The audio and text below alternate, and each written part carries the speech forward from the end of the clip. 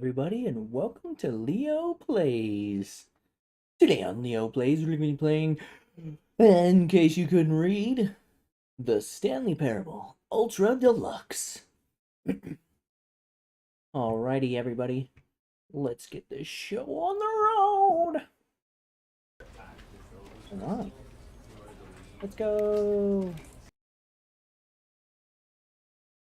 The end is never. Yes! Oh man, this game came out I think, just a week or so ago. This is the story of a man named Stanley. Oh, yes. Stanley worked for a company in a big building where he was employee number 427. Employee number 427's job was simple. He sat at his desk in room 427 and he pushed buttons on a keyboard.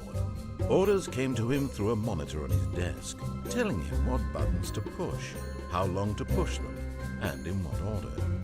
This is what employee 427 did every day of every month of every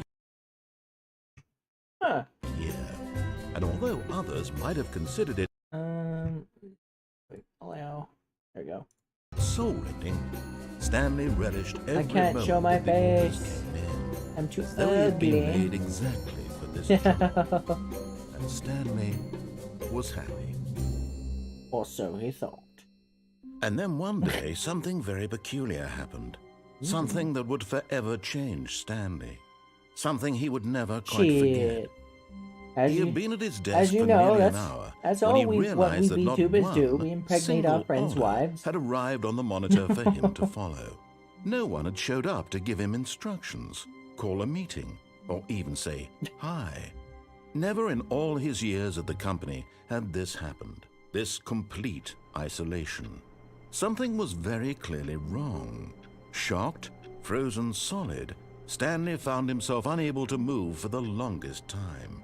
But as he came to his wits and regained his senses, he got up from his desk and stepped out of his office. I'm trying to get that clout, boy.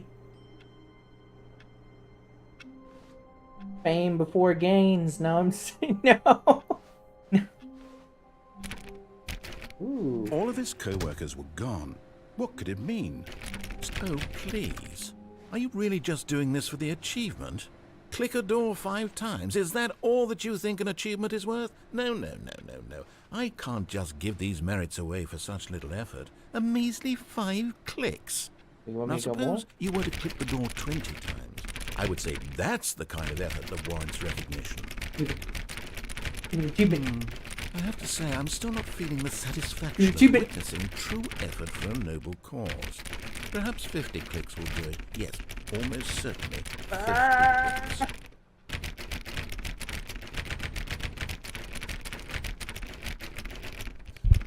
Yeah. No, I'm still not feeling it. I want this achievement to have meant something. It has to be a true reward for valiant effort. I want to see some hustle, Stanley. I want to see commitment. What is he even trying to go all the way, no matter what the cost. Why don't you go put 20 clicks into door number 417? Okay. I can do that.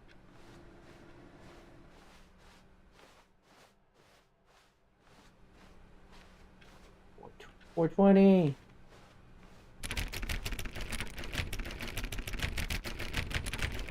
Hashtag YOLO. It's locked, you moron. Hey, he said something about an achievement. 1, 2, 3, 4, 5, 6, 7, 8, 9, 10, 11, 12, 13, 14, 15, 16, 17, 18, 19, 20. Oh, great. Now, go click a few times on door 437. Jesus Christ. Back numbers. Da da da da da da da da da na na na na na. 437. Excellent. I think we're getting somewhere. Now, yes. door 415. Let's give it 10 clicks or so. Yes, okay. 415. I wasn't even trying. He's offering me achievements. Now, back to door number 437. Oh shit, I gotta go back. Oh, okay. Ooh. You see who needs to go to the gym? I mean, look at this. Let's see. How about you click on, well, I don't know, the copy machine? The fuck's the copy machine? What's this? Oops.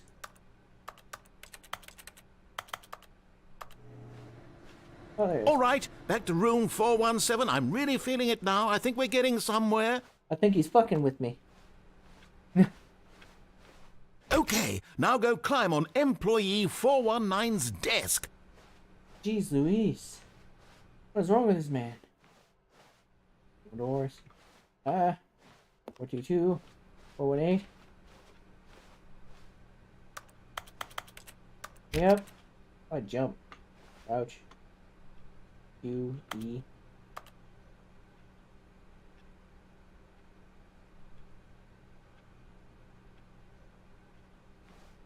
Oh. Yes! This Aha! is great! You're putting it all on the line, Stanley. I like that. All Yeah. right, let's keep it up. Go give me a few clicks on door 416. Yeah, fuck you, employee number 419. Alright, 416, 416. 7. Okay, almost there. We've almost got Oh, it! yeah. Now the copy machine, do that one again! Oh, I'm gonna run in there. Jump machine. Come on. Finish it off, Stanley! 5 clicks on door 430! 1, 2, 3, 4, 5. Yes! We did it! Oh, wow. That felt amazing. I got an You achievement. really earned it, Stanley. Nothing could hold you back. Yes, I'm very proud of how far we've come today. Just think, only a few minutes ago you believed an achievement was worth 5 little clicks. Really now, what were you thinking? Ah, let's earn those achievements, baby. All right, let's keep going. No. When Stanley came to a set of 2 open doors, he entered the door on his left. Na-na-na-na-na-na-na. Maybe if I go backwards. This was not the correct way to the meeting room, and Stanley knew it perfectly well. Perhaps he wanted to stop by the employee lounge first, just to admire it. That looks creepy. These doors open.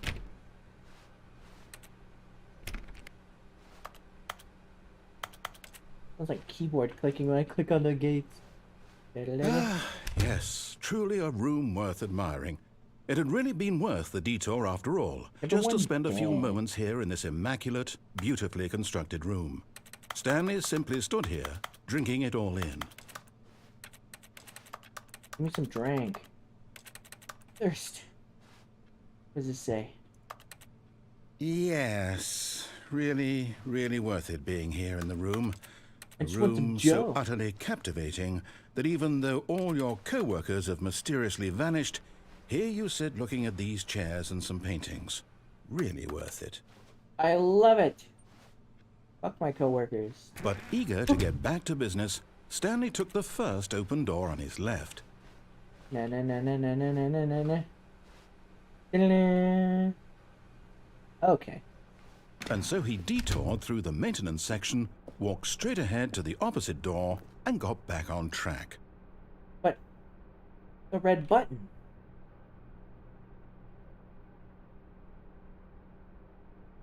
Button.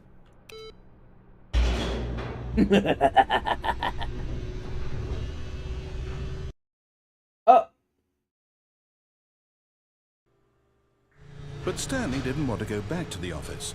He wanted to wander about and get even further off track. So now in order to get back, he needed to go, Shit. Wait. Door? Door? From here, it's, left. Is it?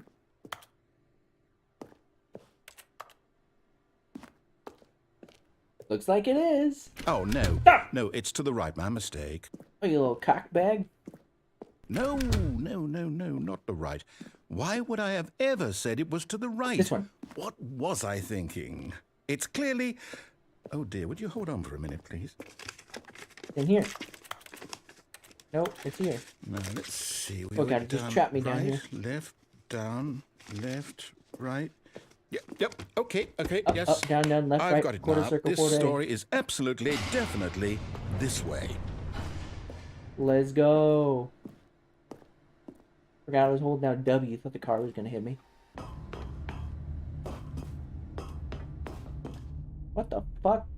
No, no, no, no, no, no, no, no, no. This isn't right at all. You're not supposed to be here yet. This is all a spoiler. Quick, Stanley, close your eyes. Oh shit. Okay. Don't okay. look, don't look. We just have to get back to... Fire. Oh, who am I kidding? It's all rubbish now. The whole story completely unusable. How about, rather than waste my time trying to salvage this nonsense, we'll just restart the game from the beginning. And this time, suppose we don't wander so far off track, hmm? Okay, from the top. Hey, Lamau. All of his co-workers were gone. What could it mean? Stanley decided to go to the meeting room. Perhaps he had simply missed a memo. Let's go get that memo, boys!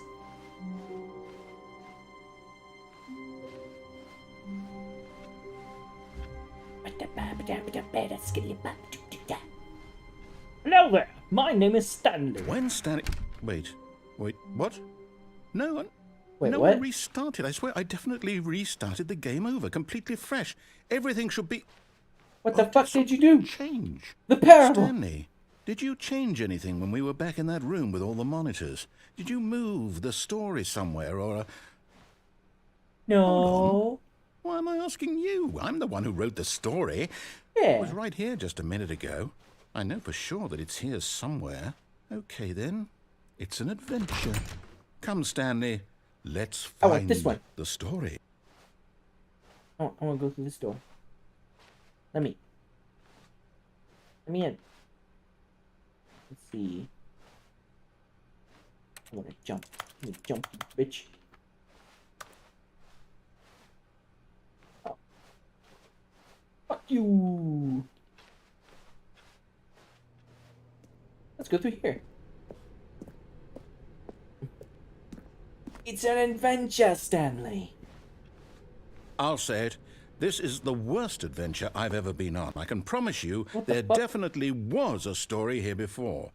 Do we need to restart the game again? Never. I find it unlikely that we'll ever progress by starting over and over again, but it's got to be better than this. Okay, let's give it a shot. Why not? Progress is for bitches. Alright. 7. Maybe if I click All of on his co-workers were 420, gone. 69 what could it mean? times. Stanley decided to go to the meeting room. Perhaps he had simply missed a memo. What's in here? I didn't even click on that door. Or that door. Computer's turned off. Fuck you, Bob. Fuck you too. Wait, what'd that say? Ba-ba-ba-da-ba-da. Thing in here. Looks sus. Okay, yep, it's Nope. worse. Nope. I might be remembering this wrong. It's possible the story is back where we just came from. Why don't we go back the other direction and see if we missed anything?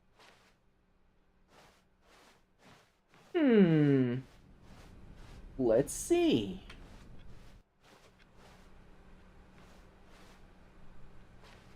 I'm not seeing anything.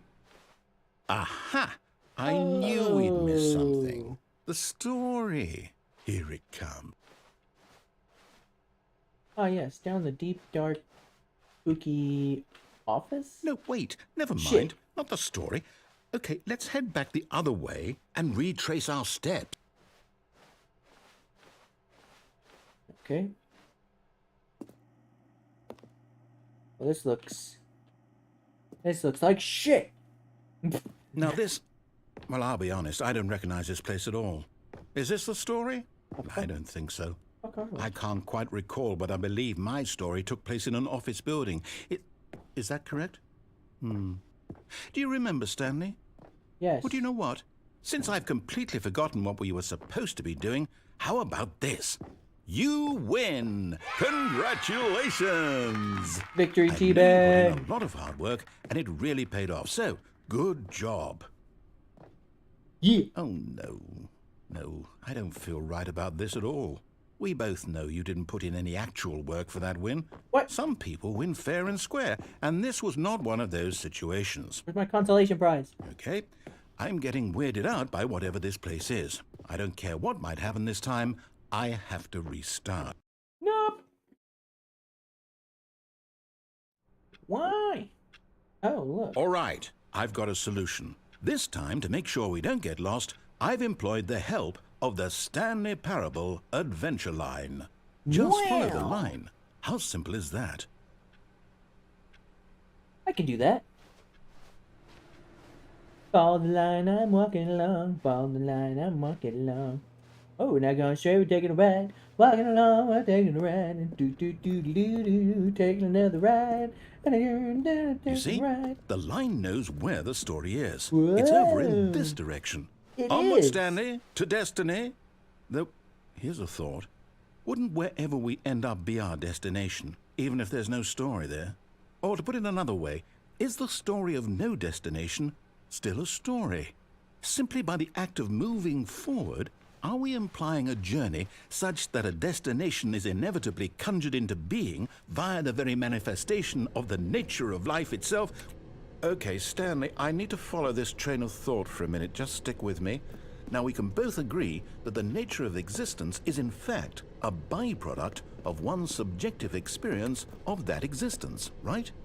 Okay, now if my experience of your existence rests inside of your subjective experience of this office, is this office in fact the skeleton of my own relative experiential mental subjective construct? Whoa. Hang on. That got a bit weird back there. Well, I'd like to apologize. Not sure where I was going with all that. You know what? I think what we need right now is a bit of music to lighten the mood. Oh. Yeah!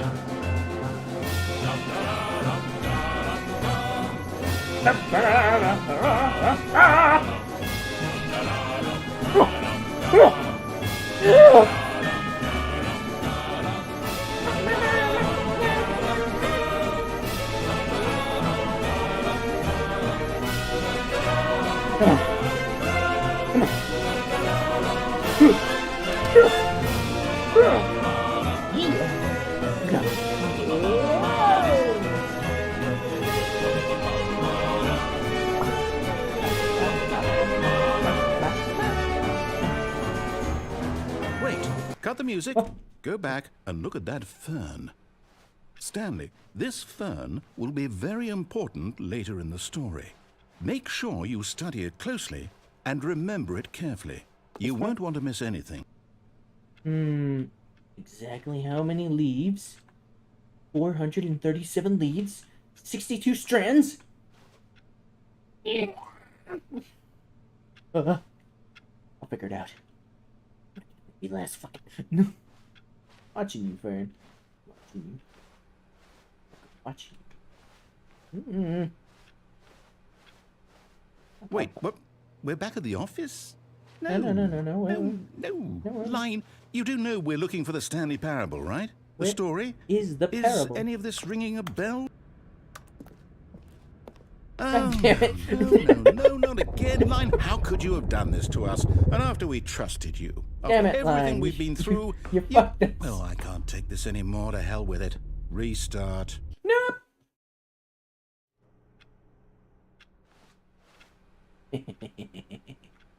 All right, let's walk all the line. You know what, Stanley?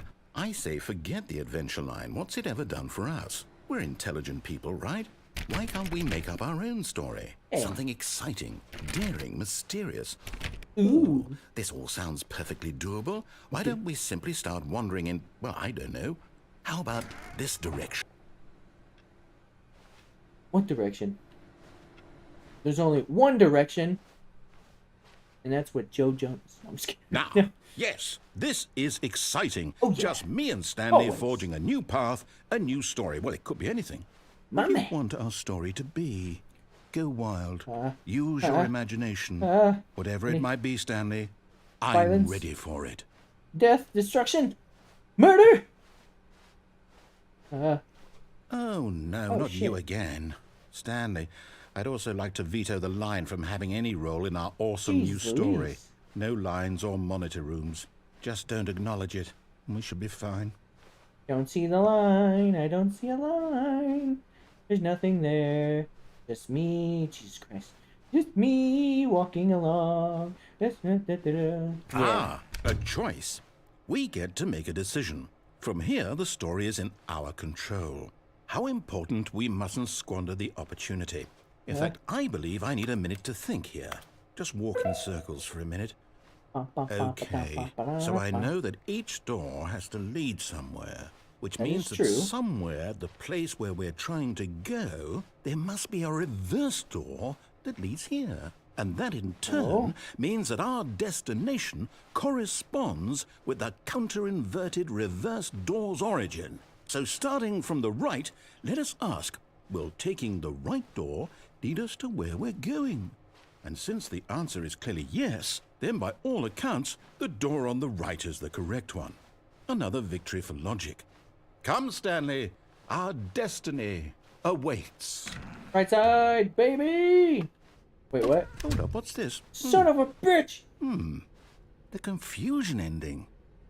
You're telling me that's what this is? It's all one giant ending? And we're supposed to restart the game, what, eight times? That's really how all this goes? It's all determined? Oh! So now, according to the schedule, I restart again. Then what? Am I just supposed to forget? Well, what if I don't want to forget? My mind goes blank simply because it's written here on this thing, wall. Well, who consulted me? Why don't I get to decide? Why don't I get a say in all of this? Is it really? No, it can't be. I don't want it to be. I don't want the game to keep restarting. I don't want to forget what's going on. I don't want to be trapped like this. I won't restart the game. I won't do it. I won't do it. I won't do it. Don't restart. And the timer stopped. No. Does that mean, did we do it? Did we break the cycle? The, whatever it is that made this schedule? The end of days is coming upon us. Will someone come jump. for us? No Will shit. something happen? So, Sit. okay. I guess now we just wait. You know, I suppose in some way that this is a kind of story. Wouldn't you agree? Ah, yes. I'm not quite sure if we're in the destination or the journey, though they're always saying that life is about the journey and not the destination. So I hope that's where we are right now. Ah, yes, we'll of find course. out, won't we? Eventually. I was Well, never in a the man meantime- for it. What the fuck? The hell was that?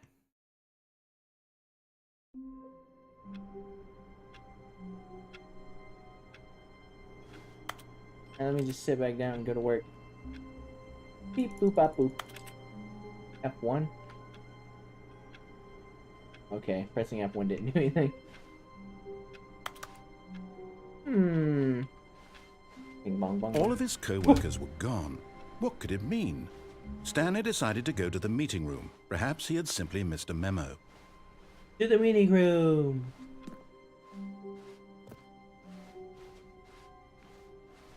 When Stanley came to a set of 2 open doors, he entered the door on his left.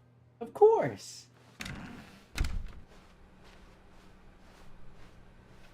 Bing. Up, up, up, up, up, up, up. Yet there was not a single person here either. Feeling a wave of disbelief, Stanley decided to go up to his boss's office, hoping he might find an answer there. I was reading that. How to solve a dispute with a coworker. Let it ball up inside you. Take it out passive. Using slides, assure employees that everything is okay. Make sure your slide is a slick blue graphic on the header. Throw some bevel in all the text. This will ensure a calm and productive work environment. Everyone is unique. You most of all. Of course, I'm more unique than everybody. Number of slides in the slides. Slides, charts, charts and slides.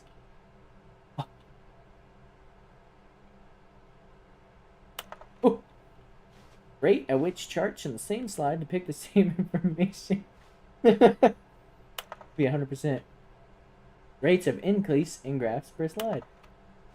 Please, no more charts. Please, I'm begging, stop. Boss appreciation minute.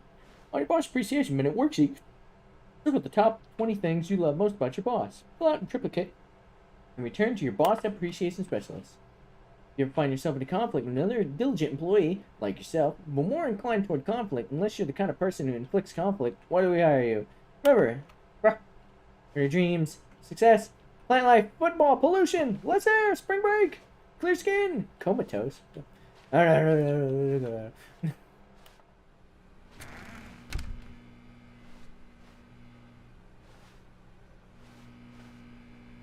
No. I need to go in the broom closet. Coming to a staircase, Stanley walked upstairs to his boss's office. Let's go. Follow the story to the T. What's this? Ooh, second bathroom?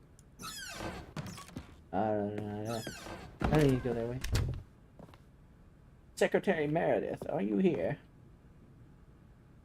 The beige pages, bruh. Boss, where are you, Stepping boss? into his manager's office, Stanley was once again stunned to discover not an indication of any human life. Shocked, unraveled, Stanley wondered in disbelief who orchestrated this. What dark secret was being held from him? What he could not have known was that the keypad behind the boss's desk guarded the terrible truth that his boss had been keeping from him. And so the boss had assigned it an extra secret PIN number, 2845. But of course, Stanley couldn't possibly have known this.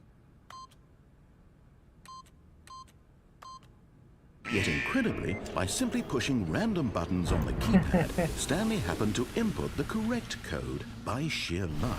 Wow. Amazing. Damn, He I'm stepped lucky. into the newly opened passageway. Bum bum bum.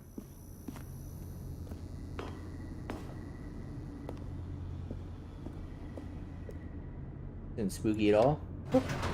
No! Oh shit. Bum bum bum. Descending deeper into the building, Stanley realized he felt a bit peculiar. It was a stirring of emotion in his chest, as though he felt more free to think for himself, to question the nature of his job. Why did he feel this now, when for years it had never occurred to him?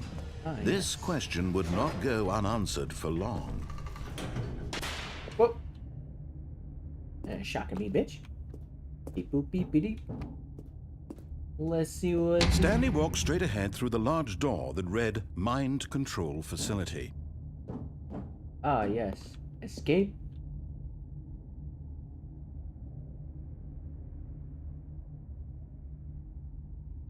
Okay. To the mind control facility.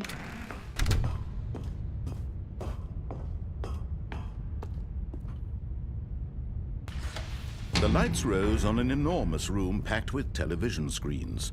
That looks What familiar. horrible secret did this place hold? Stanley thought to himself. Did he have the strength to find out? I don't need very much strength. Just a little bit of walking muscles. Let's go!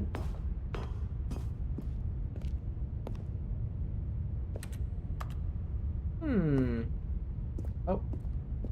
Lights. Camera. Now the monitors jumped to life, their true nature revealed. Each bore the number of an employee in the building, Stanley's co-workers. The They're all lives of so gone. many individuals reduced to images on a screen, and Stanley, one of them, eternally monitored in this place where freedom meant nothing. Freedom is nothing. The only thing inevitable in life is death and taxes. Up, up, up. This mind control facility, it was too horrible to believe. It couldn't be true. Had Stanley really been under someone's control all this time? Was this the only reason he was happy with his boring job? That his emotions had been manipulated to accept it blindly? Whoa. I know Kung Fu. No, he refused to believe it. He couldn't accept it. His own life in someone else's control? Never! It was unthinkable, wasn't it? Was it even possible? Had he truly spent his entire life utterly blind to the world? But here was the proof. The heart of the operation. Controls labeled with emotions. Happy, or sad, or content. Walking, eating, working. All of it monitored and commanded from this very place. And as the cold reality of his past began to sink in, Stanley decided that this machinery would never again exert its terrible power over another human life. For he would dismantle the controls once and for all. Yeah. Ooh, that's funky looking. Wow, wow, wow, wow.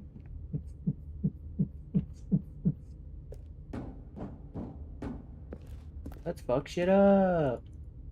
Can't break it. Ability power. Hey, big red button. Can't press it. I see how it is. 5. Let's go over here then. Mind controls idle, awaiting input. Let's see what to do here. And when at last he found the source of the room's power, he knew it was his duty, his obligation, to put an end to this horrible place and to everything it stood for. Beep. No. Oh. Oops.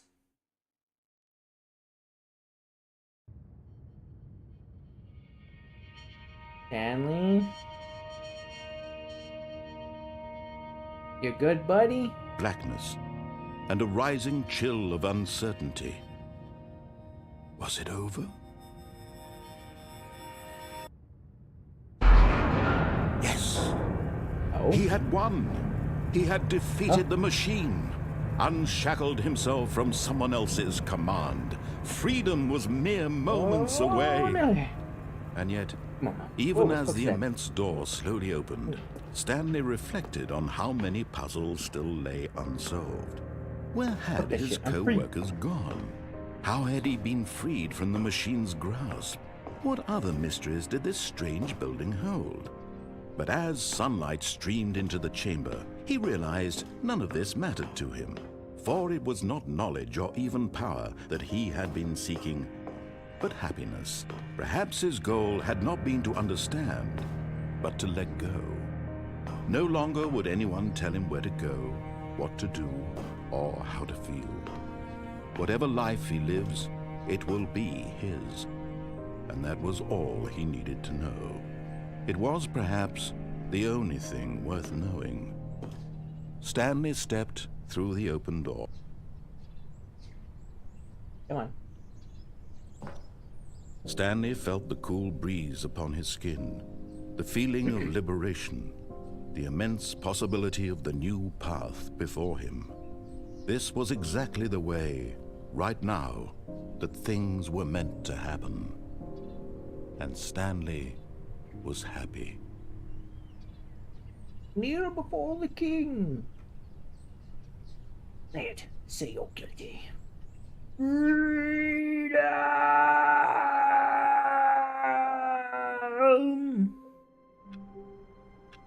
Executed. No. All of his co-workers were gone. What could it mean? YOLO. Stanley decided to go to the meeting room. Perhaps he had simply missed a memo. New content? Oh my! Oh, new content? What does that mean, new content? Who knows, brother? Let's go! Bing, bang, bang, bing, bang, bang. Ooh!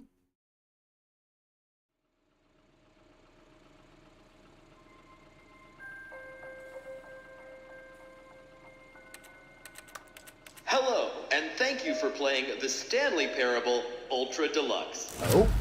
As you may know, the Stanley Parable was a video game released in 2013 on home computers.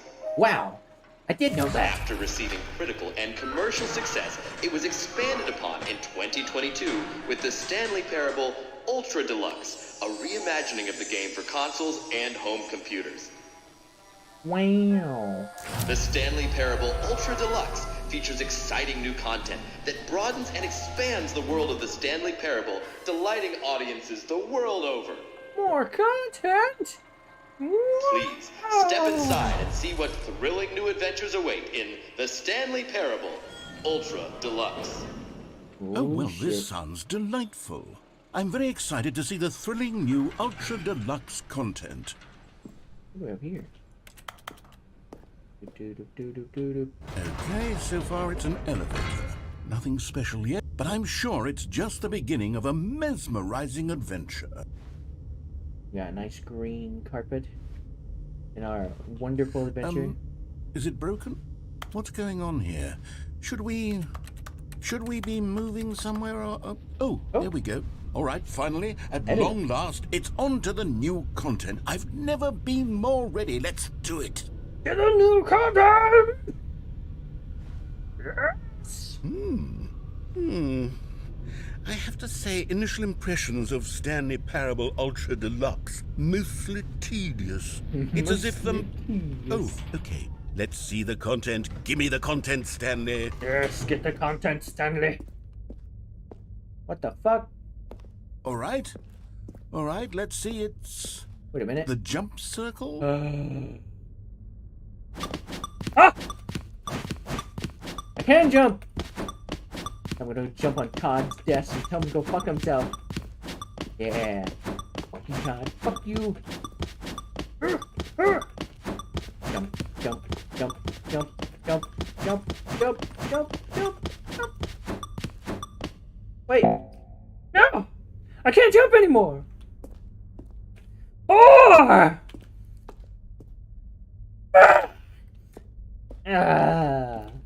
Damn, dog. Is that it?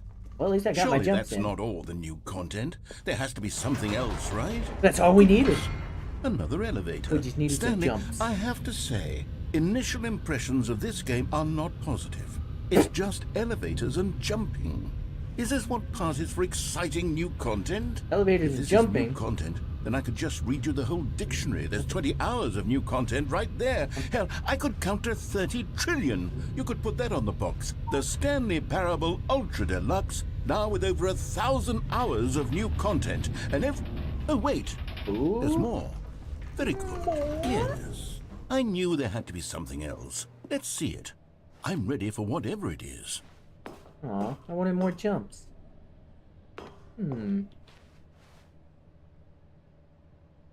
Motherfucker. That's it? Oh, you've got to be kidding me. You see, Stanley?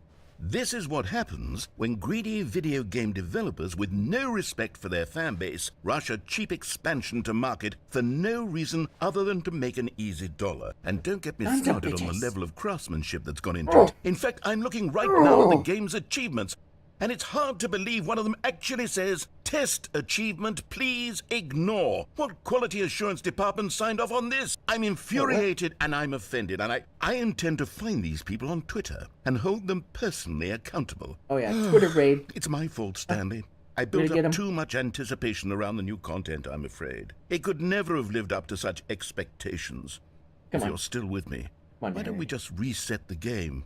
And we'll try to get back to what the Stanley Parable is really about. Fucking with you. you. No frills, no gimmicks. Just you and me having a great time together like always. Like bros. What do you say, friend? And back to reality. Oh, they go. Hey, yo. Narrator. I hate Mondays. Don't we all?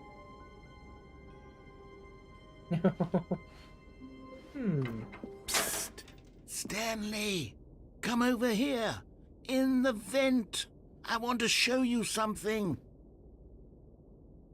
It sounds pretty, advantageous in my butthole, narrator, but I'm going in the vent with you.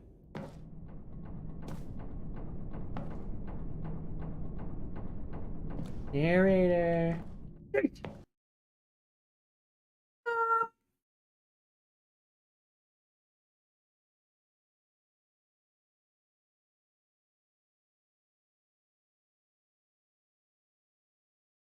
I'm in the vent. Okay, you remember how cheap and unsatisfying the new Ultra Deluxe content turned out to be, Oh, but it yeah. got me thinking So about the unsatisfying. past and how much better the Stanley Parable used to be. So I made something special and tucked it away here where the game's developers won't find it. Just Hell? our little secret. Take a look. I call it the Memory Zone. It's where I've been storing all my favorite memories so I can relive the peak experiences of my life whenever I want. Experiences like the launch of the Stanley Parable on PC. Oh my god, I love it. You see, Stanley, doesn't the Memory Zone remind you of how wonderful Stanley Parable was before it was sullied with a cheap re-release? Remember back in October of 2013, when the game originally launched? Back then, video games had integrity. Back then, it all meant something. Oh, the waste. Audience Award, Stanley Parable.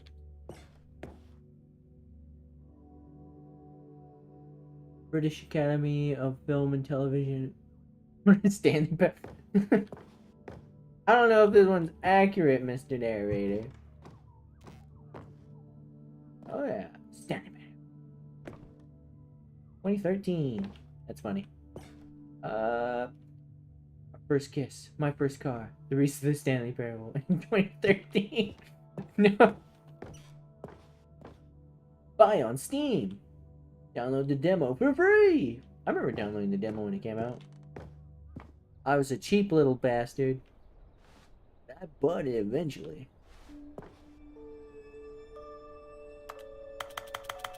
Let me play the demo.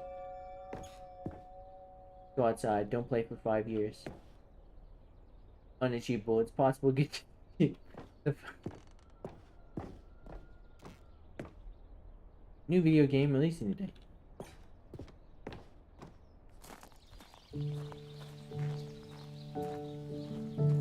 And over here is where I keep reviews of the Stanley Parable. Like this stunning triumph of games journalism, 10 out of 10 from Destructoid.com. James Stephanie Sterling writes, and I quote, "Where so many games that aspire to be more than games end up less than any form of art, Stanley Parable strives and then succeeds to be every game ever created."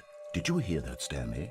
Every game ever created. That's how grand and all-encompassing the original Stanley Parable was. It was literally every game ever created. It was Skyrim, it was Persona 3, it was all of them, and now it's nothing. It's no games at all. It isn't even the Stanley Parable anymore. It's just a husk now. A lifeless husk with an hour of new elevator content. When it used to be the GOAT. The Stanley Parable was the GOAT.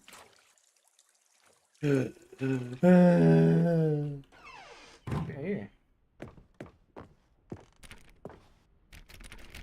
Me and maintenance. This. Up. Back upstairs.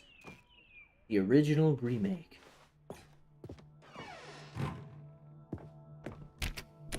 No. No. Here's another moving passage, this time from GameSpot.com. The Stanley Parable is both a richly stimulating commentary on the nature of choice in games and one that offers some of the most enjoyable, surprising, and rewarding choices I've ever been confronted with in a game. 9 out of 10. Don't you get it, Stanley? The game was perfect. It didn't need anything else. It didn't need new content. It just needed to be left alone, to spend the rest of time collecting dust in the hallowed hall of beloved video game memories. Move objects. Create levels. Graphics. Wait. I can't go through here. It's in my way.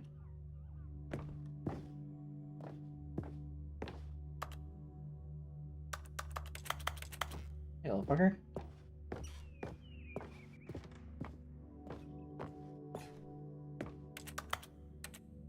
Oh, gotta go back through here.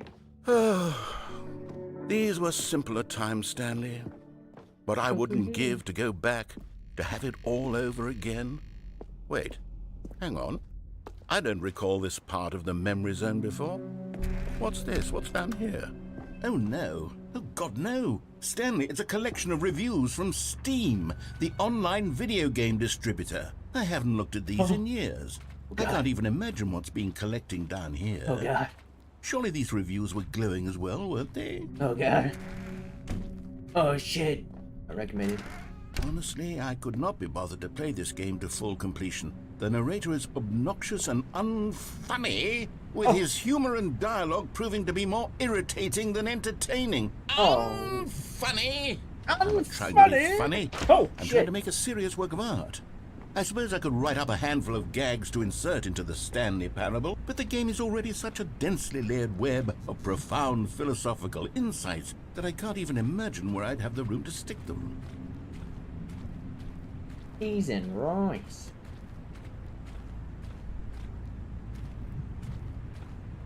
This place sucks. The world of Steam reviews. As expected. It's like if Twitter was a video game. No. What we got here? That one got a thumbs up. Okay, let's see what this one says. While the idea for the game is good, for someone who prefers non-linear games, this preachiness gets annoying fast. Preachy? Stanley? I'm not preachy, am I? No, You can no. tell me if I'm preachy. Honestly, you can. Narrator, Oh, goodness. you're This chill. is actually quite shocking for me. I always, well, to be honest, I had always thought of the game's dialogue as being rather terse to begin with. You I can't don't even know know what how that much word fluff I means. cut from the game to get it to feel as light and airy as it, well, I always thought it did. Light. But maybe it wasn't. Airy. Dear, Light. what an awful memory to have to hold on to. These black marks on my otherwise unimpeachable track record. I feel like a failure. Like I let these people down. Don't Perhaps worry. the Stanley Parable isn't quite as sterling as I always remembered. No, it was great. It was the GOAT. Come on, narrator. It's okay. Okay, buddy.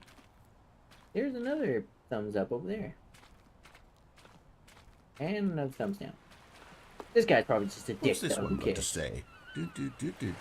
You constantly have to stop doing anything so the narrator can catch up with his long-winded explanations of what's happening. I wish there was a skip button. What a A douche. skip button. Fuck you, Cookie Well, Nine. yes. Yes, I think we can do... If I'm truly too preachy, then maybe letting you skip ahead for just a moment, surely it couldn't hurt. Not if it means we can strike these negative reviews from the record. Only positive reviews of the Stanley Parable. That's my motto today, and it's always been my motto. Oh. I'd do anything for the customer, Stanley. Yes, a skip button we shall have. Alright. And here it is. Go ahead and give it a shot. I'll... Oh, you're back, you see. You were only frozen in time for a few minutes, but it was plenty of time for me to deliver a long, rambling monologue full of... Well, there, sport. You really did catch me rambling on a bit, didn't you? But that's the power of the button. The minute I start to go off on a thoughtless display of self-absorption... Okay, welcome back, Stanley. Now, I should say that the amount of time the button has been skipping through is becoming longer and longer. That last one was, well, I want to say maybe 30, 45 minutes. Stanley, please don't push the button again. It's been 12 hours. Oh my god. You've just been frozen there. It's been a I don't know why the skips are horribly getting long longer, time. but they're... Oh, Stanley, you're back. You're back. Oh, my goodness. I have someone to talk to again. Stanley, Damn, my think it's tree been a died. week. A week? Or 2 weeks. Jesus. Oh, hello. It's you. You're here again. Welcome. I have had time to think about you and about us and about everything we've been through. I've had so much time, I stopped keeping track after a year. Have you ever sat down in one place and not moved for one entire year? Let me describe it for you. It's hell. It's To hell, begin Stanley. with, there is only regret. There is only the turning wheel of missed opportunities. I felt nothing at all but regret for the longest time, Stanley. Yeah, that's a shame. Hey.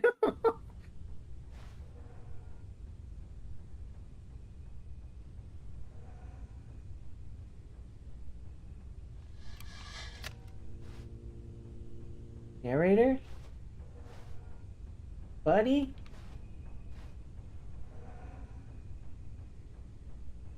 You still here?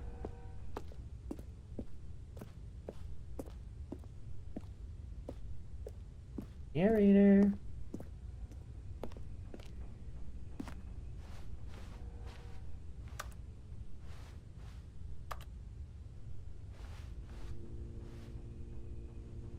Boop.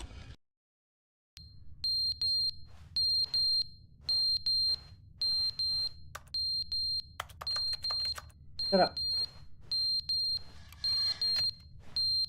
Where'd that beeping come from?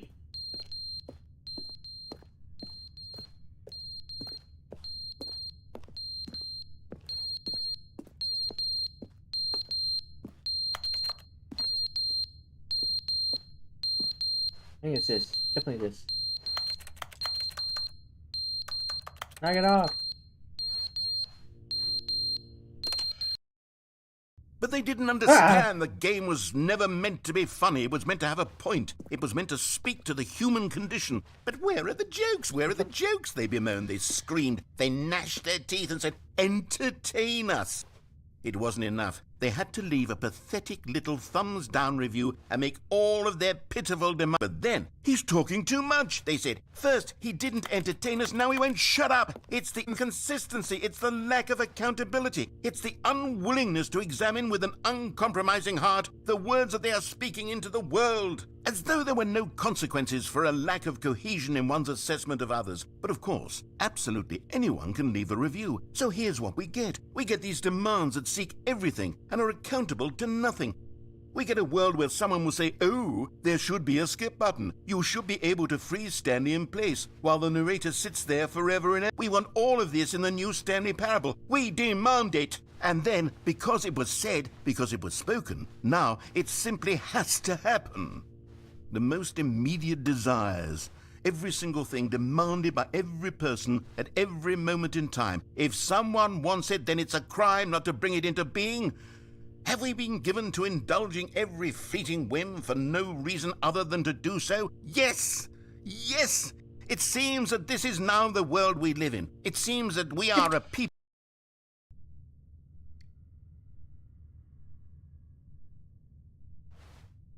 Goddamn narrator. Yep. The end is never the end, is never the end, is never the end, is never the end, Is never the end, is never the end, is never the end, is never the end, is never the end, is never the end, is never the end, is never the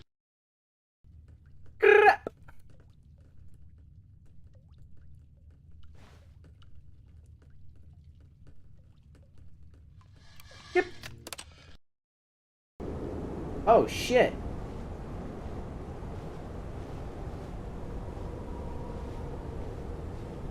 What the fuck happened? Whatever. Skip. Yep. That's a hole. Pretty trippy. Let's go. Aw, beautiful. Give me freedom. Give me freedom. One day. Clearly, it's been a minute. Freedom! What the fuck? Everything died again.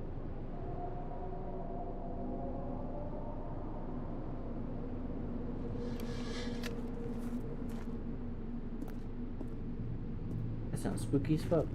Fast forward.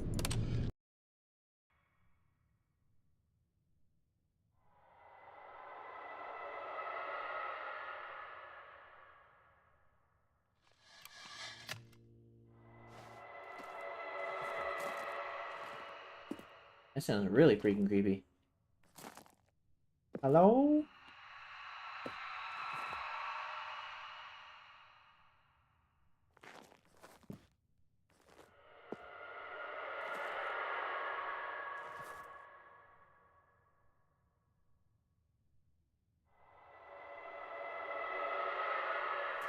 Alright, fast forward to the apocalypse. Oh shit, my button's gonna break. What the fuck? Why am I leaning?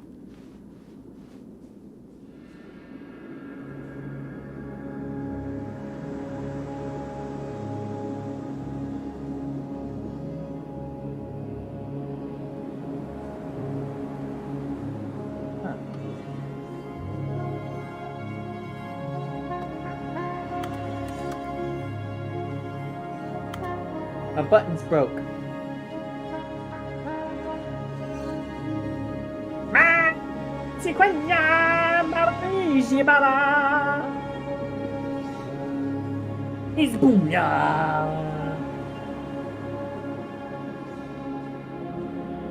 This is the new Sahara, baby. Oh.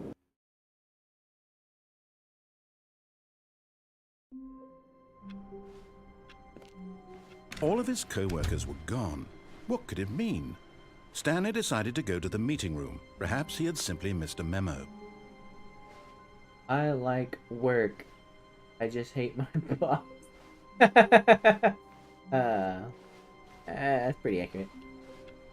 Let's see what we got here. New content. Whoa!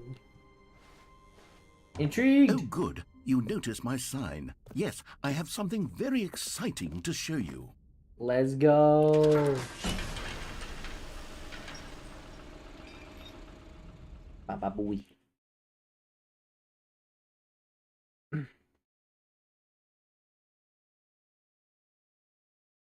Ay, Dios mío. Estén muy bien trabajando. Vaca.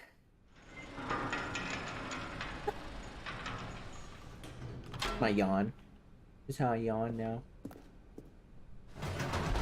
Like a female. You see, orgasm. Stanley, I've been reflecting on the Stanley Parable Well, I don't and know about how very often. roundly disappointing It's not this real. ultra-deluxe No. version has turned out to be. The original Stanley Parable was a landmark, and any new content for it should live up to that legacy. So forget this ultra-deluxe nonsense. I say we take it one step even further. Which is why I'm very proud to announce for the first time ever, the Stanley Parable 2. Oh my god, a number 2? Yes, you see, isn't this far superior to a measly re-release with a few minor additions? Think of all the new territory we'll cover with a fully fledged sequel. And An it's never the entirely end. new experience, Again. built from the ground up. Why, there are so many possibilities. It could go in so many different directions. Oh my This God. is what fans have truly been asking for. 1, 2, 3, 2. De bois, deux, duos, wet, do, dos, devo. Stanley Parable 2. Stanley Parable 2. Whoa.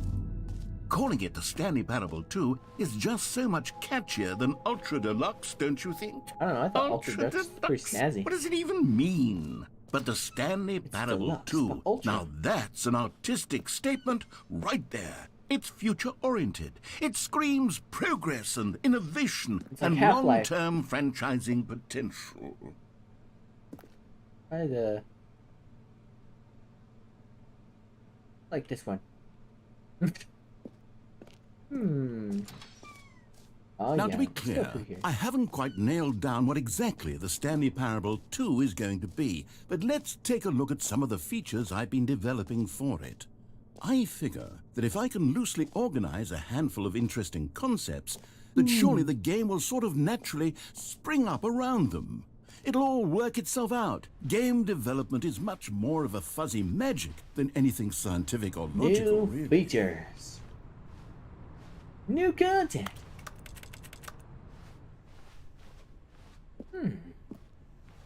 The hell is that? That's a bus. Expo Hall 2. Bing bong bong body ba da ba da da. Looks like a Despicable Here Me. we are. Go on, try out some of the new features. There better be a jump button. The button that says the name of the player that's playing the game. Nuh-uh. Nuh-uh. Tell me my name. What's my name? For the Stanley Parable 2, I asked myself, what do players really want? And of course, the first and most obvious answer is that they want to be individually What? recognized That's and validated as people. So with that in mind, my first addition to the game is this button which speaks the name of the person playing the game. Nuh-uh. Isn't that wonderful? Nuh-uh. Cap. Cap. What we got? What we got? Jim, Sorry, I should have clarified. Right now, the button only says the name Jim. But of course, in the final game, this button will say your name, whatever name that is. Son of Here, a let's bitch. have you role-play as Jim to really simulate the full experience of this feature. Just play along. I promise you'll love it. Okay, here we go. Let's take a deep breath, clear your mind, forget whoever you are, and simply become a person named Jim. I want you to imagine yourself living as Jim, sleeping and waking as Jim, falling in love and being heartbroken as Jim, seizing all of the world's possibilities as Jim, and as Jim watching your dreams crumble into dust. Do you feel it deeply?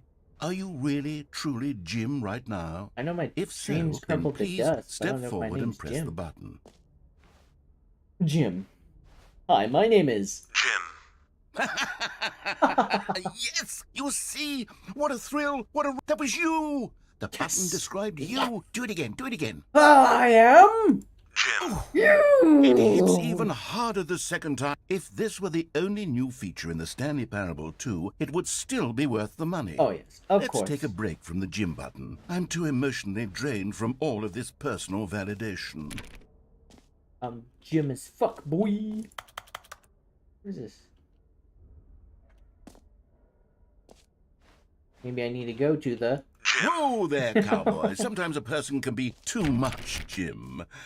I'm putting the Jim button away. No. Otherwise, soon you'll start to lose all sense of who you actually are. I wanted to be Jim.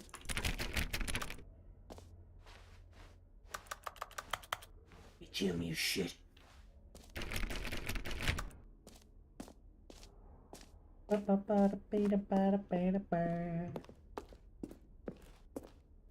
Alright.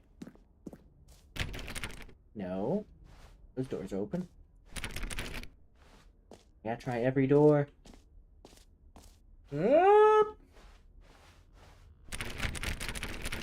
Dick.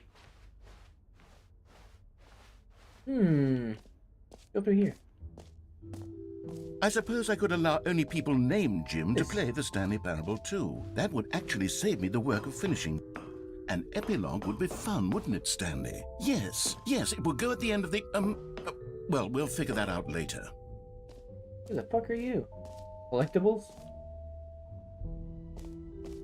That must be me! As a bobblehead. I'm a bobblehead. Infinity Hole. Free achievement. Free achievement? Free, new, plus easy achievement. Did it here. Thank you, M. Night Shyamalan. Just kidding. No. Now, here's something special. You remember that broken test achievement that got left in the game on accident? Well, I'm developing a technology to simply give you the achievement. Oh, yes. my You God. see, you'll come to this lever, and when you pull it, the achievement will be given to you. Okay, perhaps I should have clarified. This is technology that will exist. Right now, the achievement is still fully broken. I'm not a wizard, Stanley, but I guarantee it will be fixed in the sequel to at last satisfy the hordes of ravenous fans all over the world who have been uproariously demanding this feature. Gamers, we hear you, and I promise it will happen. Narrator, you fucked me. You made me walk all the way back here for nothing. Give me the goddamn achievement!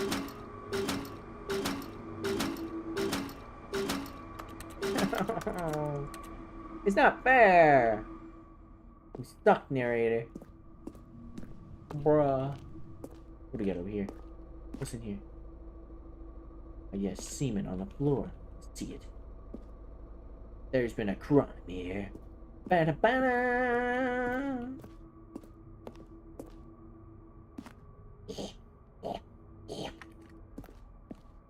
No!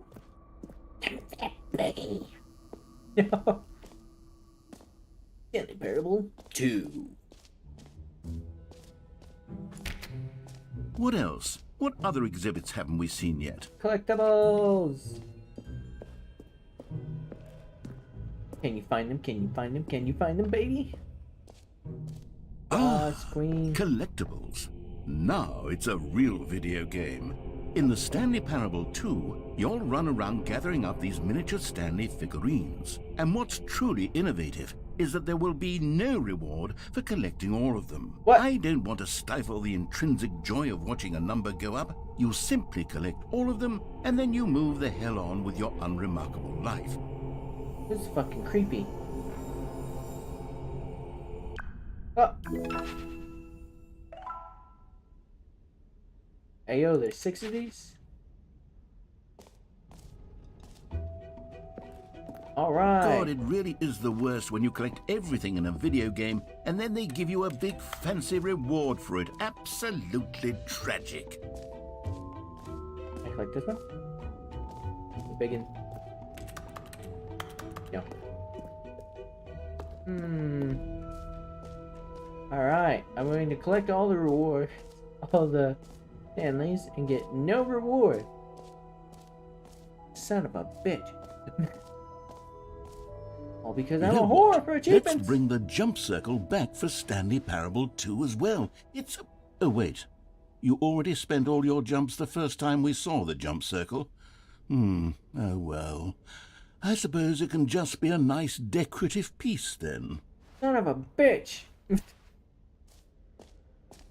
I wanted more jumps. Okay, I'll be honest, I haven't yet decided on this one. I think that in the new version, the office could use a bit of decoration, like balloon. But I'm undecided on Get Well Someday and Happy 12th Birthday. Which would you go with? Well, I have a 12-year-old niece. Bam. You know, sometimes when you solicit another person's opinion, it makes you realize that you knew which one you actually really wanted all along. Get Well Someday it is. Are you fucking bitch? Man. Dick. Or actually, maybe I should have gone with... No. No, I've made my decision. We're moving on. Any collectibles over here that I don't get achievements for?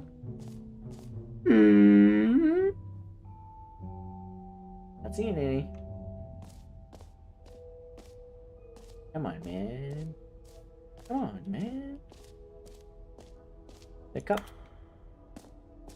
What do we got over here? The button that says gym. It's back, baby.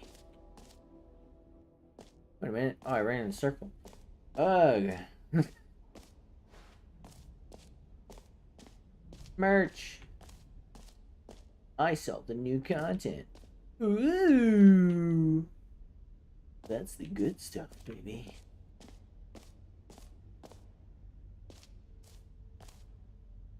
What the fuck are you doing? You went through there and through here. Please, no screenshot. What's in here? A common complaint of the Stanley Parable was that it was confusing and paradoxical, that it engendered a chaotic sense of reckless despair in those who played it. Just pick it up. Well, I'm happy to say that after much consideration, I've engineered a clever solution to this fundamental problem with the game. It's the Stanley Parable Reassurance Bucket. You see, Stanley, anytime you're holding the bucket, a sense of calm and ease will fill your mind and your heart. It's true. There's no as bucket. long as you hold on to the bucket, the many disorienting contradictions of the Stanley Parable will feel perfectly normal and perhaps even comforting. You may even come to long for the gentle embrace of jarring cognitive dissonance while the bucket is in your arms. And to be honest, it's a much more convenient solution for me than actually redesigning the game to be less uncomfortable. Can you imagine what a pain in the ass that would be? Yes, the bucket is the perfect solution. Come on, give it a try. All right, let's see what we got. Can you feel it? The glow of comfort, even in the face of crushing despair, must already be sweeping through your body. And in fact, can I say that I do believe the bucket lends you an air of charisma as well? Oh. I think that just holding it has made you the slightest bit more attractive as a person. Damn. The benefits of the bucket seem to go on and on, don't they? Oh yes, I All feel this so and more attractive with this await bucket. you in the Stanley Parable 2. Oh my. Oh yeah. This is my reassurance Does bucket. anyone give out awards for most enjoyable bucket in a video game? That really I should know in be an any video award if it game, isn't carrying around a already. bucket makes me feel good about myself. Ooh, what do we got here? The baby is all grown up. Bankruptcy. Consistent quality with just the right amount of change. Ow. New features, new content, new ideas. The new updated ray trace, more of the same, but in a good way sequel to the something. Ready to the new orange. 999. A whole new office. I don't like that carpet. Carpet's ugly as fuck. Enjoy the new features. Epilogue. We don't have an epilogue yet. Where are we going now? Settings world. Up here? Ba, ba, ba, da, da, ba.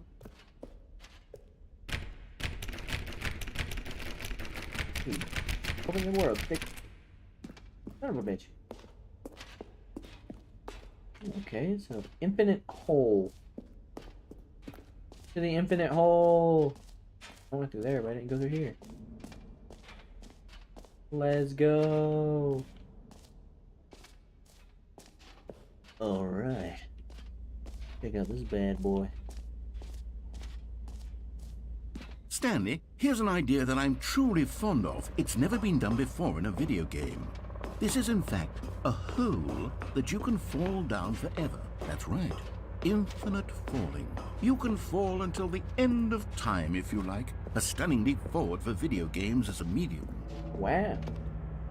I've never been in a game where I could fall forever. Dude, I want to do it though.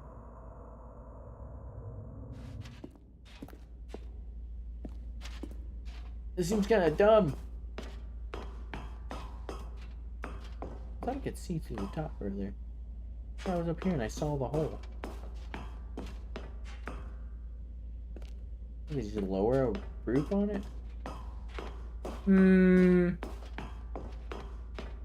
Okay, let's... Well, thanks to my bucket, I am reassured that I'll be perfectly fine. Let's go! You see? Isn't it wonderful? One of my more ingenious concoctions, if I do say so. Now then, since you've gotten to see the infinite hole, you can press the teleport button to pop back up to the top, and we can continue onward. Now, I don't mean to be a bummer, but I do recommend you use the teleport button to go back to the top. Maybe do it on the sooner rather than later spectrum of things. Fuck you. Okay,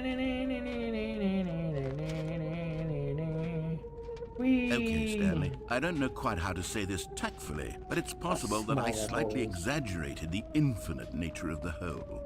Is it a very, very deep hole? To be certain it is. It's an extremely deep hole. I don't want anyone to say that it isn't an astonishingly deep hole. It is. Is it infinite? Well, that sort of depends on your definition of infinity. From one perspective, the infinite is merely philosophical in nature. It's more of a... Okay, well, good for you. You found the bottom of the hole. You found me out, Stanley. I'm a liar and a cheat, and you're so clever. Look, I think the issue here is just that you're unusually fascinated by falling. What normal person actually wants to fall infinitely? I figured the hole was as deep as anyone would actually need. Don't you put this on me. Maybe you're the problem. Fuck you, narrator. Look, things got a little heated there. I think we both said some things we didn't mean. Why don't we just put all this behind us and agree to just call the hole mostly infinite? That was like If 2 that minutes works for you, then go ahead and press the teleport button to warp up to the top of the hole and we can move on. I'll just be up here when you're ready. Shablagoo! Great. Now, I'm very excited to show you even more of YOLO. Oh, for heaven. You see, I was right. The problem is you. The problem is that you like holes too much. Not normal. A normal person would have said, yep, that's an infinite hole right there. Goes on forever till the end of time. Don't need to see it all, but not you. Oh, no, no, no, no. You have a weird sort of... Oh. Bink. Did the hole seem even shorter to you this time? It was. I couldn't help but feel like you spent a little less time in there than you did before. I mean, admittedly, I didn't make an infinite hole, but I didn't think it was that not infinite. Well, I suppose once again there's nothing to do here. If you decide you've had enough of the hole, you can hit the teleport button and come join me up above. You got it, homie. Had enough? I'm positive. Fuck you! Oh, gosh, how could I have guessed? You're back in the hole. If this starts to become a thing where... Wow. Okay. Much shorter. Yes. I'm starting to become extremely certain that the hole is not only not infinite, but that it's growing steadily less and less infinite. I suspect that I'm starting to hit the point where it's no longer feasible to call the hole infinitely deep, even by the lax overall standards for accountability and marketing. What's going on here? Stanley, I have no explanation for the uncertain nature of the hole's length. Here, let's try something. Let's pop back up to the top, and we'll see if it gets any shorter. Well, there it is. Bruh. Shame. How is this still appealing to you? I I'm know you're obsessed with holes, but at this depth, I just can't see this scratching the itch. Oh, who am I to judge? You just do whatever it is you're here to do and hit the teleport button when you're ready to move on.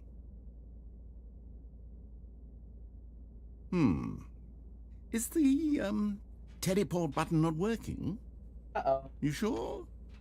Well, I mean, I really don't have an explanation. It's still nothing? Well, I suppose there is one thing I can do to fix this. I'm out. Goodbye, Stanley. Wait. You couldn't bear to be away from the hole, and now you'll get more time with it than you could ever have asked for. It's a win for everyone. You get to be with the hole, I get to do literally anything else. Take care, Stanley.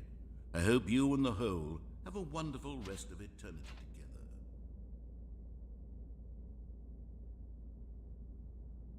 Whee! Ba-ba-ba-da-ba-ba.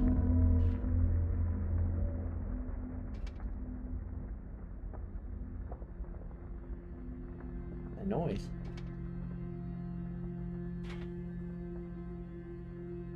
Ba-ba-ba-da-ba-ba. If only I had a jump button.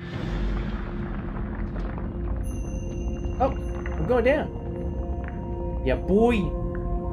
Yeah, boy.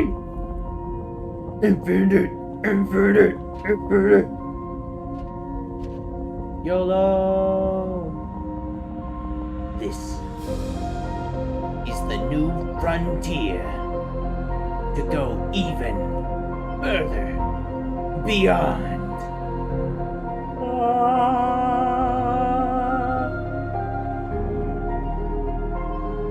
My man.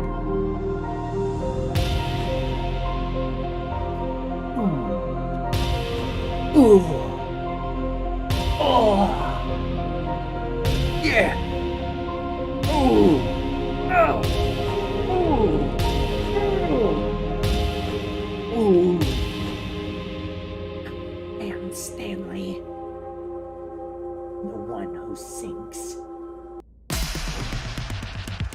Change your perception. Yeah. This isn't bad. Oh. And now it's horrible.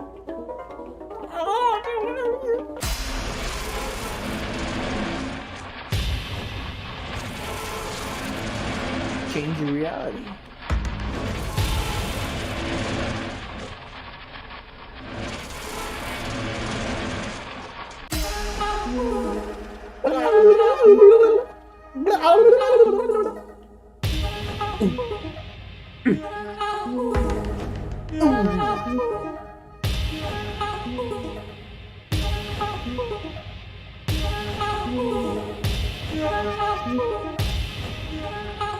Change yourself.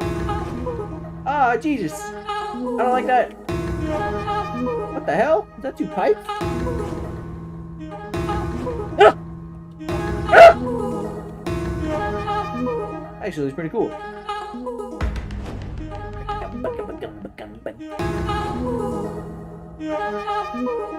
Bruh. Perception.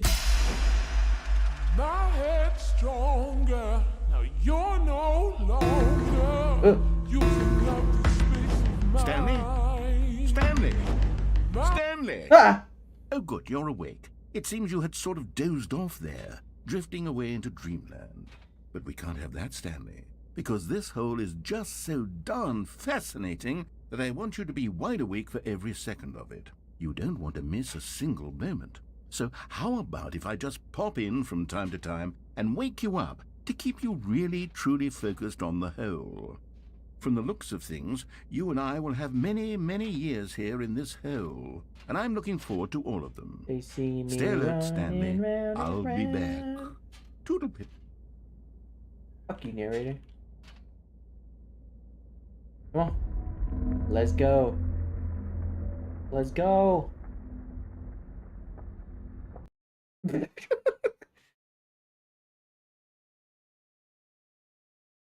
Yes. Oh, Here we are. Go on, try out some of the new features.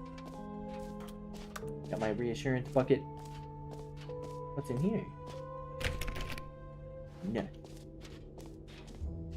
Okay, hit the gym button. Collectibles.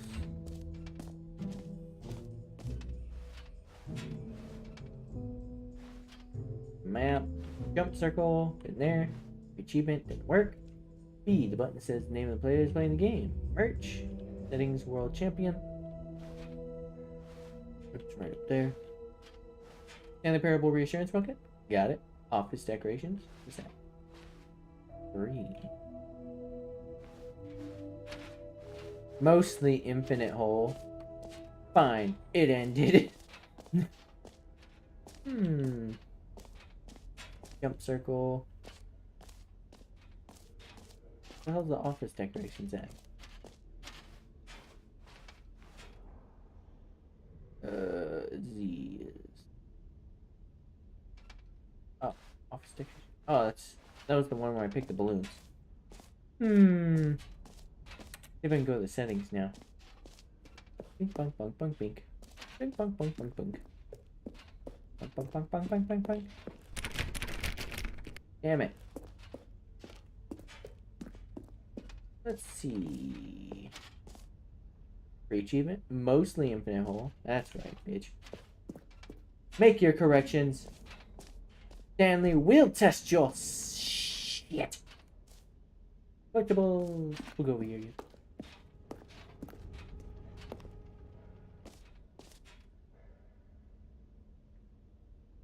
Yeah, spooky. Go in there. What are you looking at? Heyo! Lamau!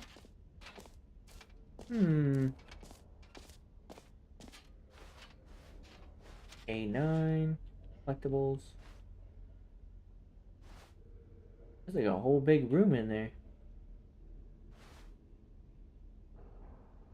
No. Yeah. Yeah. Let's check out the collectibles.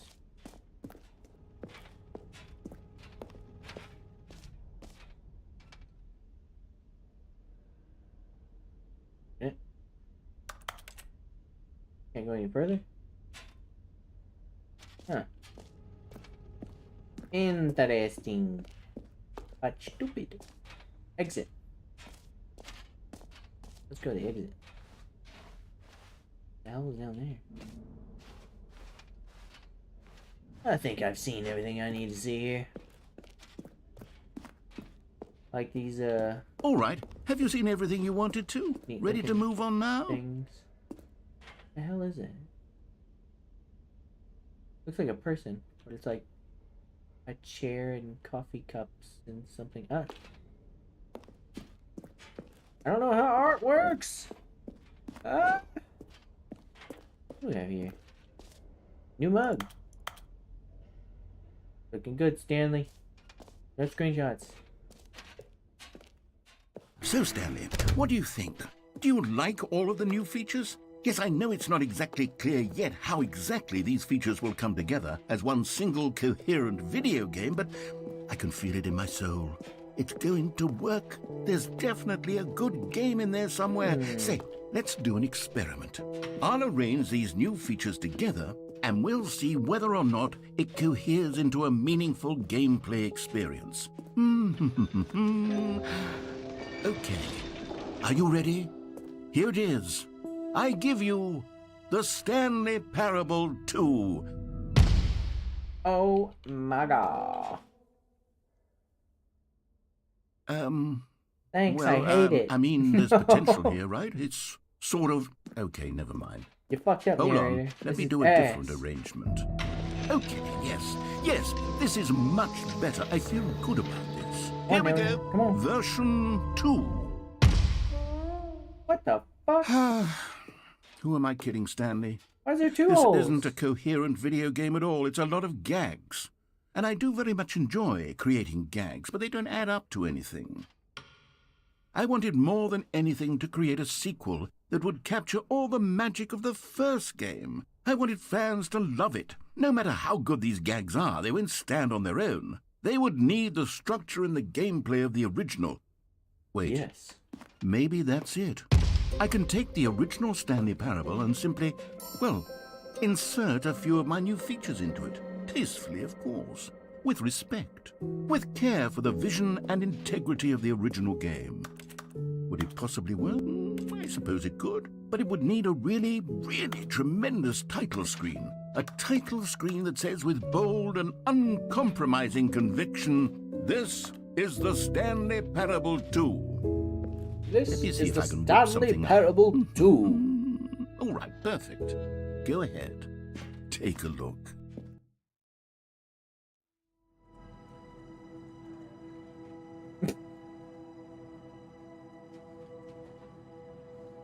Well, this looks like the fucking... What's that one game called? Shit.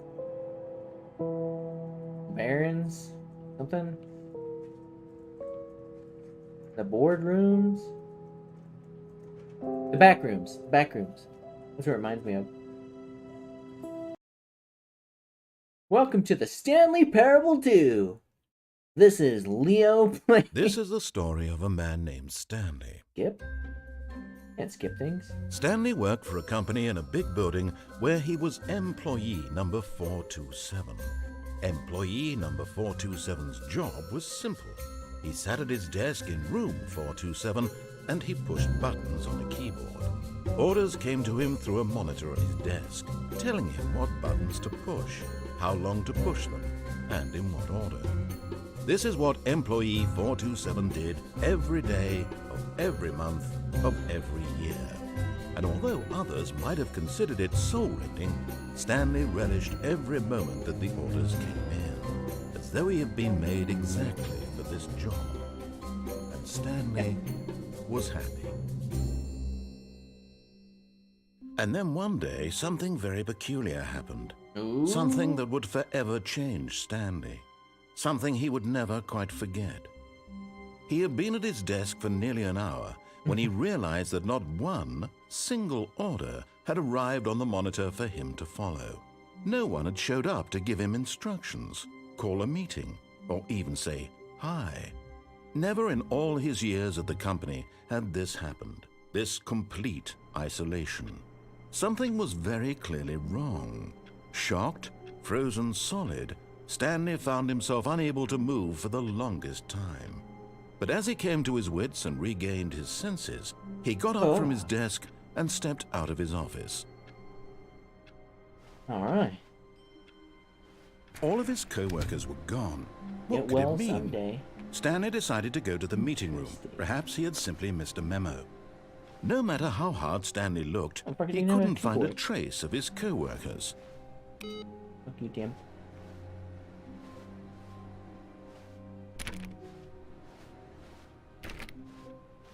Stanley went around touching every little thing in the office, but it didn't make a single difference, nor did it advance the story in any way. Oh, touch everything.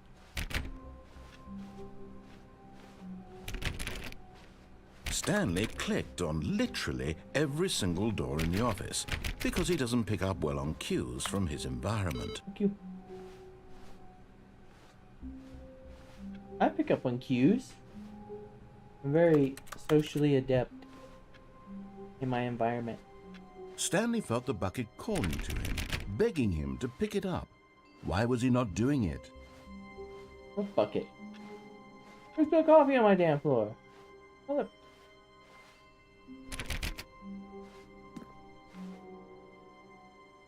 Where is the bucket?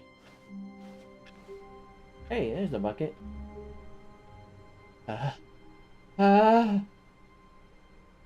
Stanley the bucket. picked up the bucket. Reassurance bucket. You'll be my little homie, won't you? Stanley clutched the bucket tightly to his chest and entered the door on his left. Let's go.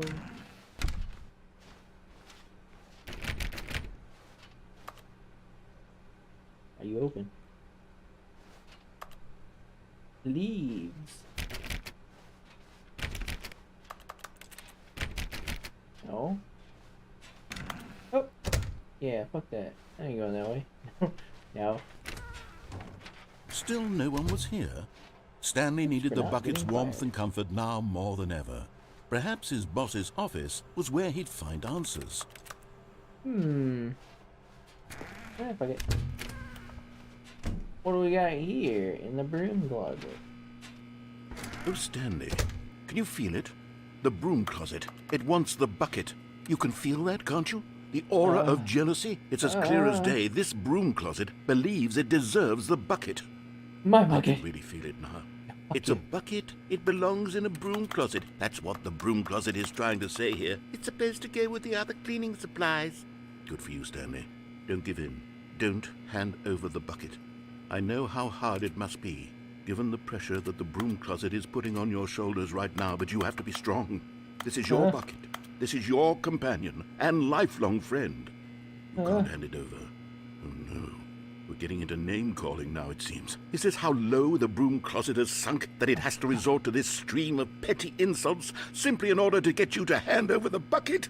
Yeah, you call me that name, I Saul. never liked this broom closet for a variety of reasons. This but broom even this closet. is worse than I had imagined. You're all dicks. Wait. Now Just the broom about closet has the Glorious gall bucket. to imply that you and the bucket are not truly deep and lasting friends? That your relationship is purely superficial and convenient? That your life is so banal and meaningless that you'd feel the same sort of kinship towards any inanimate object which happened to lay in your path in an even partially enticing manner? Well, I never. Go on, Stanley. Lay into it. Really tell the broom closet off for its demeaning comments. Expand on the wide variety of experiences you and the bucket have shared together. Yeah, fuck Go you, through broom. each of them point by point. Yeah. Share your journal entries detailing the rich emotional landscape of your feelings for the bucket as they have changed and evolved over the years. Let him have it. Yeah. Eat shit, broom. This bucket and I, we have developed a relationship.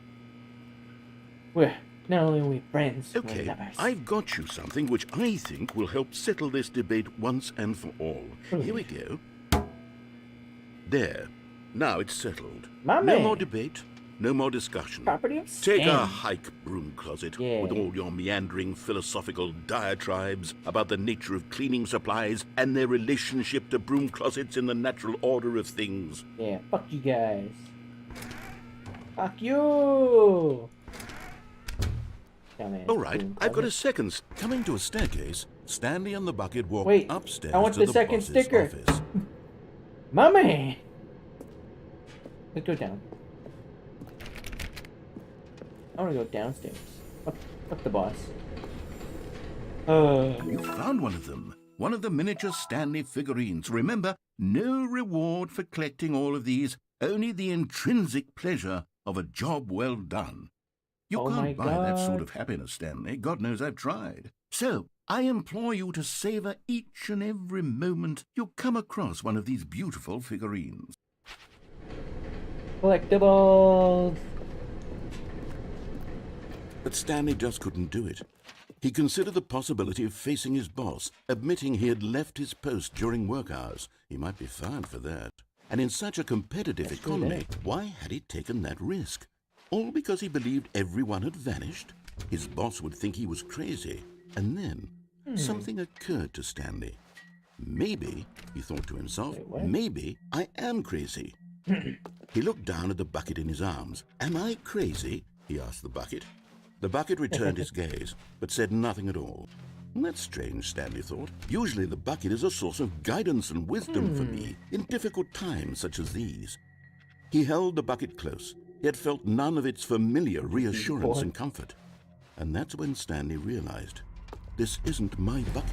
It's just a normal, everyday bucket. Someone else's bucket, perhaps. How did I end up with someone else's bucket? This is all terribly wrong. Surely no good would come from this. Who knows what sorts of bizarre hallucinations Stanley might experience without the psychologically grounding presence of his bucket.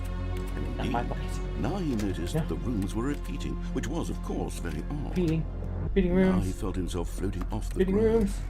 Oh, gracious, he exclaimed. Without my bucket, I've gone truly mad. Where is it? I must find it. Far off in the distance now, he heard it, calling to him. Stanley. Stanley, it's me, the bucket. Bucket. Could it truly be? He rushed forward from room to room, passing by one bucket after the next. None of them were his. None of them were his special bucket. Not my buckets. Come to me, Stanley. The horse. Find me. He had to find the bucket. He had to return to his old friend. It was the only way to truly restore his sanity. And then My suddenly, bucket. he froze dead in his tracks.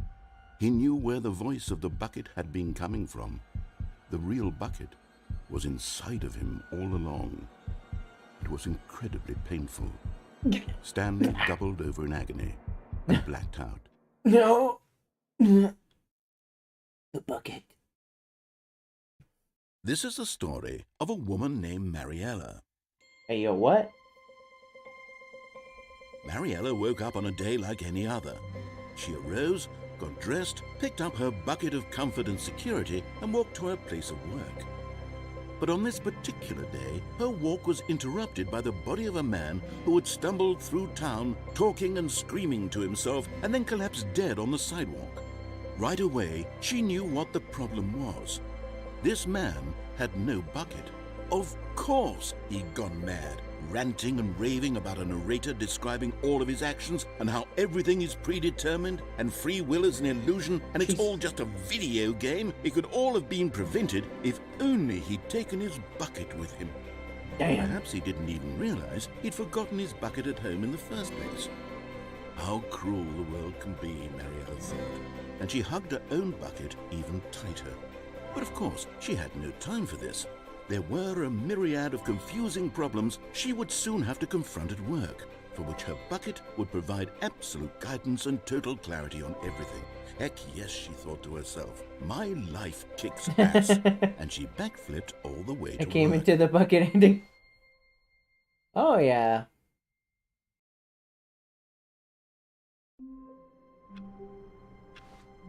I'm a woman now? My name is Stanley. When Stanley came to a set of 2 open doors, he entered the door on his left. Sure. Let's do that.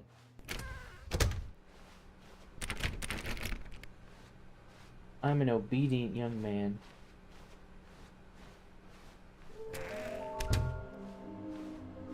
Oh! There will be a reward for finding them all! Lies. Stop kidding yourself. I want them so much. I want to go home. There will be cleaning of this wall required. Who are you? 666 LOL. Mission status. 1. Set up a sequel exhibit. 2. A large room of boxes. 3. Stairs. Somebody with stairs.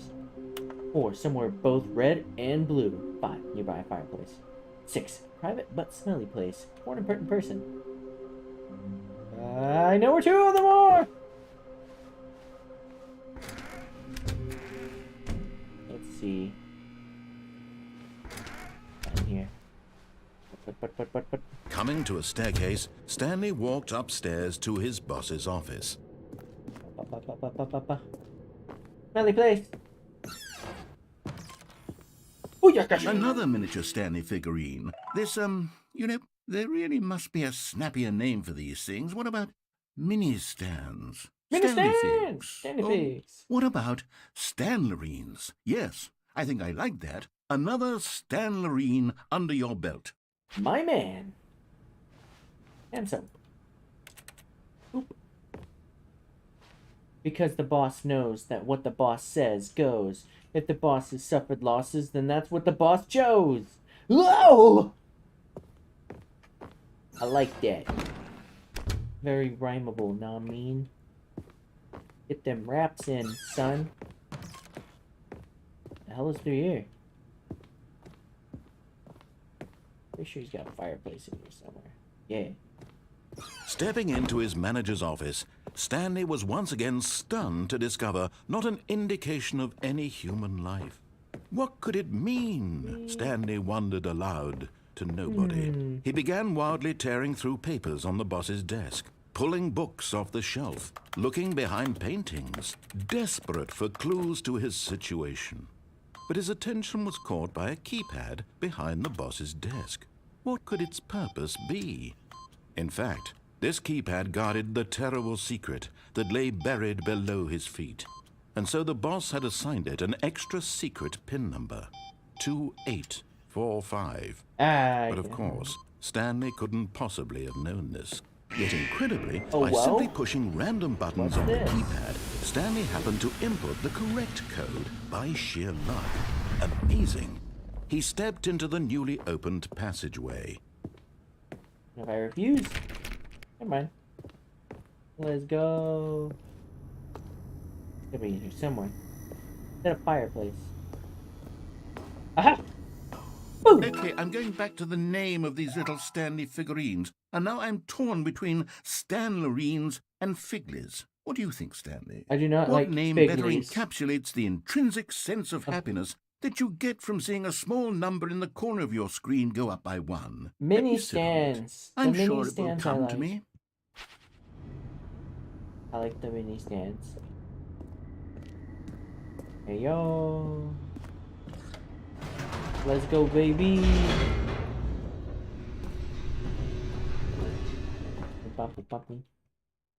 Loading. Oh, fuck you. People.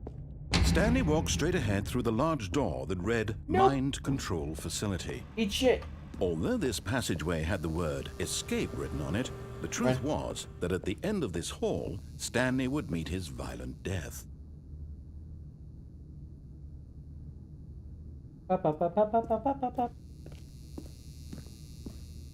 The door behind him was not shut. Stanley still had every opportunity to turn around and get back on track. Ready for that violent death, boy.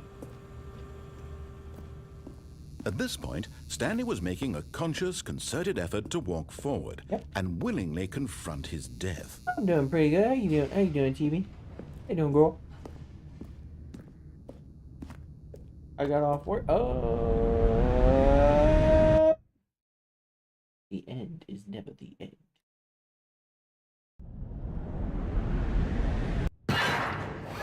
Can't kill me, bitch.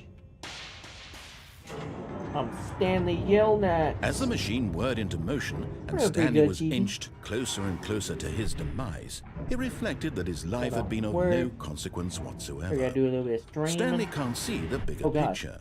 He doesn't know the real story, trapped forever in his narrow vision of what this world is. Perhaps his death was of no great loss, like plucking the eyeballs from a blind man. And so he resigned and willingly accepted this violent No. end to his No. brief and shallow life. No. Farewell, Stanley. No. No! "Farewell, Stanley," cried the narrator, as Stanley was led helplessly into the enormous metal jaws. In a single visceral instant, Stanley was obliterated as the machine crushed every bone in his body, killing him instantly. Go!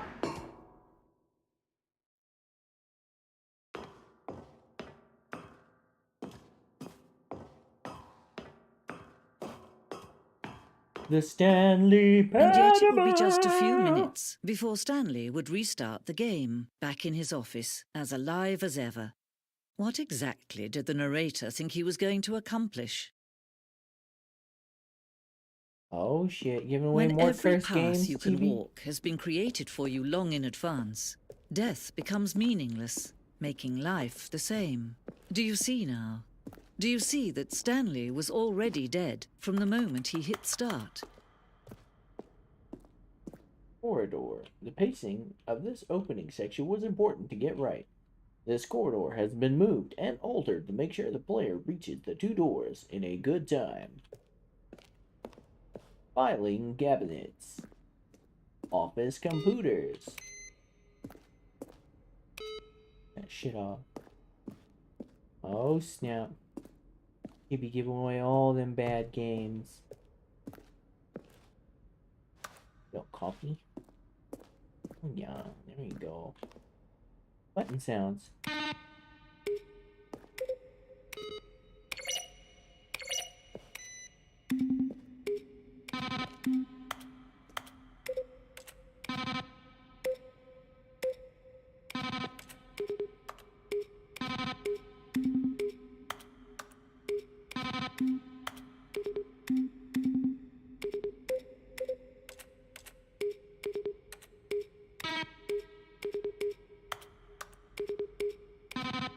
I don't know when to play with this.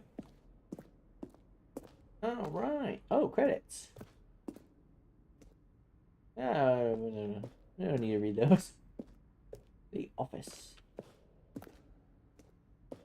Maintenance room. An early version of the maintenance room. Very empty.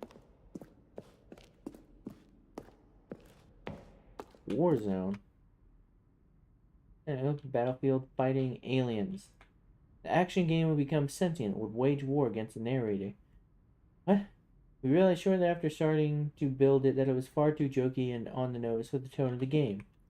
Plus, some people interpreted it as making fun of people who like shooters, which was not our intention.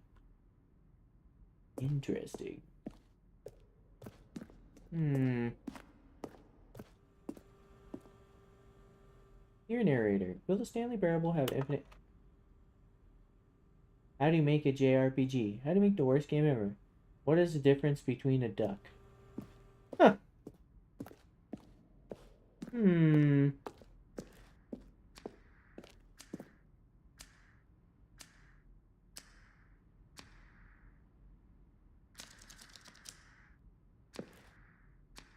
The apartment timer.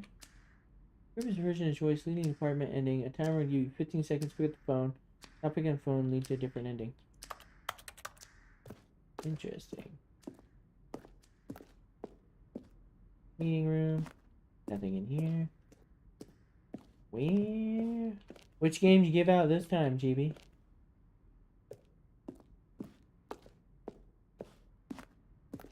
I played the first one, got that ending.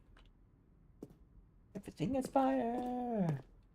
Nothing is quite as nice as it seems. Everything's on fire. I'm watching you burn up your dreams.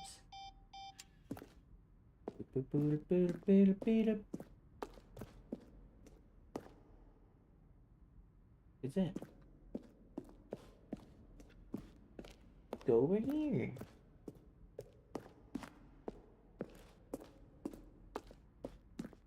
Then he pushed the number Oh. 8.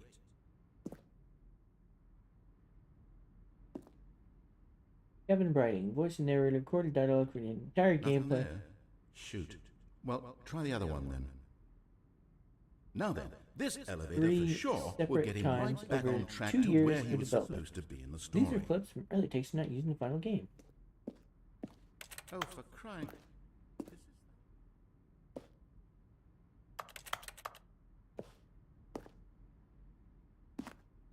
Now then, this elevator for sure Wibble will wobble. get him right back on track. Is that what the game's called? Wibble wobble? Wibble wobble, wibble wobble, wibble wobble. Sounds pretty cursed. Is it a dirty game? There we go. Alright, let's head up here. What's this way?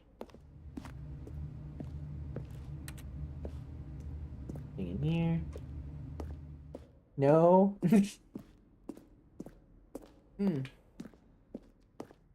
Well, I had to ask because you gave me a cursed game and it's about dicks fighting each Oh, other. look at these two. How they wish to destroy one another. How they wish to control one another. How they both wish to be free.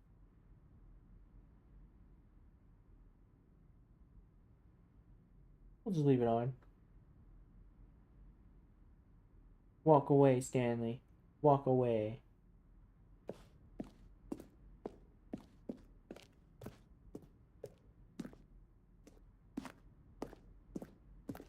Do I not have a choice?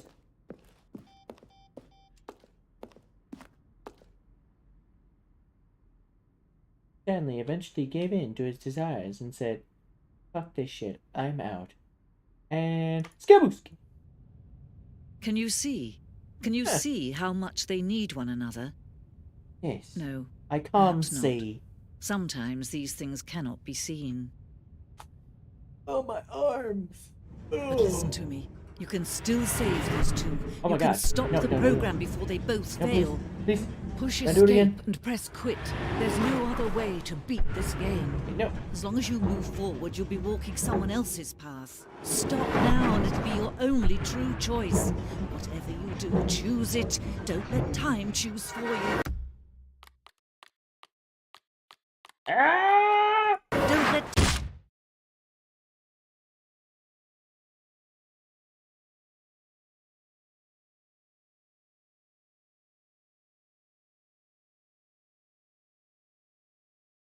Fuck! I don't know what I should do. All of his co-workers were gone. What could it mean? Stanley decided to go to the meeting room. We're gonna Perhaps left. he had simply missed a memo. Fuck that bucket. Not my bucket. I'm not going insane. When Stanley came to a set of Fuck two that open doors, this was not the correct way to the meeting room, and Stanley knew it perfectly well. Perhaps he Let's wanted to stop by the go. employee lounge first, just to admire it. Oh yeah. Wow. Yes, this room. What a beautiful room. What a gorgeous... But eager to get back to business, Stanley took the first open door on his left. No. I don't think I will. Stanley was so bad at following directions, it's incredible he wasn't fired years ago. This. A key card. A key card here. Room full of boxes. Interesting. Look, Stanley, I think perhaps we've gotten off on the wrong foot here. YOLO. No, I'm just kidding. I'm not your Nope. enemy, but in his eagerness to prove that he is in control of the story and no one gets to tell him what to do, Stanley leapt from the platform and plunged to his death. Good job, Stanley. Everyone thinks you are very powerful. Haha! I am powerful. All of his Self-ending, co-workers were baby. gone. What could it mean? Stanley decided to go to the meeting room. Perhaps he had simply missed a memo. Stanley went around. No matter how hard Stanley looked, he couldn't find a trace of his co-workers.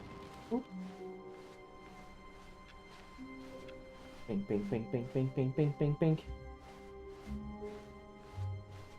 When Stanley came to a set of two open doors, he entered. This was not the correct way to the meeting room, and Stanley knew it perfectly well. Perhaps he Yeah. wanted to stop by the employee lounge first, just to admire it. Yeah, we can go through here. The lounge was sublime, a work of art. Oh, But yeah. eager to get back to business, Stanley took the first open door on his left. Stanley was so bad at following directions, it's incredible he wasn't fired years ago. I wonder. Hey yo. Whee!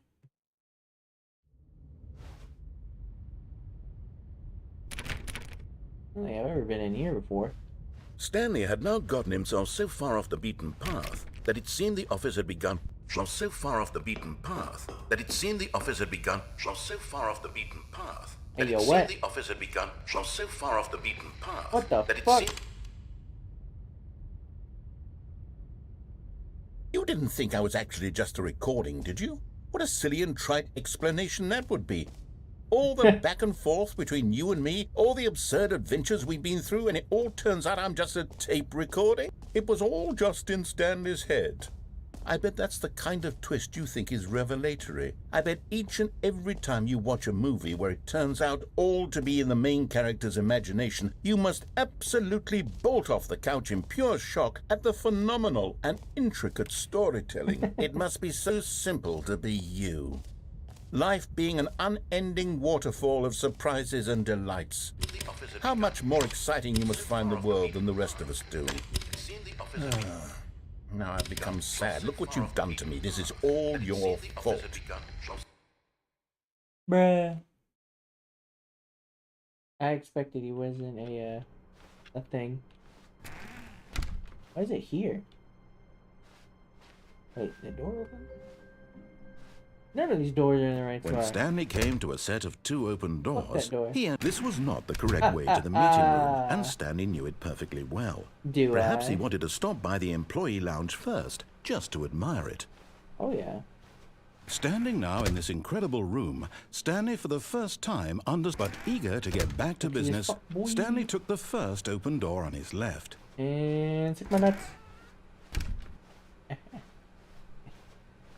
Stanley was so bad at following directions, it's incredible he wasn't What's it 5 this years way? ago. Do not jump from the cargo lift while it's in motion. Will cause death. Penalty for misuse of cargo lift, $1,000. Penalty for jumping off cargo lift, $5,000. Look, Stanley, Damn, I dog. think perhaps we've gotten off on the wrong foot I'm in here. debt because I I'm not killed your myself. enemy, really, I'm not. No. I realize that investing your trust in someone else can be difficult, but the fact is that the story has been Oh, about nothing shit. but you all this time. Damn. There's someone you've been neglecting, Stanley. Need that. Someone you've forgotten about.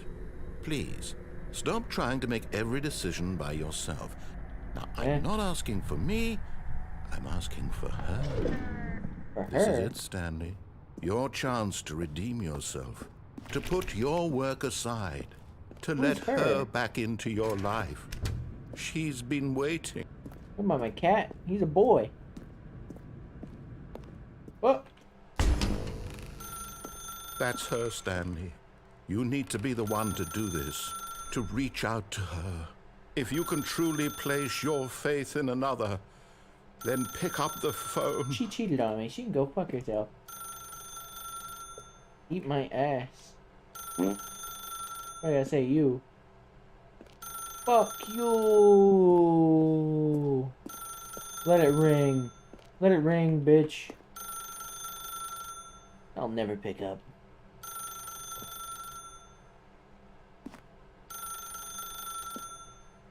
Nope, nope, nope, nope. Suck my ass. I'll teach you to take the kids, you whore! Yeet!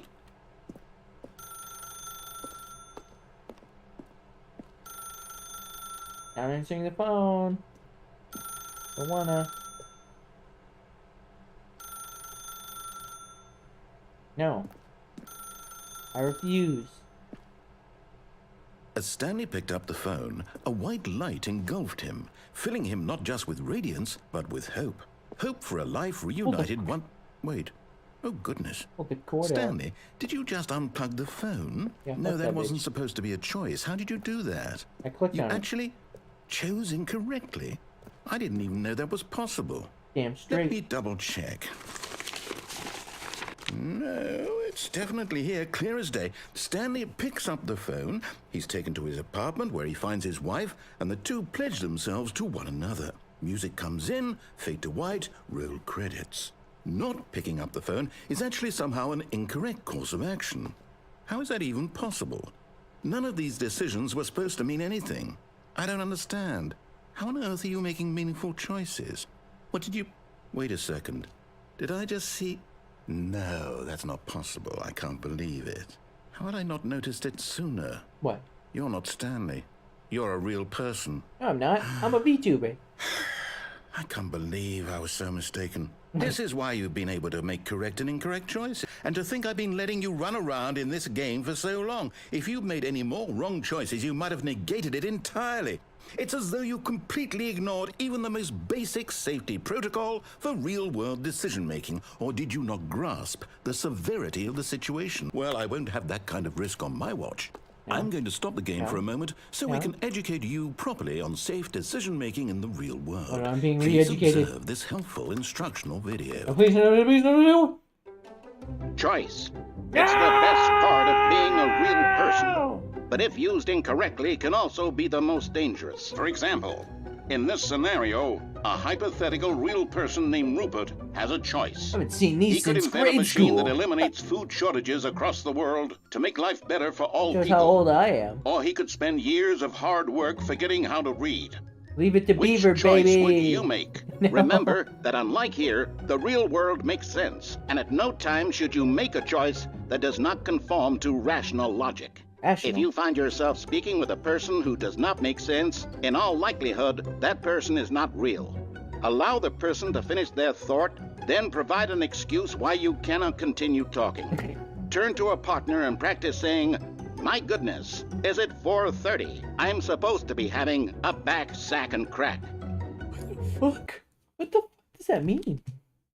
My goodness. Excellent. It's 4:30. Making choices I'm on a supposed to be regular having basis a back is sack the and best crack. part to a healthy decision-making process.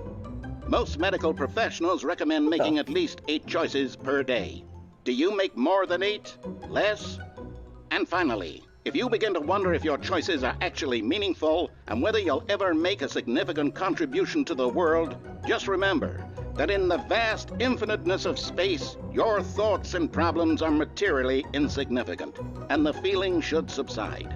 At this Oh, that's time, nice. your instructor will guide you in an exercise to test and reinforce the material covered in this video. All right. Ah, welcome back. You may have noticed that this room has begun to deteriorate as a result of narrative contradiction. But not to worry. Now that you're properly informed on good decision-making, we're going to revisit a choice you made just a few minutes ago and see what the correct thing to do would have been. This way, please. All right.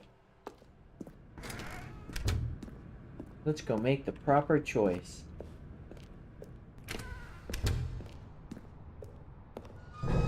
Now that we know your choices are meaningful, we It's can't gone. have you jumping off the platform and dying. Wait. Imagine the main character dying senselessly halfway through the story. That story would make no sense at all. We just need to get you home as soon as possible before the narrative contradiction What if I gets wanna any die? worse. Unfortunately, me it seems die. this place is not well equipped to deal with reality. What? Okay, Chibi, I don't understand either. Key card. No? Oh yeah, let's go through here.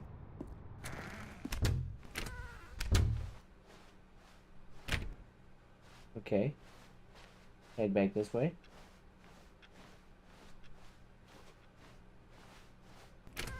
Almost there. You'll take the door on the left, back to the correct ending, the story will have resolution once again, and you'll be home free in the real world. Alright, let's go. Fixing our mistakes, fellas. Now remember, all you need to do is behave exactly as Stanley would. Of That course. means choosing responsibly and always putting the story first. I'm quite sure you'll be up to the task. Just follow my lead and you'll be fine. All right. When Stanley came to a set of 2 open doors, he entered the door on his left. Suck my dick! No! Why did you do that? Quickly, hurry back in the other direction. Perhaps we're not too late.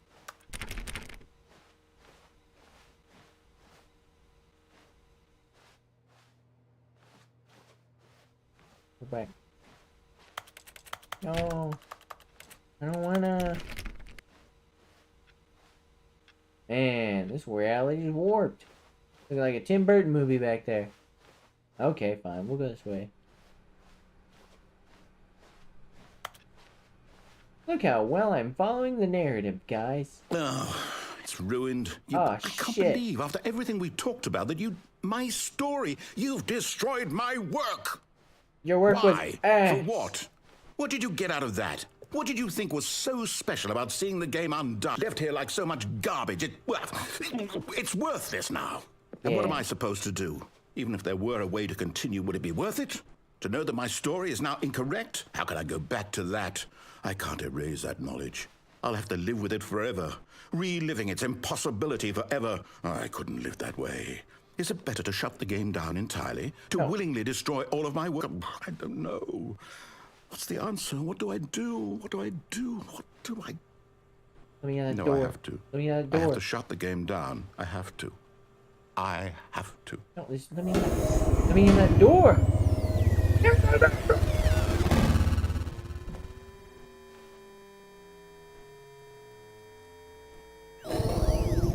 Ah, you broke it, you dick. Oh, I'm here. I'm still here. Here in this pile of rubbish. With you. Oh, shit. You, who thought you were so clever. Now look where we are. Now there's a My potted entire plant. game is destroyed. It Whose was the fault only is thing in the that? world that was mine, and you've run it into the ground. Hmm? What, did you think that would be funny? You just had to see?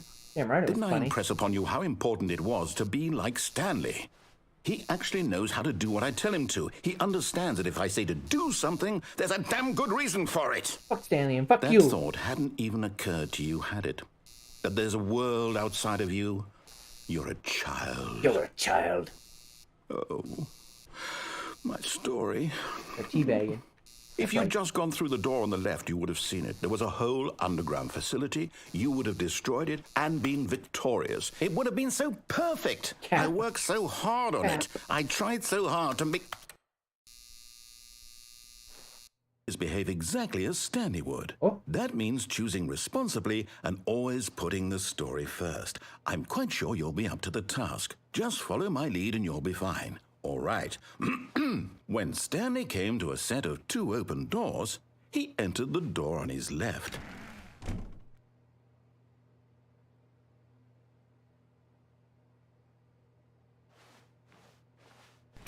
There we go. Let's see. What do we have in here? Yet there was not a single person here either.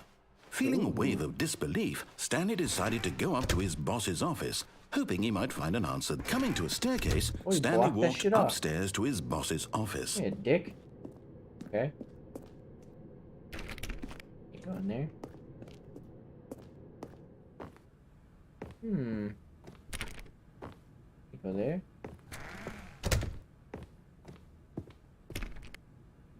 Man, they really... What the fuck? Stepping inside his manager's office, Stanley was once again stunned to discover not an indication of any human life. Shocked, unraveled, Stanley wondered in disbelief who orchestrated this, until he saw the door with a voice receiver next to it. Surely the most behind this door expensive lay boss. all the answers to his questions. And beyond all probability, he knew the passcode. He had seen it on his boss's computer just last week. Night Shark 115. Was this the code to open the door?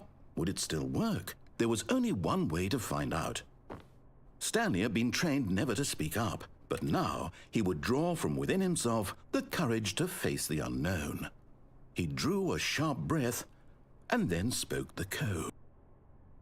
Night Shark 115. Night Shark 115. Stanley spoke the code. Night Shark 115. He spoke it into the receiver, right there on the wall. Night Shark 115. Fuck I'm you, sorry, mute is there a protagonist. problem? You didn't mishear me, did you? Please speak the code into the receiver. Otherwise, we can't get on with the story. This is a crucial step. I'm mute, you fool! Night Shark 115. Night Shark 115. Okay, fine. You're not going to do it. But you know what? It's pretty humiliating to bring you this far, only for you to suddenly decide you have better things to do. I asked you for this one single thing, for your respect. The kind of respect Stanley shows for his choices. He knows what it means to take a story seriously. If you didn't want to see what I had to show you, then why did you come here? You had a choice, you know. You could have gone through the door on the right. You could have done whatever the hell you wanted over there. Why did you come this way? Speak. Say something to me. Explain yourself, you coward. You charlatan! When Stanley came to a set of 2 open doors, he entered the door on his left. Stanley? Hello? Are you... Is everything okay? Stanley, please. Stanley. I need you to make a choice. The end. I need you to walk through the door. Are you listening to me?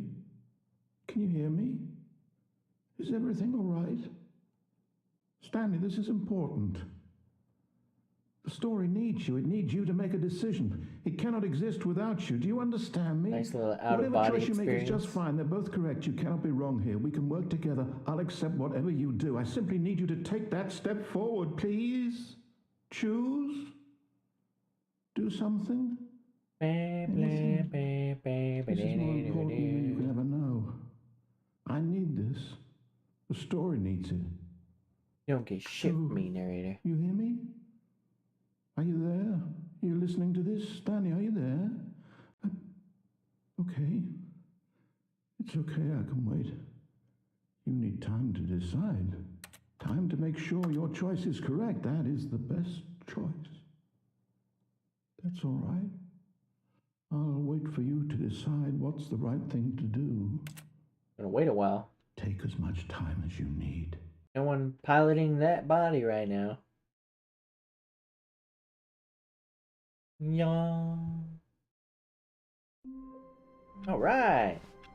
Someone was following Stanley. He was sure of it. If he checked over his shoulder now, he would surely catch them. It was only a matter of time. No. Oh. Oh. Get my bucket. Stanley lifted the bucket into his arms, and a wave of comfort rushed over him. Oh.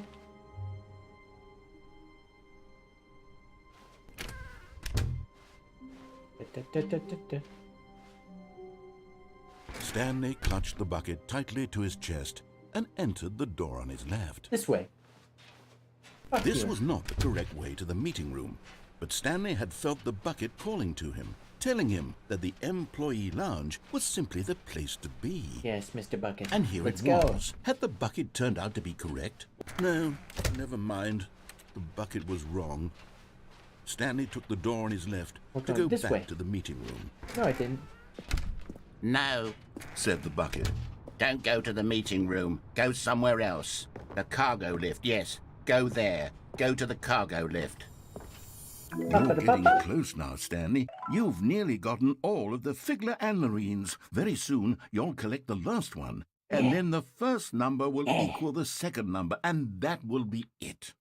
We'll be different people by then. I refuse Different to in go the to sense work. that we used to have none of them. And now we have them all. Never! You can't go back to when you had no Figler and Marines. None of us can. Alright, whatever. This is what I think will work. Fuck you! But Stanley feared that any path he walked might lead to the separation of himself and the bucket, his dearest friend. So he threw himself to his death, that they might die in one another's arms. How deeply touching. I loved my bucket. I died with my bucket. All of his co-workers were gone.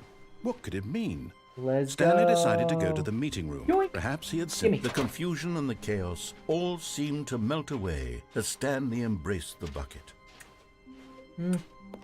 My bucket. It's my baby. Wait, what? This is different.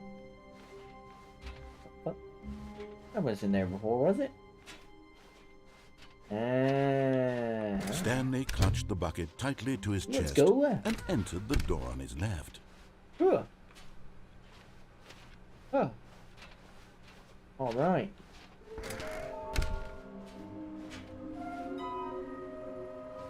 Alright. Somewhere both red and blue is some kind of game. There must be a point to this. There is. And I'm gonna find them all. Next time on Stanley Parable 2. Let's go. Oh, hell Coming to yeah. a staircase, Stanley and the bucket walked upstairs to the boss's office. It's red down here. Now I just need blue. Red, But blue. Stanley just couldn't do it. He considered the possibility of facing his boss, admitting No, he had wait. left his post during work hours. He might be fined for that. And in such a competitive economy, why had he taken that risk? All because he believed everyone had vanished? His boss would think he was crazy. And then Okay. something Okay. occurred to Stanley. Okay. Maybe, he thought to himself, maybe I am crazy. He looked No. down at the bucket in his arms. Am I No. crazy? He asked the bucket. The bucket returned his gaze, Fuck. but said nothing at all. And that's strange, Damn it, Stanley I got thought. this ending Usually already. the bucket is a source of guidance and wisdom for me in difficult times such as these. He held the bucket close, yet felt none of its familiar reassurance and comfort. And that's when Stanley realized, this isn't my bucket. It's just a normal, everyday No. bucket. Someone else's bucket, perhaps. How did I end up with someone else's bucket? This is all terribly wrong. Surely no good would come from this. Who knows what sorts of bizarre hallucinations Stanley might experience without the psychologically grounding Shit. presence of his I got the bucket ending again. Indeed. Now he noticed that the rooms were repeating, which was, of course, very odd. And now he felt himself floating off the ground. Oh, gracious, he exclaimed. Without my bucket, I've gone truly mad. I am Where is it? I must find it. Far off in the distance now, he heard it, calling to him. Stanley! Stanley, it's me, the bucket. Could it truly be? He rushed forward from room to room, passing by many- one bucket after the so many next. monsters. None of them were Buckets. his. None of them were his special Those bucket. sick bucks. Come to me, Stanley. buckets. Find me. Jesus. He had to find the Yeah. bucket. He had Get to out of return here. to his old friend. It was the only way to Mr. truly restore Mr. his Bucket. sanity. And then suddenly, Mr. Bucket! he froze dead in his tracks. What? He knew where the voice of the bucket No. had been coming from. My. The real bucket was inside of him all along. No. It Mr. was Bucket. incredibly painful. Bucket. Stanley doubled over in agony and blacked out. Bucket.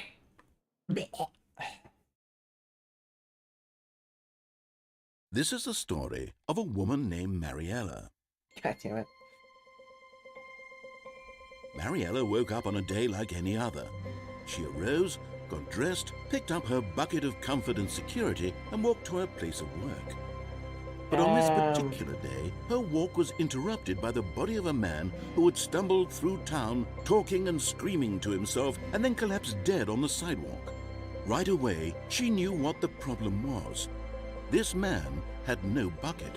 Of course he'd gone mad, ranting and raving about a narrator describing all of his actions and how everything is predetermined and free will is an illusion and it's all just a video game. It could all have been prevented if only he'd taken his bucket with him. Perhaps he didn't even realize he'd forgotten his bucket at home in the first place. How cruel the world can be, Mariella thought, and she hugged her own bucket even tighter. Bruh. But of course, she had no time for this. There were a myriad of confusing problems she would soon have to confront at work, for which her bucket would provide absolute guidance and total clarity on everything. Heck yes, she thought to herself, my life kicks ass. And she backflipped all the way to work. She backflipped all the way to work. The hell? I have a bucket. My life kicks ass. All of his co-workers were gone. Fuck that What could bucket it mean? nonsense. That's crazy. Stanley decided to go to the meeting room. Perhaps he had Fuck simply you. missed a memo. Right to the meeting room. I gotta find the red room. When Stanley came to a set of 2 open doors, he entered the door on his left. Need to find a room with blue and red. Bottom text. All floating objects appeared across the office. We have to synergize our resources and ensure their retrieval. There are many questions. There was no memo from management. How can you tell you've spotted one? What makes them float in the air? Who took these pictures of them?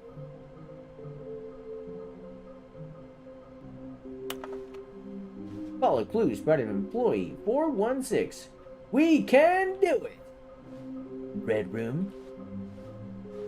Yeah, we need to go to the red room. Let's roll. Coming to a staircase, Stanley walked upstairs to his boss's office. Right, I don't have the bucket, so I'll try this But without a Stanley bucket. just couldn't do it. He considered the possibility of facing his boss. Admitting he had left his post during work hours, he might be fired for that. And in such a competitive economy, why had he taken that risk? All because he believed everyone had vanished. His boss would think he was crazy. And then something occurred to Stanley. Maybe, he thought to himself, maybe I am crazy. All of my co-workers blinking mysteriously out of existence in a single moment for no reason at all. None of it made any logical sense. And as Stanley pondered this, he began to make other strange observations. For example, why couldn't he see his feet when he looked down? Oh, Why my did God. doors close automatically behind him wherever he went? That could be easily And for explained. that matter, these rooms were starting to look pretty familiar. Were they simply repeating? They No, are. Stanley said to himself, this is all too strange. This can't be real. And at last, he came to the conclusion that had been on the tip of his tongue. He just hadn't found the words for it. I'm insane. I'm dreaming, he yelled. This is all a dream. Oh, I'm what a naked. relief Stanley felt to have finally found an answer, an explanation. His co-workers weren't actually gone. He wasn't going to lose his job. He wasn't crazy after all. And he thought to himself, I suppose I'll wake up soon. I'll have to go back to my boring real-life job pushing buttons. I may as well enjoy this while I'm still lucid. So, he imagined himself flying and began to gently float above the ground. Then he imagined himself soaring through space on a magical starfield, and it too appeared. It was so much fun, and Stanley marveled that he had still not woken up. How was he remaining so lucid? And then perhaps the strangest question of them all entered Stanley's head. One he was amazed he hadn't asked himself sooner. Why is there a voice in my head dictating everything that I'm doing and thinking? Now the voice was describing itself being considered by Stanley, who found it particularly strange. I'm dreaming about a voice describing me, thinking about how it's describing my thoughts, he thought. And while he thought it all very odd and wondered if this voice spoke to all people in their dreams, the truth was that, of course, this was not a dream. How could it be? Was Stanley simply deceiving himself, believing that if he's asleep, he doesn't have to take responsibility for himself? Stanley is as awake right now as he's ever been in his life. Now, hearing the voice speak these words was quite a shock to Stanley. After all, he knew for certain, beyond a doubt, that this was in fact a dream. Did the voice not see him float and make the magical stars just a moment ago? How else would the voice explain all that? This voice was a part of himself too. Surely, if he could just... He would prove it. He would prove that he was in control, that this was a dream.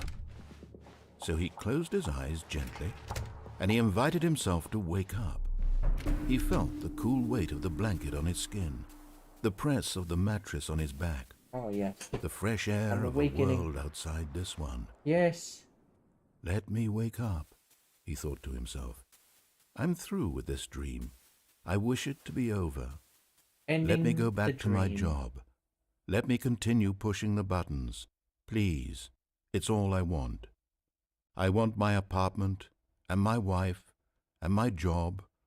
All I want is my life exactly the way it's always been. My life is normal. I am normal. Everything will be fine. Debatable. I am okay.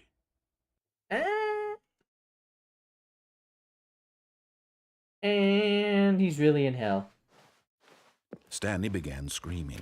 Please, someone wake me up. My name is Stanley. I have a boss. I have an office. I am real. Please, just someone tell me I am real. This is I hell. must be real. This I is must be. hell. Can anyone hear my voice? Who am I? Who am I? And everything went black. Stanley had a heart attack and died that day. This is the story of a woman named Mariella. Hey, yo, what? Mariella woke up on a day like any other. She arose, got dressed, gathered her belongings, and walked to her place of work. But on this particular day, her walk was interrupted by the body of a man who had stumbled through town talking and screaming to himself, and then collapsed dead on the sidewalk. And although she would soon turn to go call for an ambulance, for just a few brief moments she considered the strange man. He was obviously crazy, this much she knew. Everyone knows what crazy people look like. And in that moment, she thought to herself how lucky she was to be normal. I am sane. I am in control of my mind. I know what is real and what isn't. It was comforting to think this, and in a certain way, seeing this man made her feel better. But Alright, then she guys. remembered the meeting head she to had the restroom scheduled real for quick. that day. The very Bye-bye. important people whose I'm impressions feeling of it. her would affect her I'll career, be right back. and by extension, the rest of her life. She had no time for this, so it was only a moment that she stood there, staring down at the body. And then she turned and ran.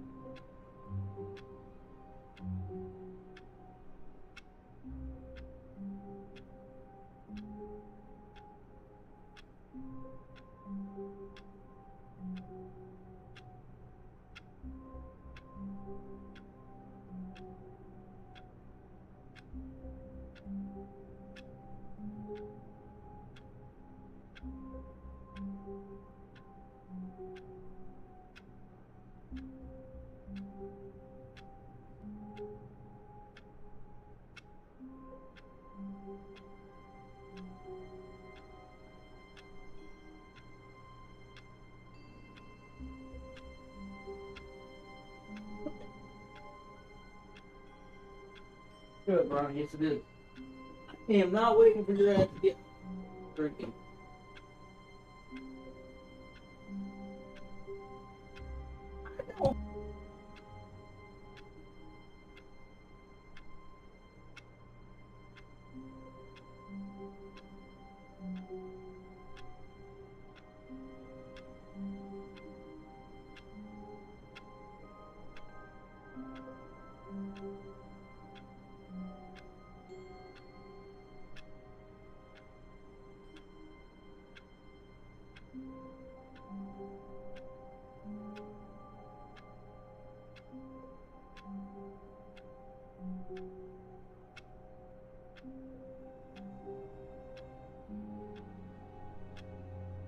Alrighty.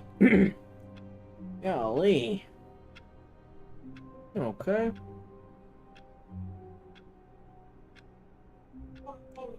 Here we go. All of his co-workers were gone. What could it mean? Stanley decided to go to the meeting room. Perhaps he had simply missed a memo. We want to put a bucket to office. Not yet. Oh yeah, I'm good. When Stanley came to a set of 2 open doors, he entered the door on his Straight to the left. box. Boop, boop, boop, boop, boop, boop. Find a red and blue room. That's all I'm worried about right now. Coming to a staircase, Stanley walked upstairs to his boss's Down office. there. Here. I'm going there. Go through here.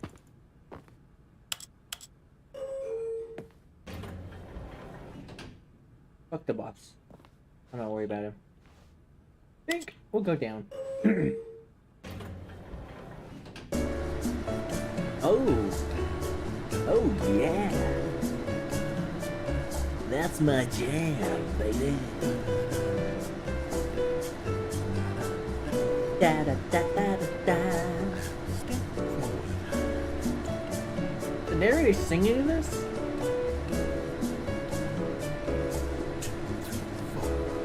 One, two, three, four.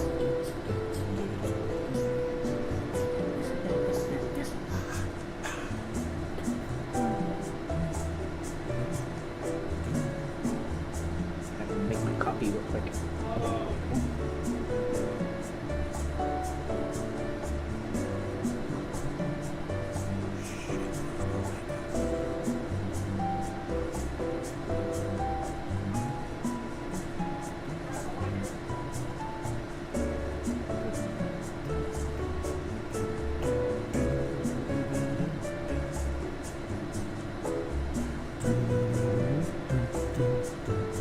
They really like that elevator.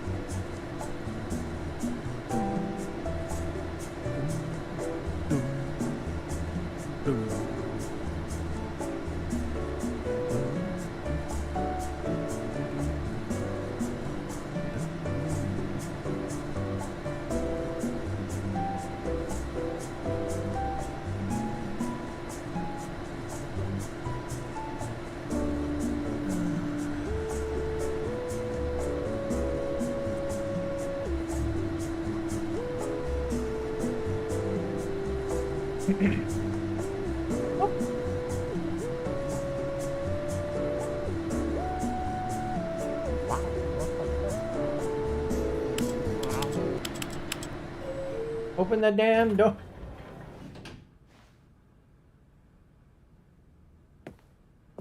What the fuck? Okay, so I'm gonna go up.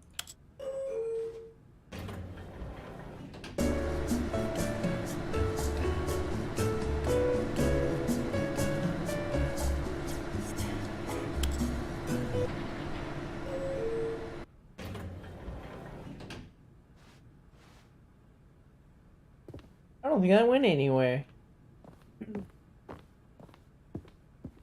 Son of a bitch. The moment he entered his manager's office, Stanley froze in his tracks. Not a living soul anywhere. Could he really be all alone? This was too much for Stanley to take. Too much for any man to take. He fell to his knees, bursting into half moans, half sobs, the guttural retching of life from a man denied any hope, any reason to keep going. Here on the floor he lay prone, paralyzed by fear for nearly a full hour. But when at last he began to move about and survey the situation, he found a keypad behind the boss's desk. What could it mean? Was it a sign of hope for Stanley's future? Alas, it was not. For although this keypad guarded the terrible secret of Stanley's past, it had been assigned a 4-digit code so devious and so random that no man could ever hope to guess it. 2845. Statistically, nearly impossible to guess blindly, ever.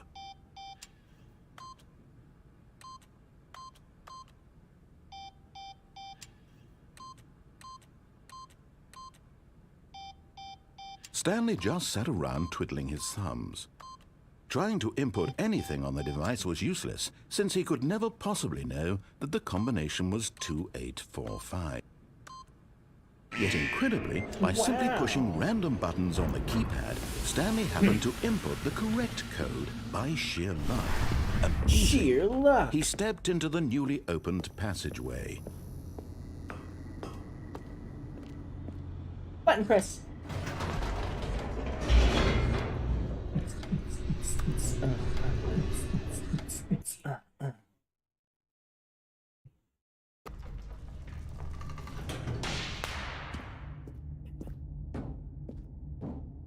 Stanley walked straight ahead through the large door that read Mind Control Facility. You're here. Let's go. Lights. The lights rose on an enormous room packed with television screens. What horrible secret did this place hold? Stanley thought to himself. Did he have the strength to find out? Bitty bitty bitty bitty bitty bitty bitty bitty.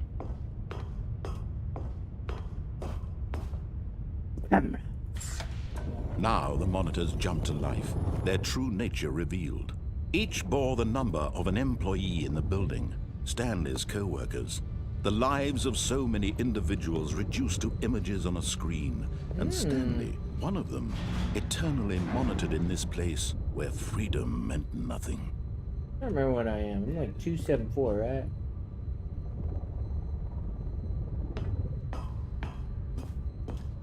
No.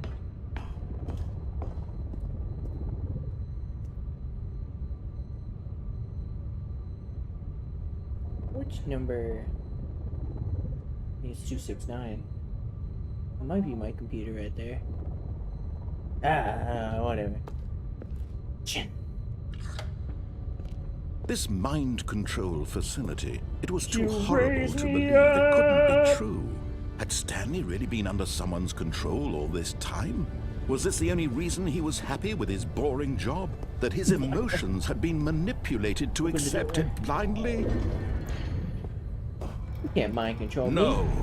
He refused Stan. to believe it. He couldn't accept it. His own life in someone bad else's mother- control? Never. It was unthinkable. Wasn't it? Was it even possible? Had he truly spent his entire life utterly blind to the world? Good chance. But here was the proof. The heart of the operation. What's this? Controls labeled with emotions. Happy Go up there. or sad or content. Walking, eating, working. All of it monitored and commanded from this very place. And as the cold reality of his past began to sink in, Stanley decided that this machinery would never again exert its terrible power over another human life. For he would dismantle the controls once and for all. What's this? Button up there. 1, 2.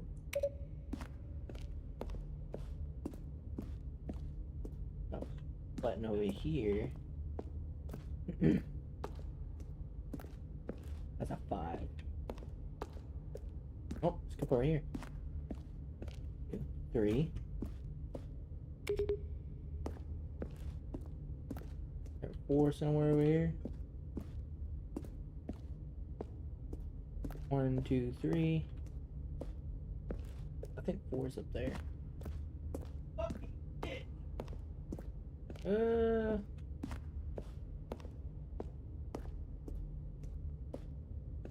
wish there was like a zoom in button. I think that is 4 up there. I can't tell.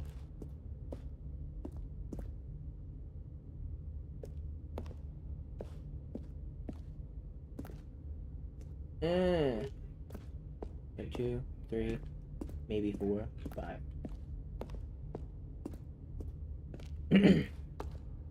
Alright, we'll go through here.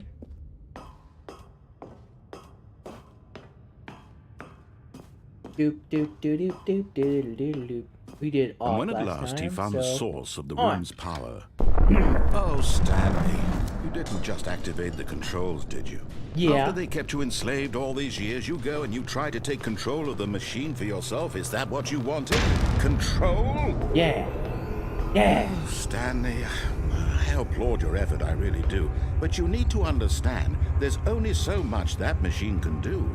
You were supposed to let it go, turn the controls off, and leave. If you want to throw my story off track, you're going to have to do much better than that. I'm afraid you don't have nearly the power you think you do. For example, and I believe you'll find this pertinent, Stanley suddenly realized he had just initiated the network's emergency detonation system. Shit! In the event that this machine is activated without proper DNA identification, nuclear detonators are said to explode, eliminating the entire complex. How long until detonation then? Let's say, 2 minutes. Ah, now this is making things a little more fun, isn't it, Stanley? It's your time to shine. You are the star. It's your story now. Shape it to your heart's desires. Oh, this is much better than what I had in mind. What a shame we have so little time left to enjoy it. Mere moments until the bomb goes off. But what precious moments each one of them is. More time to talk about you, about me, where we're going, what all this means. I barely know where to start. What's that? You'd like to know where your co-workers are? A moment of solace before you're obliterated? All right, I'm in a good mood. You're gonna die anyway. I'll tell you exactly what happened to them. I erased them. I turned off the machine. I set you free. Shit, that didn't do anything. Of course, that was merely in this instance of the story. Sometimes when I tell it, I simply let you sit there in your office forever, pushing buttons endlessly and then dying alone. Other times, I let the office sink into the ground, swallowing everyone inside, or I let it burn to a crisp. I have to say this, though, this version of events has been rather amusing. Watching you try to make sense of everything and take back the control wrested away from you, it's quite rich. I almost hate to see it go. But I'm sure whatever I come up with on the next go-around will be even better. My goodness, only 34 seconds left. But I'm enjoying this so much. You know what? To hell with it. I'm going to put some extra time on the clock. Why not?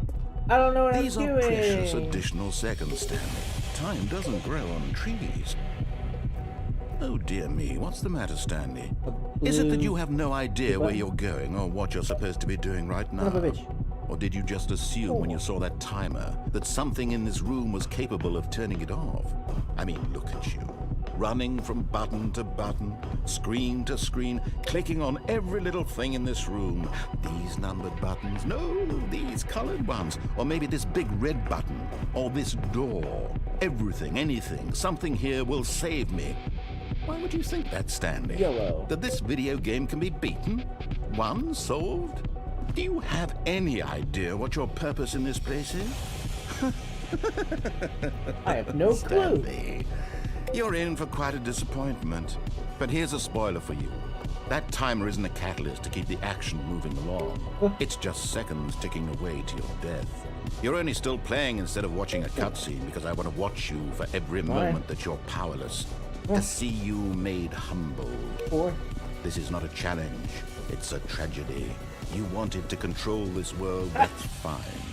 But I'm going to destroy it first. Yes! So you can't. Goodbye, employee 427. Take a look at the clock, Stanley. Oh, you're a little That's bag of 30 dicks, seconds aren't you ya? have left to struggle. 30 seconds until a big boom and then nothing. No ending here. Just you being blown to pieces. Will you cling desperately to your frail life, or will you let it go peacefully? Another choice. Make it count, or don't. It's all the same to me, all a part of the joke. And believe me, I will be laughing at every second of your inevitable life from the moment we fade in until the moment I say, happily ever after. Fuck you. What a cunt.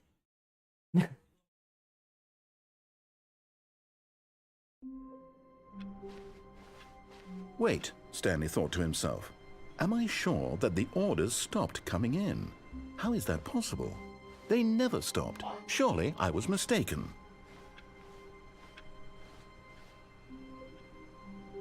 Warmth spread through Stanley's arms. With the bucket in his arms again, he was home. Stanley clutched the bucket tightly to his chest and entered the door on his left. Let's see. Over here. I see the red and blue room. Son of a bitch. Coming to a staircase, Stanley and the bucket walked upstairs to the boss's office.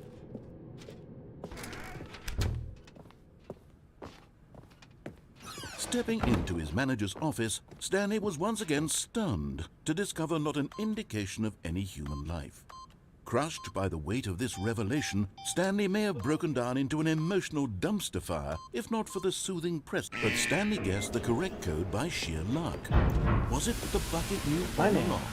Was the bucket guiding him? Yes, this is certainly the most logical explanation. The bucket knows. It knows.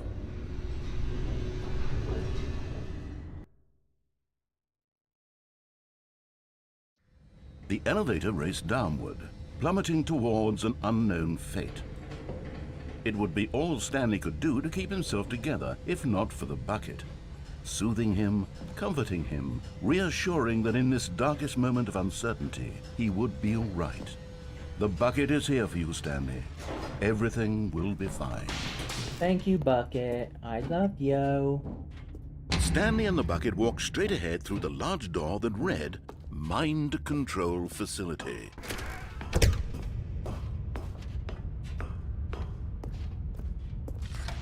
The lights rose on an enormous room packed with television screens.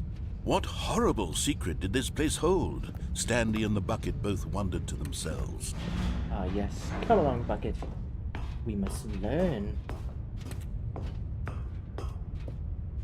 427.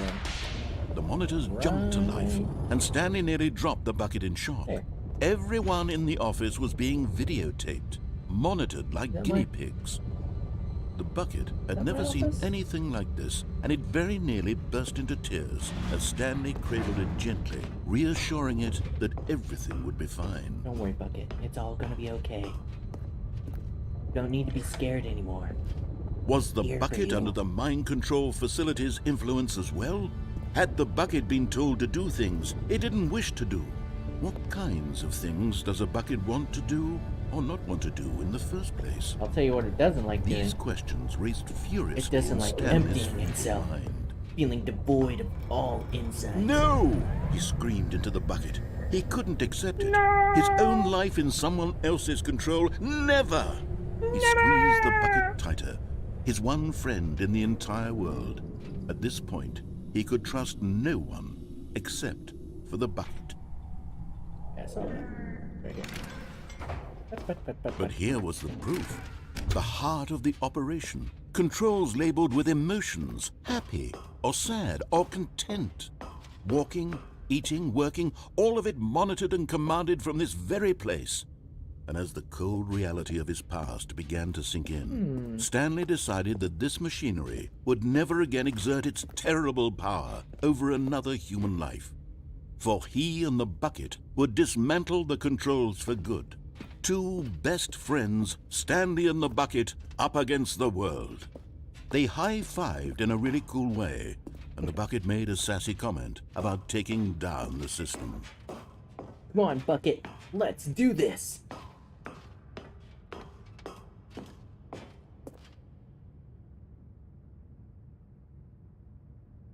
We'll rebuild the system in our own image, bucket.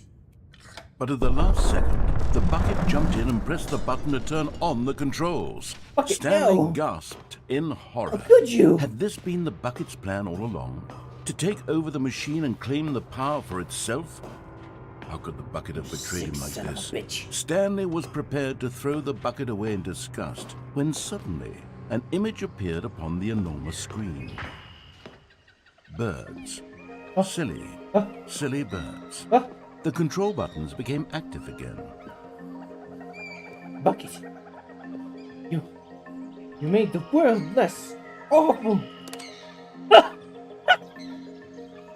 Silly birds. Stanley flipped through one video of silly birds after another, and then it dawned on him. Look at the penguin. This wasn't a mind control facility at all.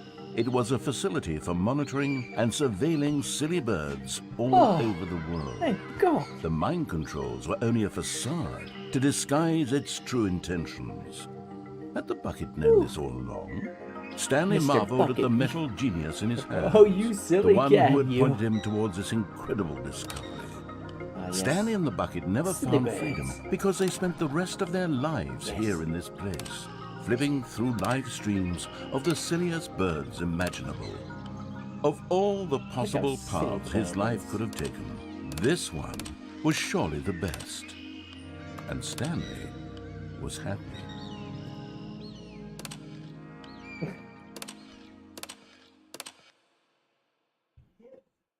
Burb. No. It's not the worst anime I've ever How seen. wonderful. Stanley was alone. Finally.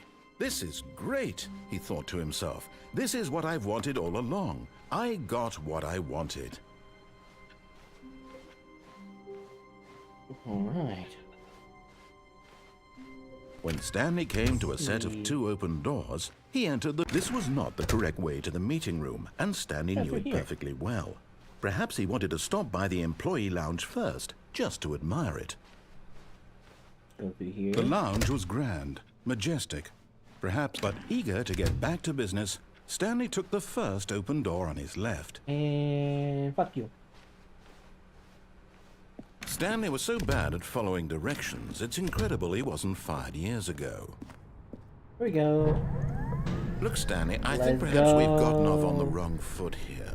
I'm not your enemy, really, I'm not.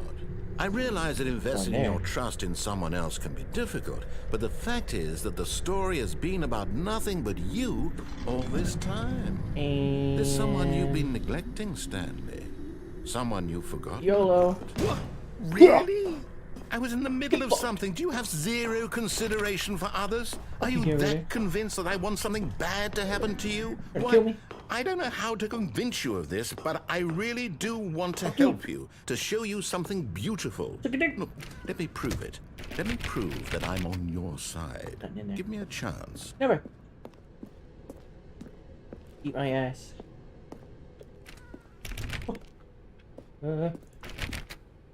Now listen carefully, this is important. Stanley walked through the red door. Yes. And there it is. All the last tortables! Stiggly Wiggly. Savor this moment, Stanley. This is a real accomplishment. This is doing something just for the sake of doing it. Yes. Where so many Yes. people expect to be rewarded for the most trivial achievements, you've insisted that a job well done is its own reward. I would tell you that I'm proud of you for collecting them all, but that would be like a reward, and we can't have that. So, instead I'll just say, it's done. We're all done here. Well, and now we can go to we're whatever done. the hell you were doing before you hunted for figurines. What? No. No achievement?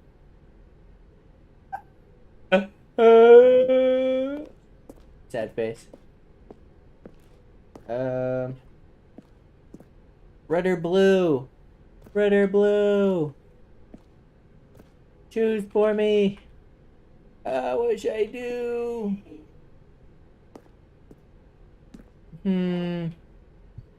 Let's see.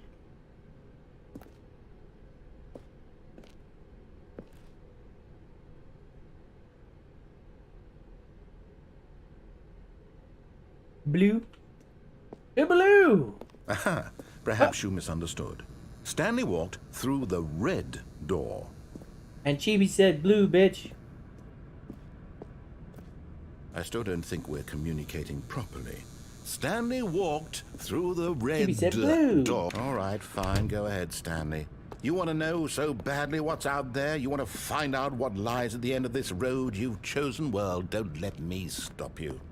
I won't let you You stop see? me. There's nothing here. I haven't even finished building this section of the map because you were never supposed to be here in the first place.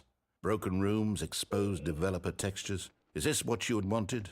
Yeah. Was it worth ruining the entire story I had written out specifically for you? Yes. Do you not think I put a lot of time into that? Because I did.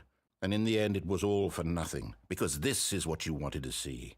Help me here, Stanley. I Help want to see elucidate these all. strange and unknowable desires of yours. What would have made this game better? What did you want to see? Vehicles? Skill trees? Work with me. You've given me absolutely nothing so far. Tell you what. Let me take a stab in the dark at a new design, and you can give me some feedback. All right. There we go. A third option. This already feels leaps ahead of where we were before. Go ahead, Stanley. Take it for a spin. Let's take a left door. No, no. All right, let's see what we got here. Okay, I'm going to stop you there. Now, tell me about your experience with this new version. Would you say that the game benefited from allowing you more choices? Feel free to be honest. I'm looking for some real critical feedback here. Pretty poor. Okay, so we're getting somewhere. Clearly there's something here that speaks to you. If I can be honest here, I really don't have any idea where I'm going with this. This whole third door thing was just a stab in the dark. But I guess you're into it, so let's keep this party train rolling. Ooh. Here, based on the data from your previous playthrough, I've compiled a new version. And to be perfectly candid, I think I've knocked it out of the park with this one. Let's take a look. Oh, shit. Oh. The Stanley Parable Worldwide Leaderboard.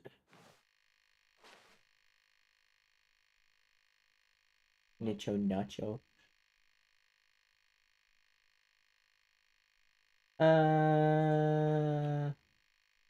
21.3% of players. This is you. Oh, fuck you. How long does it take you to get the correct door? Compete against others to improve our Stanley Parable career. You're objectively ranked 9,328 out of 9,328 players worldwide. I asked some friends for help. Air, friends list, empty. 21.3% and shows you guys only worst 3% of players shows the blue door. 98.9% of players are more attractive than money. Bruh. To the third door. Fuck you. Now, would you say that competitive leaderboard helped you feel motivated to keep walking No. through doors? Again, honest answers, please. Fuck you. Hey, I nearly forgot. I've got a prototype of a new game I've been working on, and I now hate would be a lovely leaderboards. opportunity to give it some playtesting. You wouldn't mind taking a look at it, would you? Perfect. Let me boot it up. Oh. In this game, the baby crawls left towards danger. Oh. You click the button to move him back to the right, and if he reaches the fire, you fail. Okay. It's a very meaningful game, all about the desperation and tedium of endlessly All right. confronting the demands of family life. I think the art world will really take notice. But of course, the message of the game only becomes clear once you've been playing it for about 4 hours. So why don't you give it 4 hours of play to make sure it's effective? Be sure to keep notes on your experience. All right.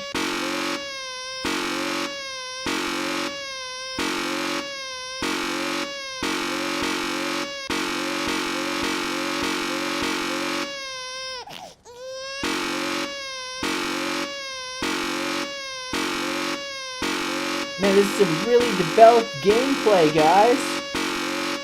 You loving it too? Fuck it. Burn, baby. Burn! On the fire! You heartless bastard. Did you do it because you hate babies or purely to spite me? Because if it's the latter, well, I don't know what to do. I'm completely out of ideas. I can't think of a single thing that might improve the experience for me. I'm not even going to try. I'm out. I'm done. It's over. Thank you for playing. Your input was extremely valuable. Oh, hey, since my game was so awful, why don't we play someone else's game, just to ease the pain? Let's see. Yeah, What do we Pac-Man? have here? Got some Senran and Yes, Kagura? this seems like Who's it'll that work. play? Let's give it a shot.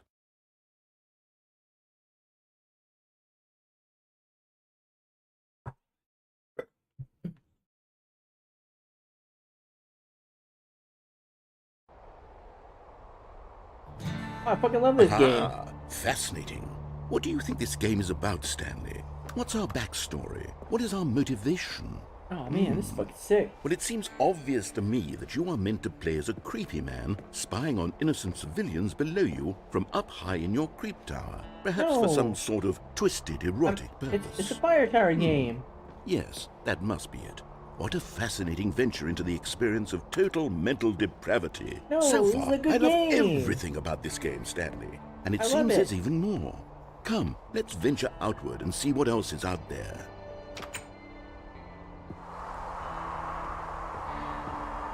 This game is the shit. I did a Let's Play on this game. This game is fucking awesome. Wow.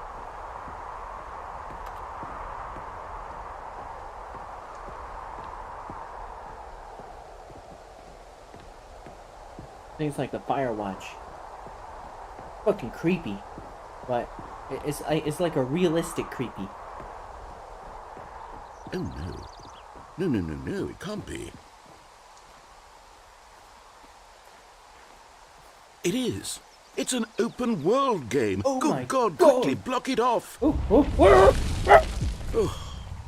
Thank goodness, Stanley. What a close call.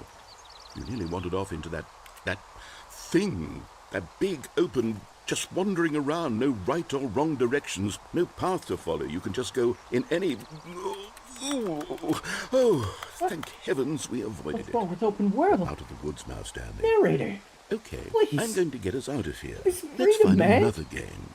Preferably something with walls. Something with nice, big, insurmountable walls. Are we Okay. Are we going to Texas? I think this will kidding. be just the thing.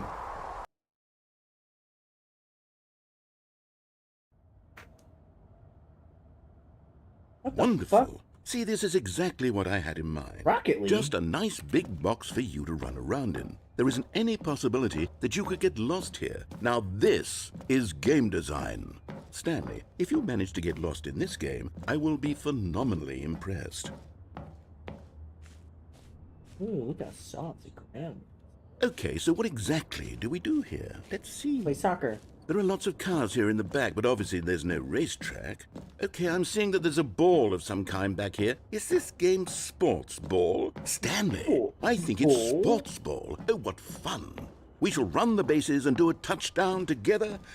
Yes, I think surely we must. I don't think I've ever Okay, played Stanley, this game. here's the ball. Have fun. Fuck you, narrator. Yeah. Oh yeah.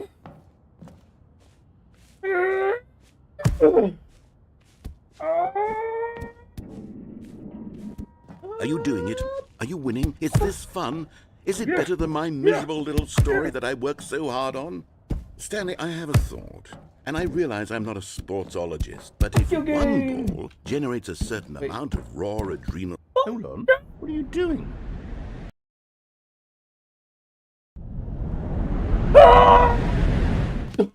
Stanley, don't do that. I can't follow you there. I can't help you. How will you write a story without me? You can't do it. You know that. Stanley, come back.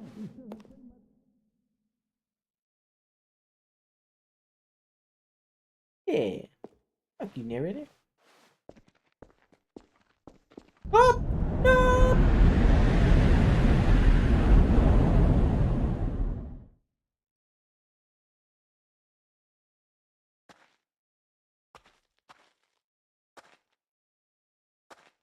Interesting.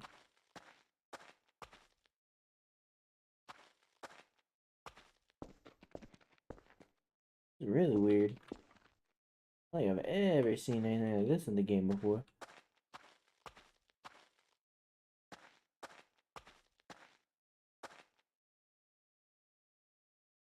Wait a minute. Very familiar.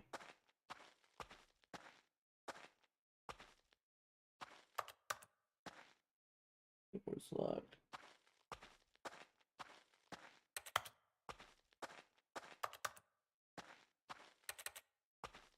Lights on?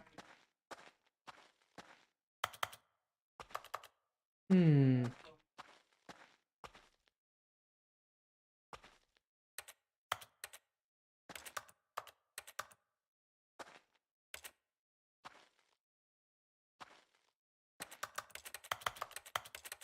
Hmm. Oh! I wonder what he found. Oh man, that scared the shit out of me. If what he wanted was to be the leading man in his own story, well, perhaps he's gotten it. Down in wherever he is right now. I wonder if he's happy with his choice, and if he's learned the heavy cost that comes with it. He'll understand soon what I was trying to tell him. He needs me. Someone who will wrap everything up at the end, to make sense out of the chaos and the fear and the confusion. That's who I am. That is what I mean to this world. Oh, yes. Yes, I'll be back. Yes. There's no other way. Once this ends, after it all comes to a close, then I'll be back. The end will be here soon. Very soon. I can wait. Ah. Num num num num. The end is never the end, narrator. Don't kid yourself.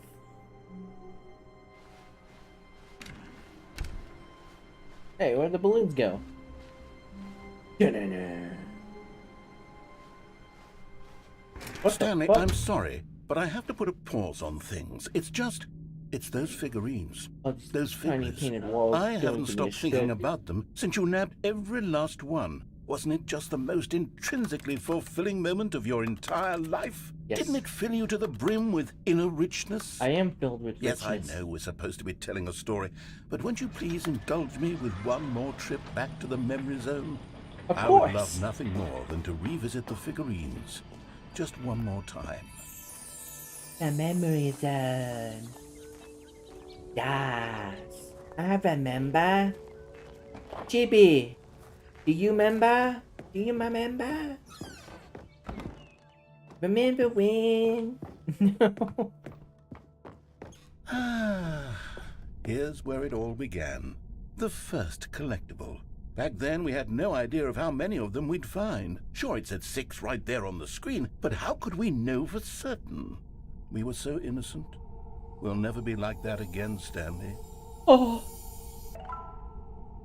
7 of 6.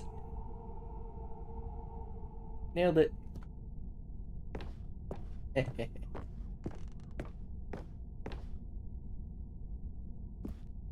And here was a second Stanlerine. I'll be honest, back then I had no faith in you to find any of them, let alone 6. But you continue to surprise me in all sorts of mundane, unremarkable ways. I am pretty mundane, aren't I?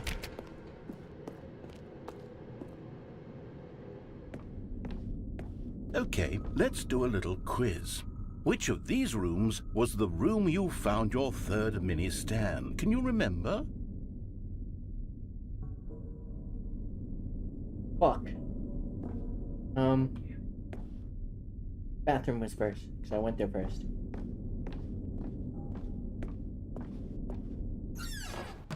Hey, that's exactly right. It was here in the boss's bathroom. It was the third one. You picked it up, and then after that, you had 3 of them. That I'm is glad true. these moments are so crystal clear in your memory, but I shouldn't be surprised. After all, science tells us that it's impossible to forget your third time doing anything. Let's see, what came next? Oh yes, we found a Figley in this pink room. Oh, well, I can't actually say I remember being in this room, but it's here in the memory zone, so it must have happened. Cap. Cap. Cap. Cap. There was no pink room. But I like this room. I mean, no. Well, I like this room. Pink room's for girls. Oh, I'm so cute. No. Let's go. Boxes. This was the 5th mini Stan, I and remember this this one was really something special. It was in the warehouse. I remember it so clearly. In fact, because this one is particularly special to me, I made a little video to commemorate the occasion. Enjoy. Yeah.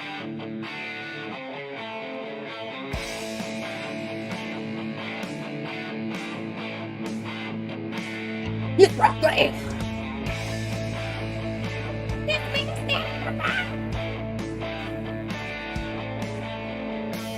He's right there.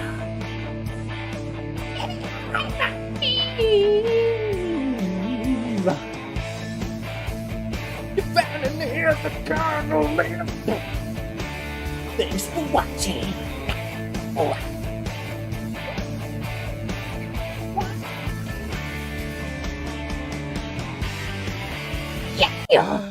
Takes you back, doesn't it? I spent a lot of time making that video, but it was 8 minutes I wouldn't have spent on anything else. This way? Bitty bitty bitty bitty bitty bitty bitty bitty. Yeah, that's fucked off.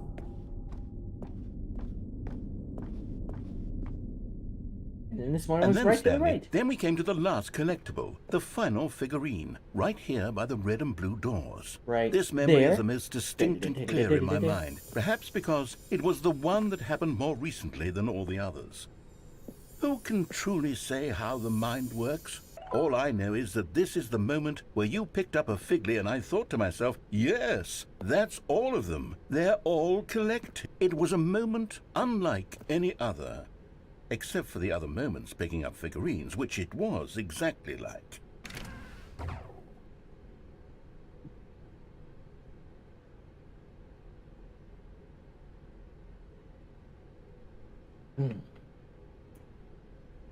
And we went through the blue door. Oh. Doesn't matter!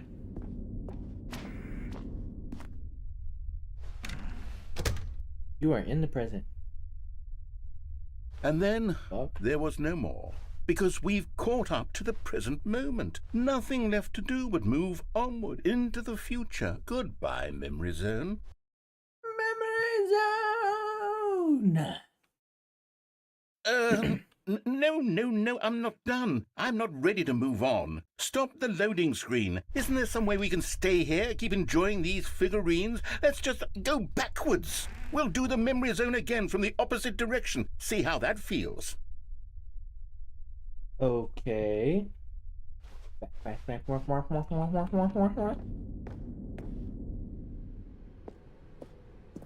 Okay, yes, the room with the red and blue doors. I got it. remember this. Yeah, boy. I must say, of all the figurines we looked at in our initial tour of the memory zone, this one is the most distinct and clear in my mind. Let's keep going. I want more. Want more. More. And here's where I made that video. Don't you remember the video Oh, we yeah, I watched? remember.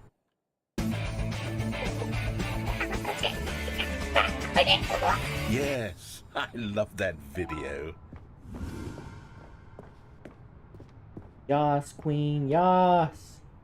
Slay, narrator. And Still then don't remember the pinky pink cap room, room. Stanley. Still no memory of this one. Good room, though. A solid room. A solid color room. Lamau. And then the These poop room really were a statue. treat to hunt down. You know, if there had been any kind of reward for finding all of these, it really would have muted the intrinsic joy of collecting them. I'm very glad we resisted the temptation. Yeah, Next rewards one. are for losers. All I need is self-satisfaction. Can I go this way? Kinda dark and creepy. Let's go this way. I don't like that way. I can't go that way. It's spooky. This way. This was our second Figley. Don't you remember? Yes, I Figley? remember it too. It was The past is right truly here. a wonderful thing. Why does anyone ever choose to leave it? Keep I don't going. know.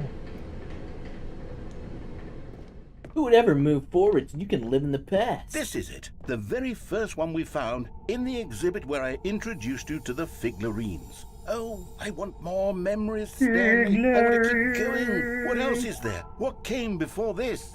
That's it. That's it.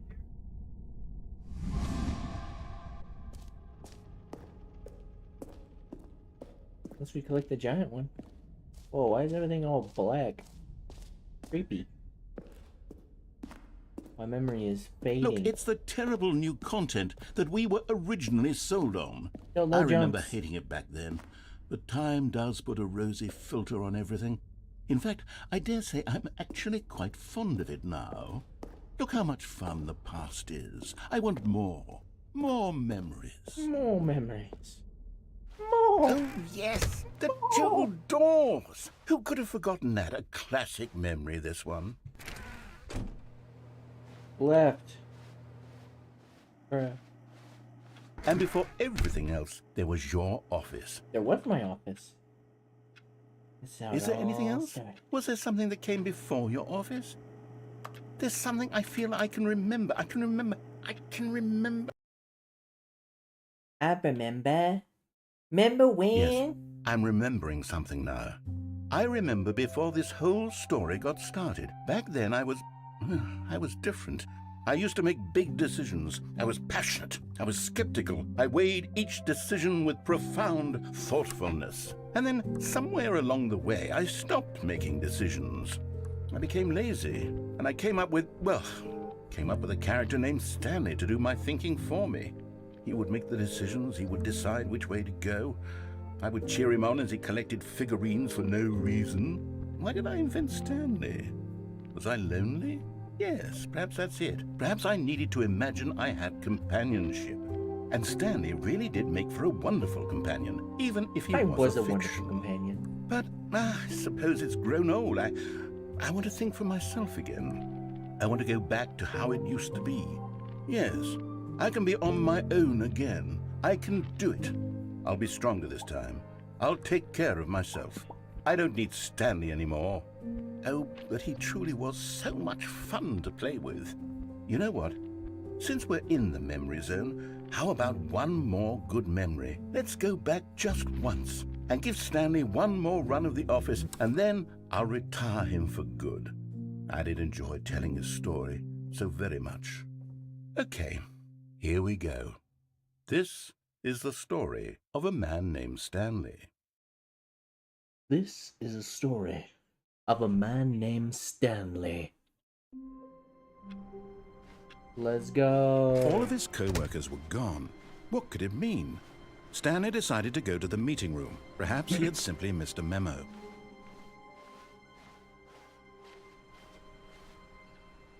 Stanley picked up the bucket and smiled. He'd never be alone again, not truly alone, not with the bucket around. This is my bucket. Stanley clutched the bucket tightly to his chest and entered the door on his left. Yes. That is what I did. Still no one was here.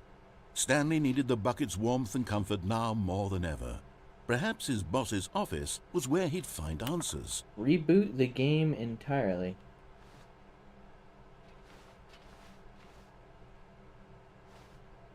Okay, I can try that.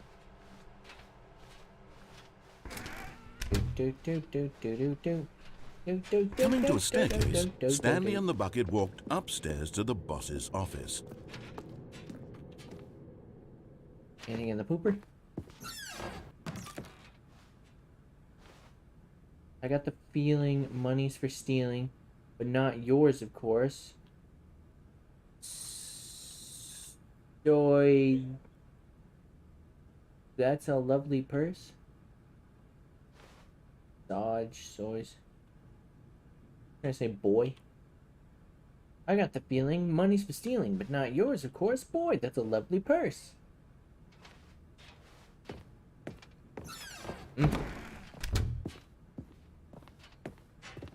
Stepping into his manager's office, Stanley was once again stunned to discover not an indication of any human life. Crushed by the weight of this revelation, Stanley may have broken down into an emotional dumpster fire if not for the soothing presence of the bucket. Even now, in his darkest of hours, did the bucket's warmth and guiding light pierce the dark clouds of confusion and chaos. It would be, but Stanley guessed the correct code by sheer luck. Was it that the bucket knew all along? Was the bucket guiding him? Yes, this is certainly the most logical explanation. One more run through.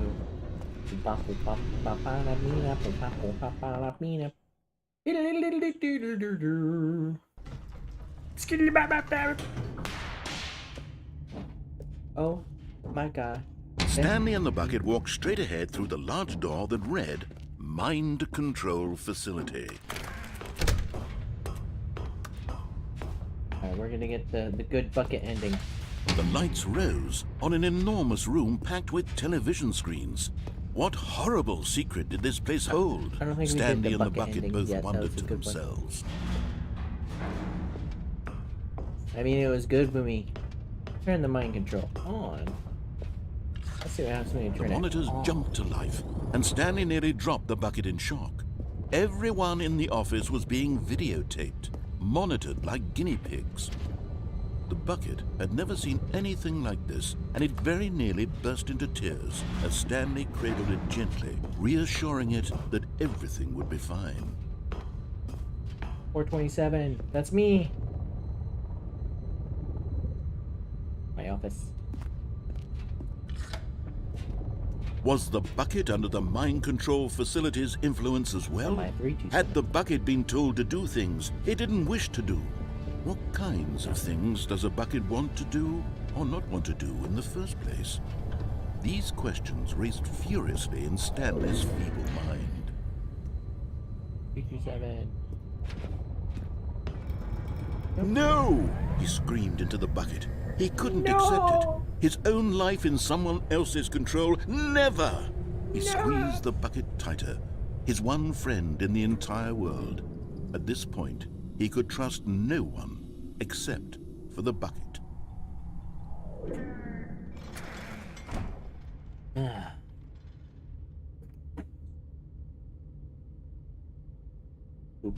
But here was the proof. The heart of the operation. Controls labeled with emotions, happy or sad or content. Walking, eating, working, all of it monitored and commanded from this very place.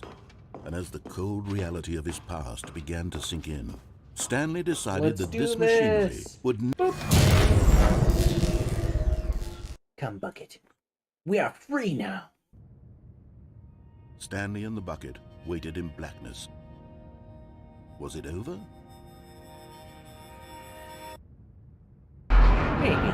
Yes, they had done it.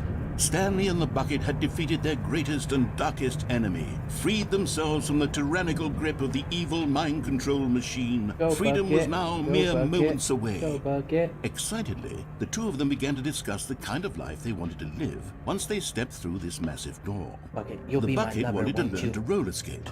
Stanley wanted to yes. sneeze in every country on Earth. Oh, Both of genius. them wanted to begin watching a movie, any movie, but then stop it halfway through and begin watching it in reverse from the end. Oh, yes, that True, sounds it great. was a simple life they envisioned, but it was one they'd lived together, with one another to lean on, to trust, to support.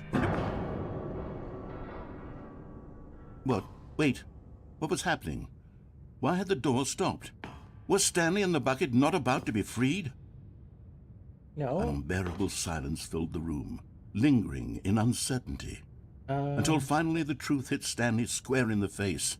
This building did not want the bucket to leave. Even the facility itself recognized the incredible calming presence of the bucket, needed the soothing warmth of the bucket, would go to any lengths not to part with the bucket. No, no, no. Stanley can't leave this place. Not while he has such a precious bucket in his arms. Not while this building has anything to say about it. Stanley realized he would never again leave this very room. But at least he has the bucket. To be trapped eternally in darkness isn't really so bad, Stanley thought to himself. As long as I have my bucket with me, right? I'll be okay, won't I? Stanley gulped. Very soon now, he was about to find out. Bruh. Bruh. Okay, reboot the game. And try this.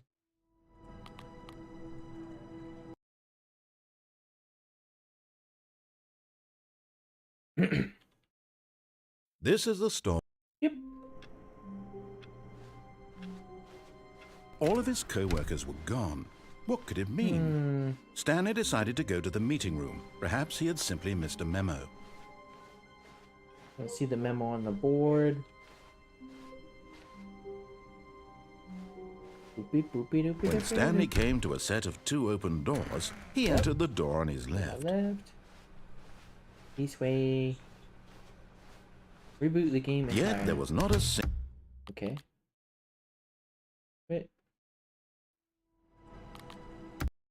Don't worry, guys. I'm not stopping. I was gonna do what the board says. Doing what the board says.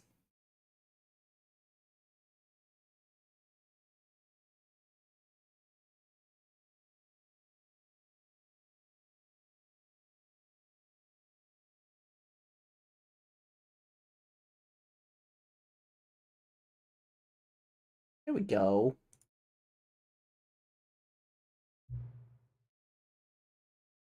Wait, what? Okay. 8.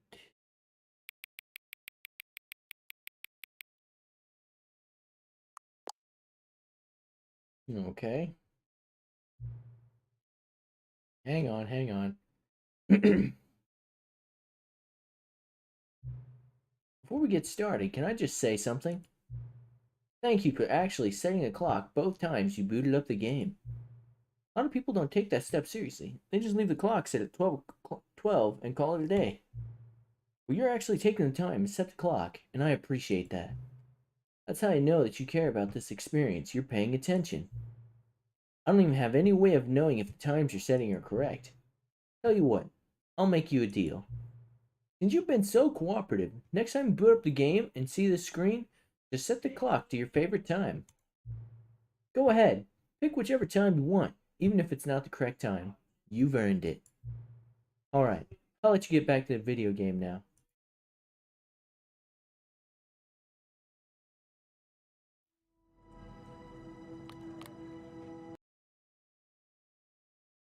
I like that. The game appreciates me. This is the Doing story my of a man named Stanley. Alright. Welcome back. All of his co-workers Okay, were okay. gone. What could it mean? Stanley decided to go to the meeting room. Perhaps he had simply missed a memo.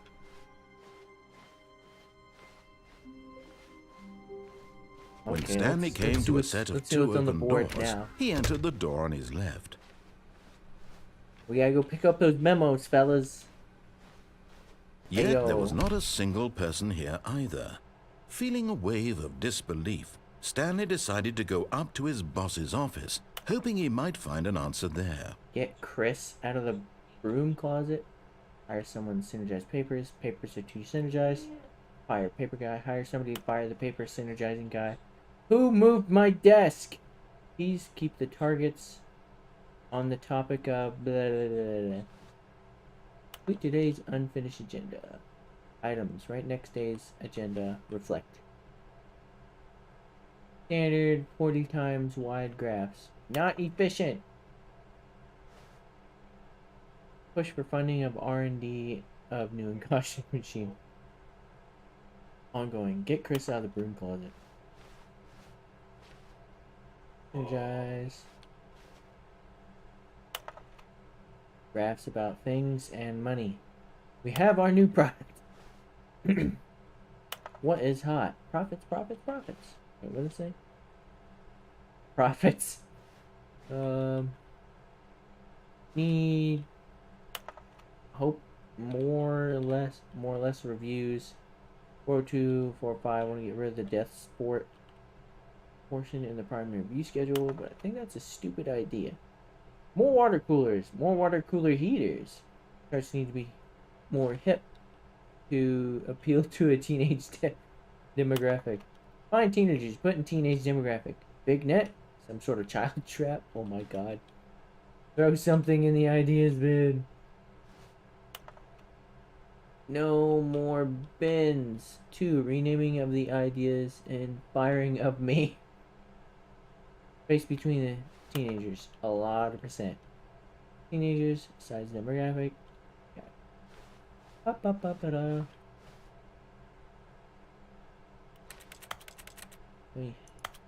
Okay. Well. Get Chris out of the broom closet. Let's go to the broom closet. I'm just hiding here. Stanley stepped into the broom closet, but there was nothing here, so he turned around and got back on track. Nope. I die in here now. This is my land. There was nothing here. No choice to make, no path to follow, just an empty broom closet. So no I wait. reason to still be here. Nope. I'm staying in. Staying in the broom closet. You're not gonna get me out there. I want It all was the baffling that achievements. Stanley was narrator. still just sitting in the broom closet. He wasn't even doing anything.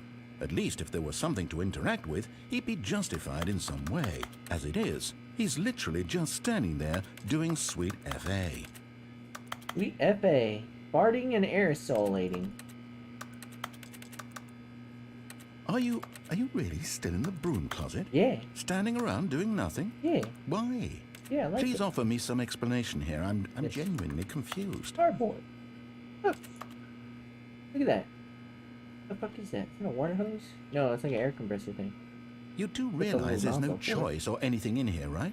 Yeah. If I'd said Stanley walked past the broom closet, at least you would have had a reason for exploring it to find out. No. But it didn't even occur to me because literally this closet is of absolutely no significance to the story whatsoever. Nope. Story. I never would have Very thought to significant. mention it.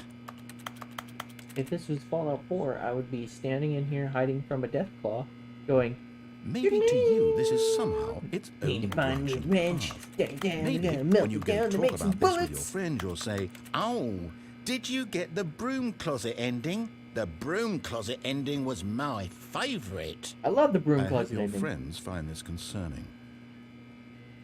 Fuck you. Broom closet life. Broom closet Stanley life. was fat and ugly and really, really stupid. He Oh, probably that only just got the hurts job now. because of a family connection. That's how stupid he is. Jeez. That or with drug money. What the Also, fuck? Stanley is addicted to drugs and hookers. Hey, there's nothing wrong with drugs and hookers. You hater? Well, I've come to a very definite conclusion about what's going on right now. No, You're dead. I'm not dead. You got to this broom closet, explored it a bit, and were just about to leave because there's nothing here when a physical malady of some sort shut down your central nervous system Nope. and you collapsed on the keyboard. I'm in here huffing paint. Well, in a situation like this, the responsible thing is to alert someone nearby so as to ensure that your body is taken care of before it begins to decompose. Don't worry, I got a roommate. Hello? Anyone who happens to be nearby? The person at this computer is dead. I'm not They dead. have fallen prey to any number of your countless human physiological vulnerabilities. It's indicative of the long-term sustainability of your copper wire. species. Please remove their corpse Nope. from the area and instruct another human to take their place, making sure they understand basic first-person video game mechanics and filling them in on the history of narrative tropes in video gaming. I know so a that the narrative trope. irony and insightful commentary of this game is not lost on them. There's no irony here. All right. When you've done that, just step out into the hallway. Fuck you. I'm staying in here. Not going anywhere. I'm staying here. I'm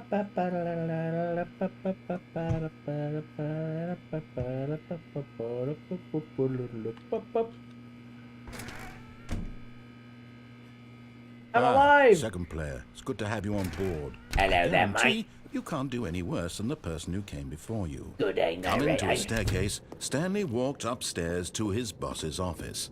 Let's go then. Opening here on the old didgeridoo.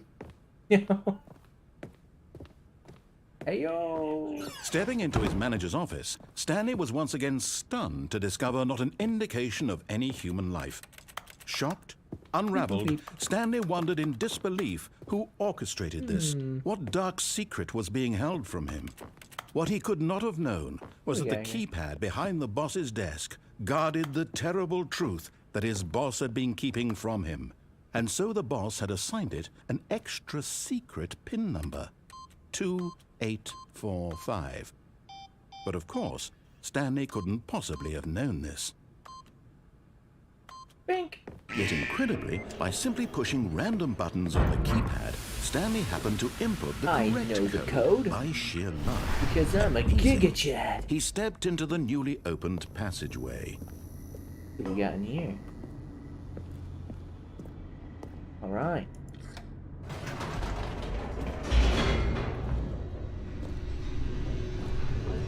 We... Descending deeper into the building, Stanley realized he felt a bit peculiar. It was a stirring of emotion in his chest, as though he felt more free to think for himself, to question the nature of his job. Why did he feel this now, when for years it had never occurred to him? This question would not go unanswered for long. Can't answer my questions.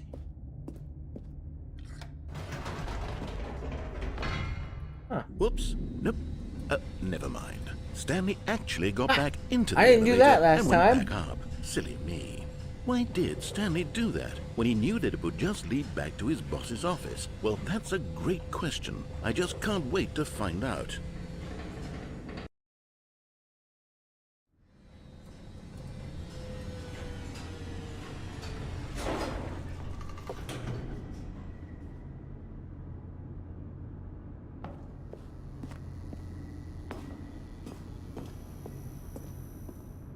Here we are, Stanley. It's your boss's office. Exactly the way it was before you got onto the elevator.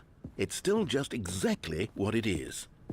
What a decision you've made to come up here and look at the office again. This has fleshed out the plot of the story in new and fascinating ways I could have never anticipated. It's that keen eye for storytelling that you have, an incisive rapid fire of critical plot points, one after the other, weaving a rich tapestry of uncompromising narrative. Wow!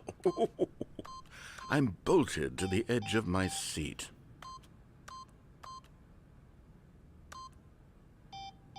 I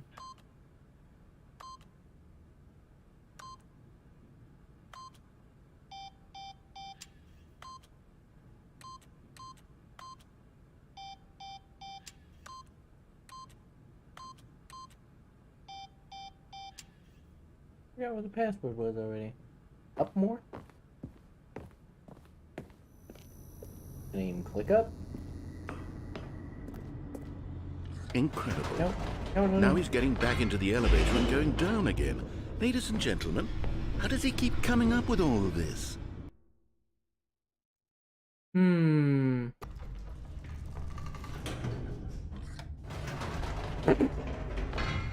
Did you think we were going to go forward down the spooky corridor? No. It's time once again to go back up in the elevator. I can't even begin to grapple with what might be up there. Is it the boss's office again? Or what if it's the boss's office this time? The suspense is killing me. I wonder what it could be.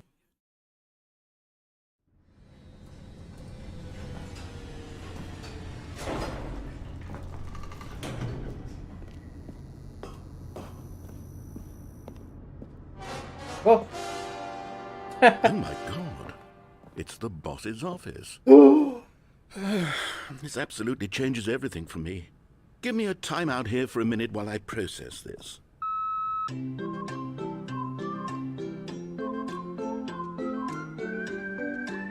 Processing.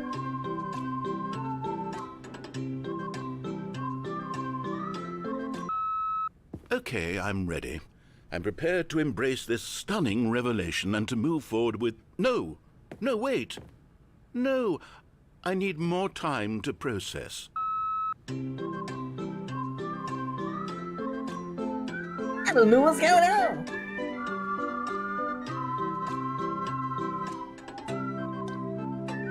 Just gotta get it in your head, fellas. Gotta let them know why are we going all the way upstairs again? All right. I have fully come to terms with it. I have made space in my worldview for this astonishing new reality. As before, I turn to your expert eye for gripping narrative, Master Stanley. Yes.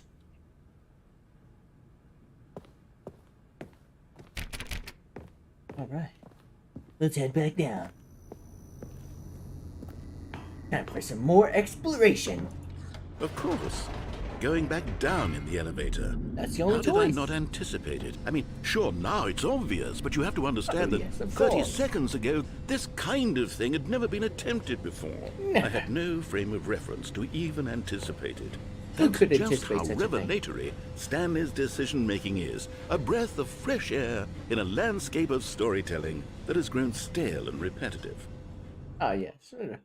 This is next level storytelling right here, guys. Fuck you.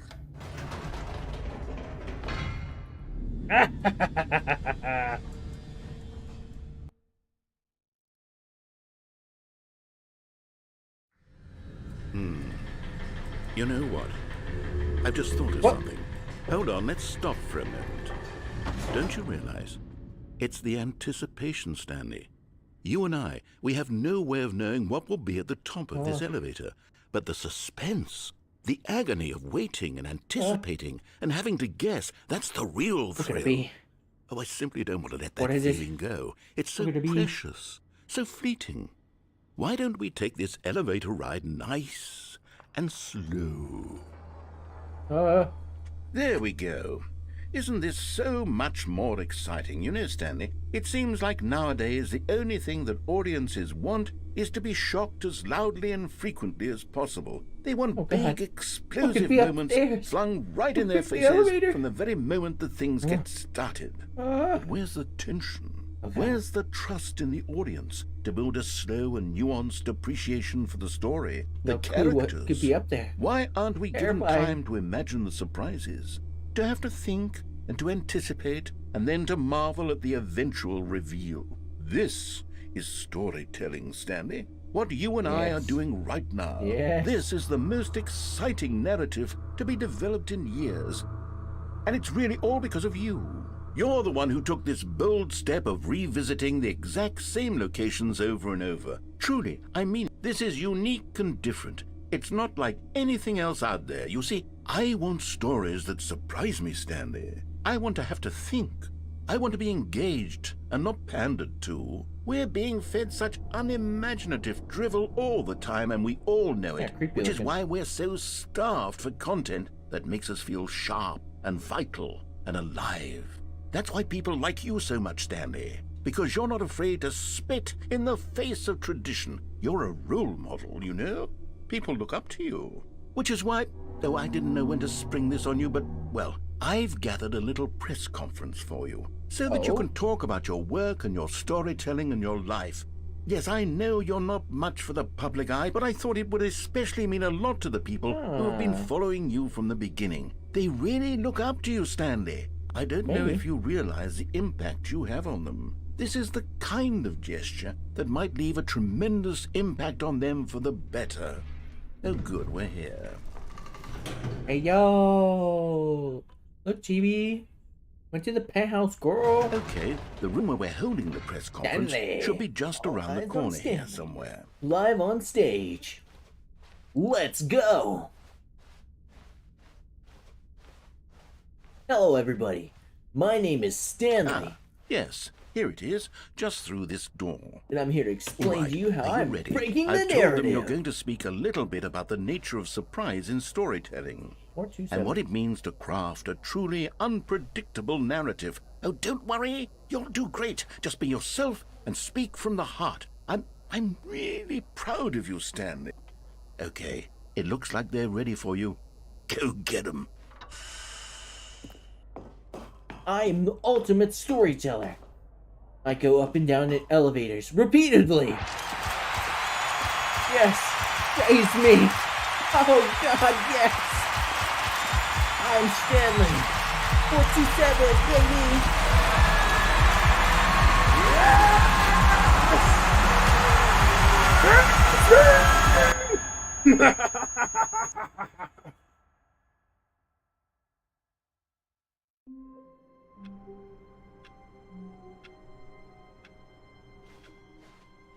All of his co-workers were gone. What could it mean? Stanley decided to go to the meeting room. Perhaps he had simply missed a memo.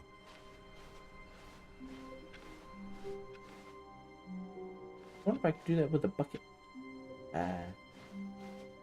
Let's go see what the next memo is. When Stanley came to a set of 2 open doors, Yoink. he entered the door on his left.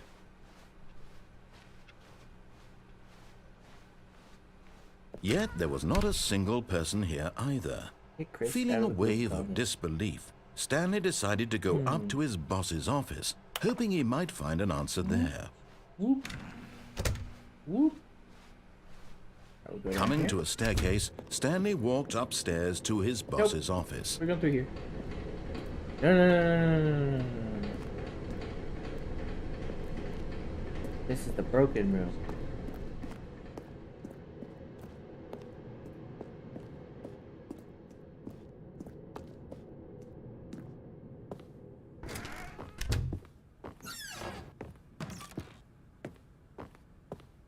The fuck? Business strategy. It's awful.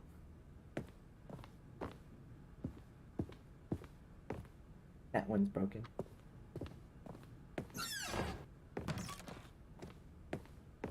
Stepping into his manager's office, Stanley was once again stunned to discover not an indication of any human life. What could it mean? Stanley wondered aloud to nobody. Stanley was in such a rush to get through the story as quickly as possible, he didn't even have a single minute to just let the narrator talk. Fuck you. That kind of anxiety isn't healthy. I'm too So anxious. he relaxed for a few moments with some calming New Age music. Oh. Oh, yeah. Relax. Relax. Feeling soothed and rejuvenated, Stanley calmly walked I am forward soothed. into the opened passageway.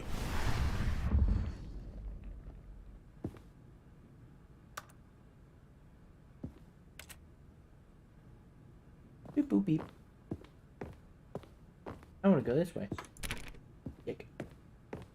Never mind. Let's go.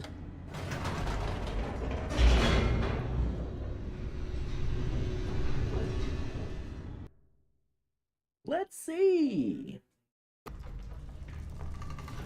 Bitty bitty. Bitty bitty. Stanley walked straight ahead through the large door that read Mind Control Facility. Fuck you. Although this passageway had the word escape written on it, the truth was that at the end of this hall, Stanley would meet his violent death. I will survive. I know it as long as I know how The to door love. I behind know him I was stay not alive. shut. Stanley still had every opportunity to turn around and get back on track. Fuck you. At this point, Stanley was making a conscious, concerted effort to walk forward and willingly confront his death. Into the blender I go. Whee!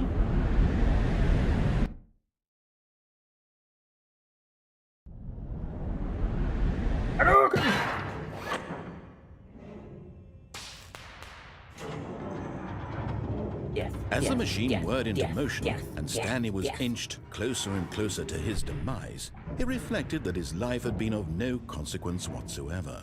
Stanley can't see the bigger picture. He doesn't know the real story, trapped forever in his narrow vision of what this world is. Perhaps his death was of no great loss, like plucking the eyeballs from a blind man. Bruh. So he resigned and willingly terrible accepted analogy. this violent end to his brief and shallow life. Farewell, Stanley. Eat shit. Farewell, Stanley, cried the narrator, as Stanley was led helplessly into the enormous metal jaws. In a single visceral instant, Stanley was obliterated as the machine crushed every bone in his body, killing him instantly. I. The Stanley And Parable. yet it would be just a few minutes before Stanley would restart the game, back in his office, as alive as ever. What exactly did the narrator think he was going to accomplish? When every path you can walk has been created for you long in advance, death becomes meaningless, making life the same. Do you see now? Do you see that Stanley was already dead from the moment he hit start? Like a list of all my victories. Not that way. Up. I just want to know all the paths I took. Freedom ending. This very first incarnation of freedom ending in Games Alpha. I saw that. A button in there.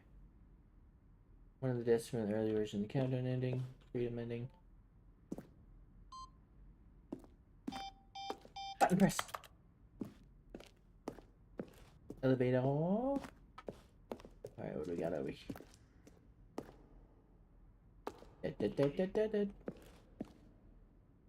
No. These. There's like different versions of my office. Like, all very similar. Are they here? No?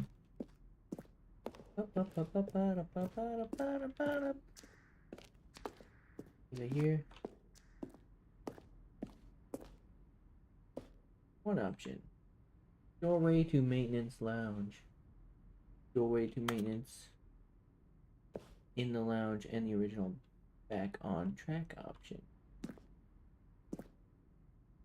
2 doorways to maintenance. What about this? Vent. Interesting.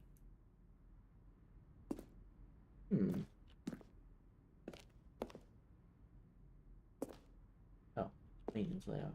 Okay. What do we got here? Switches. These levers were originally part of the Zending. The player would pull a lever and the narrator described what color they had pulled. Okay.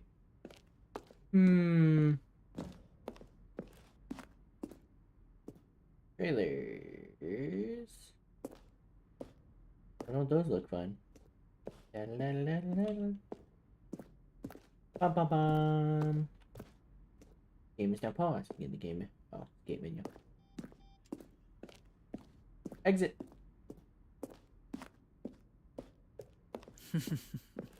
Oh, look at these two. How they wish to destroy one another.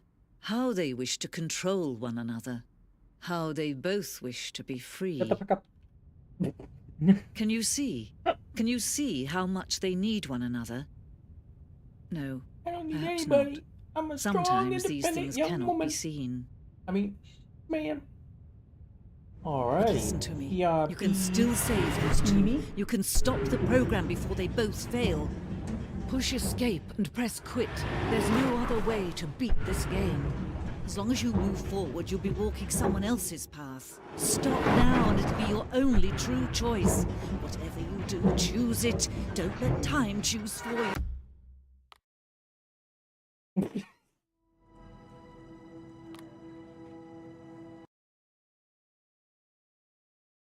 Alright, then I did that.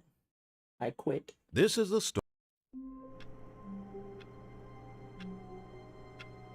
But, did it do anything special for me?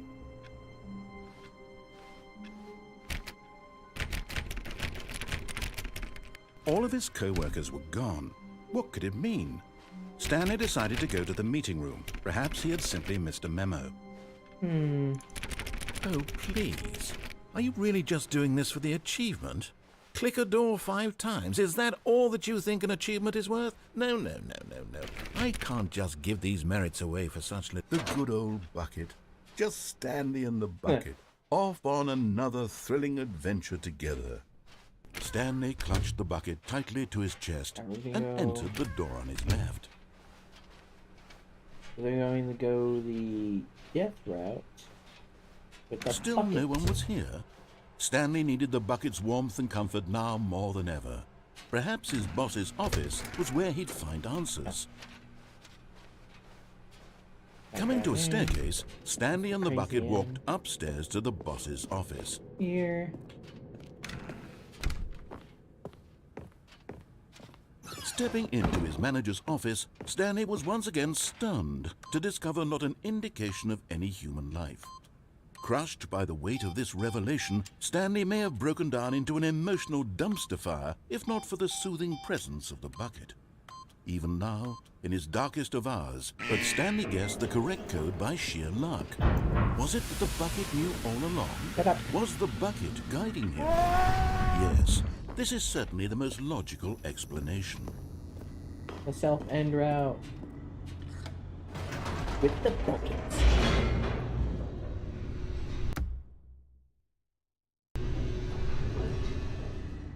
Alright, let's see what Steam has today. The elevator raced downward, plummeting towards an unknown fate. Immense. It would be all Stanley could do to keep himself together, if not for the bucket. Soothing him, comforting him, reassuring that in this darkest moment of uncertainty, he would be all right. The bucket is here for you, Stanley. Everything will be fine. Set all settings sliders in the menu to all the available numbers. Don't play the Stanley Parable for 10 years.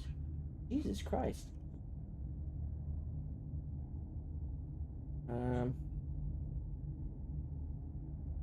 Okay, let's see what we got here. My. Stanley and the bucket walked straight ahead through the large door that read Mind Control. Although this passageway had the word escape written on it, the truth was that at the end of this hall, Stanley and the bucket would both meet a violent death. False. We're going to be saved. The door behind them was not shut. Stanley and the bucket still had every opportunity to turn around and get back on track. Not gonna happen. At this point, Stanley and the bucket were knowingly walking forward into a very painful death for each of them. The building won't destroy the bucket. The bucket is too important. Let's go.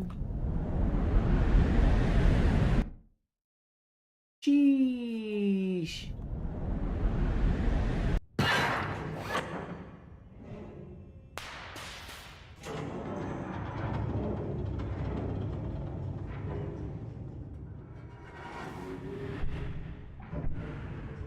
As the machine whirred into motion and Stanley and the bucket inched closer to their demise, Stanley reflected on how meaningless the bucket's warmth and comfort had turned out to be. To be sure, it puts the mind and the soul at ease to embrace the bucket, but what use is a sense of ease when you're about to be crushed to death? This is what Stanley thought to himself. and he sort of kicked himself for wasting so much time carrying a bucket everywhere. Farewell, this. Stanley. I got this. Farewell, Stanley, cried the narrator, as Stanley and the bucket were led helplessly into the enormous metal jaws. In a single visceral instant, the bucket's life came to an end, as it was crushed violently to death. Ugh.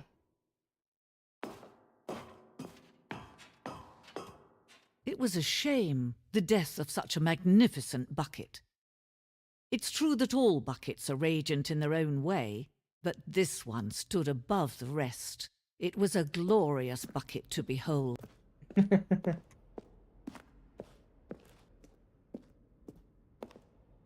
The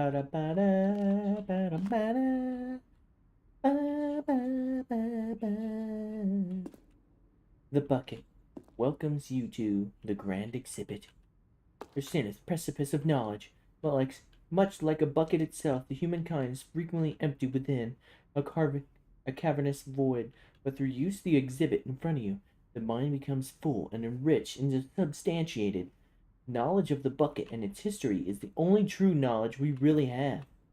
Will you take what you learn here out with you into the world? Will you accept with an open mind that what may be challenging about the information in this exhibit? Will you change the lives of yourself and your loved ones as a result of the exhibit? Or will you turn a blind eye and continue to live as you were in ignorance and darkness? Pretty deep for a bucket. Ba-ba-ba-ba-da-ba-da-ba. Can you see how arrogant it was for Stanley to take a bucket like this and to claim it for his own? Can you see the hubris that blinded him? Can you see that the bucket is far more noble than Stanley will ever be in his short life? Damn. Never be anything to you. Bucket. Inferno bucket.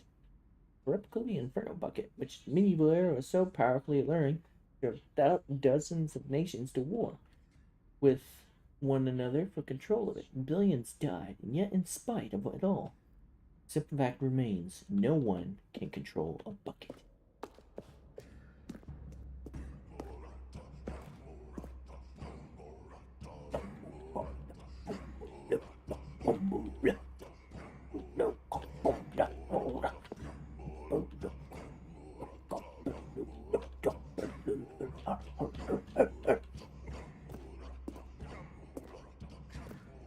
Okay. Buckets. No man can own a bucket, and certainly not a bucket as dazzling to behold as this one. It is man who should kneel before the bucket. Hanging bucket. YOLO! What the fuck? Oh! But there is something we can do. Something we can do together, you and I, that will right this terrible wrong. Let Stanley die. Let him be crushed by the machine. Jesus! Don't reset the game. Don't give him another opportunity to run off with another beautiful bucket. God, this we narrator can is save the crazy. world's buckets from their treatment as tools and implements if only we let Stanley die together. The bucket shall take its place as ruler, as leader, as commander of a new Narrator, world, narrator, a new narrator, vision. narrator.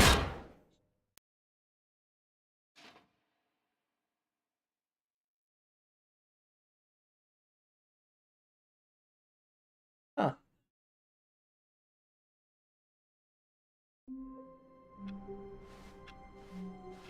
All of his co-workers were gone. What could it mean?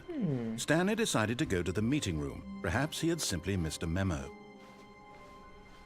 Where are we going today? The bucket asked. Stanley just we're smiled. going to the Anywhere office they went today. together would be perfect. Stanley clutched the bucket tightly to his chest. This was not the correct way to the meeting room. Go this way. But Stanley had felt the bucket calling to him, telling him that the employee lounge was simply the place to be.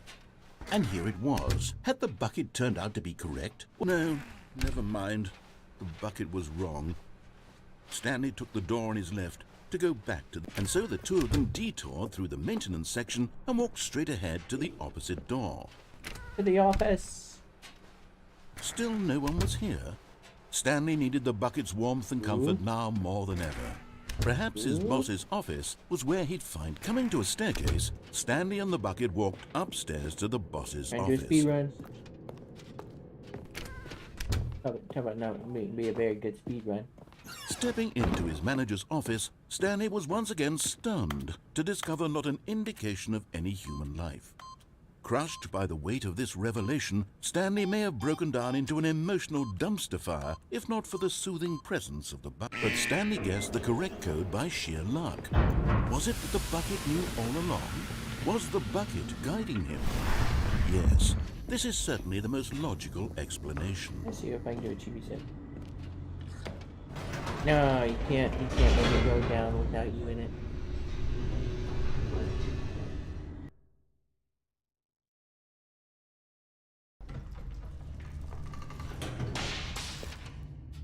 I'm gonna do the up down mission.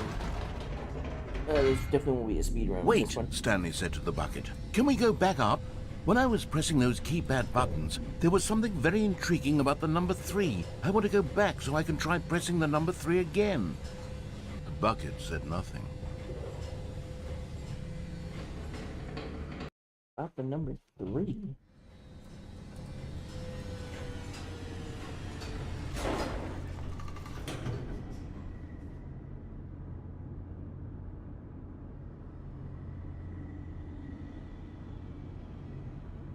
Oddly specific, narrator.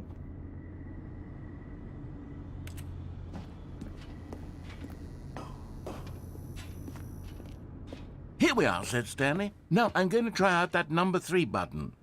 He took the bucket over to the keypad and began absolutely slamming on the number 3. Wow, he said. The number 3 is such a special button. I'm having the time of my life.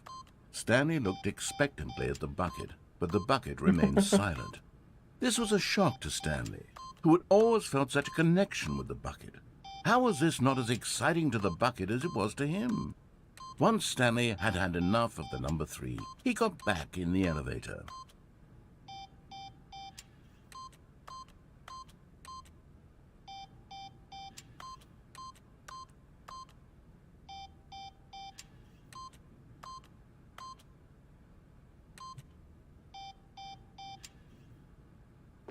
Damn.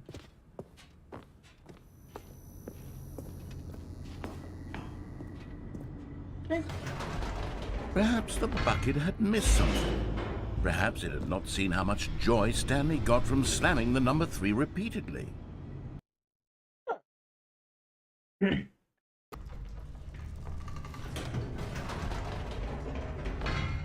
No, said Stanley to the bucket. You can't go on yet, not till you understand how much the number 3 means to me. You and I have been through so much together, and I just want you to see what I see. Feel the happiness I feel. He smiled at the bucket, and the bucket said nothing.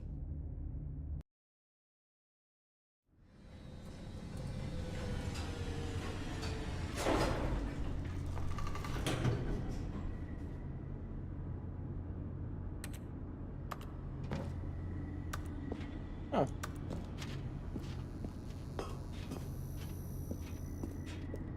Here we go, said Stanley. This time I'll really show you. He ran to the number 3 and began to wail on it like a musician on a beloved instrument, weaving a concerto of truth and passion.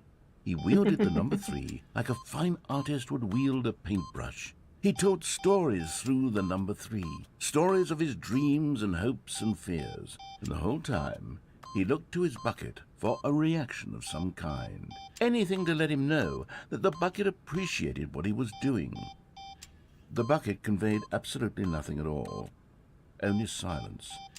Crushed by a wave of dejection, Stanley returned to the elevator.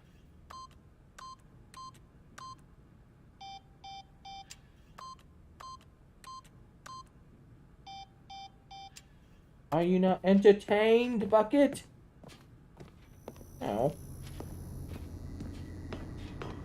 I haven't had this ending, so.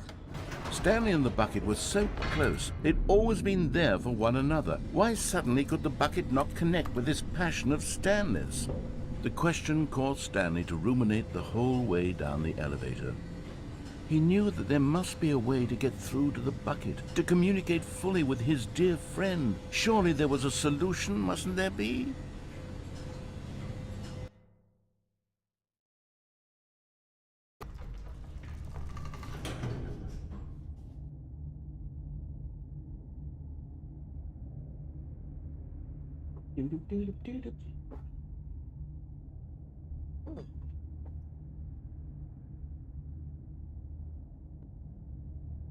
Think.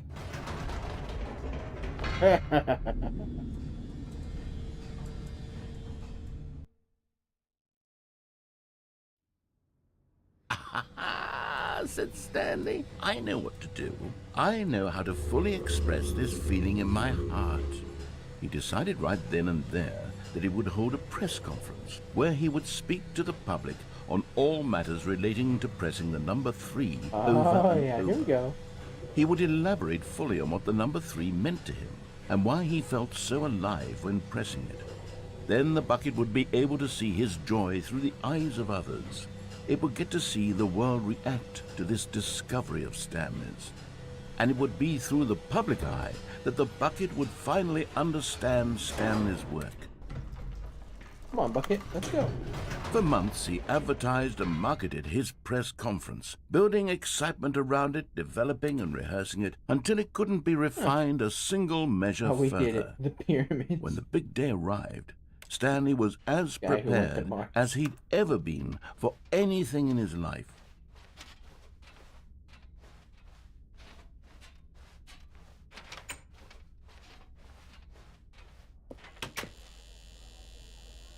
Threes, baby. Three. This was it. Three. One last chance to win the bucket over. One opportunity to share a true connection with a loved one. Don't worry, baby. We got this. There was no one here. Nobody had come to the press conference to hear Stanley speak, to listen to him talk about what it really means to press the number 3 on a keypad over and over.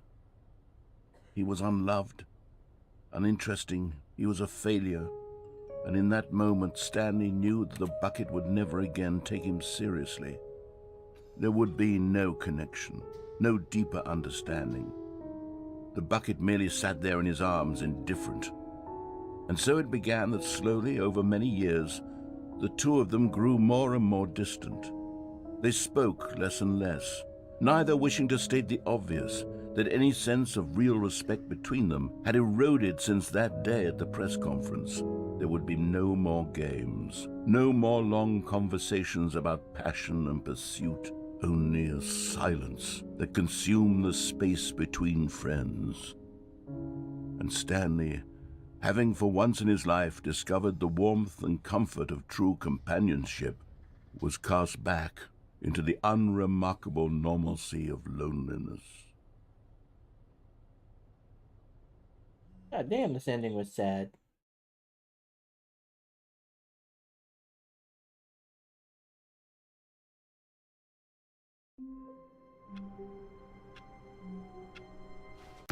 God damn, how many endings are there?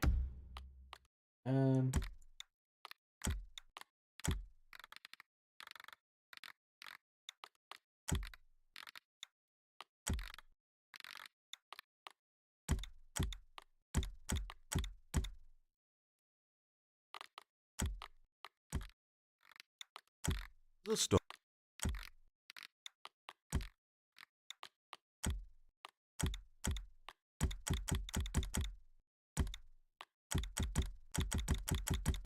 Button presses.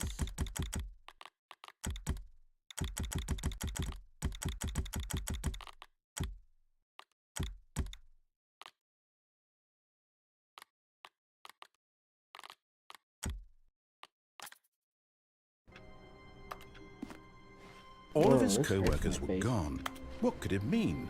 Stanley decided to go to the meeting room. Perhaps he had simply missed a memo.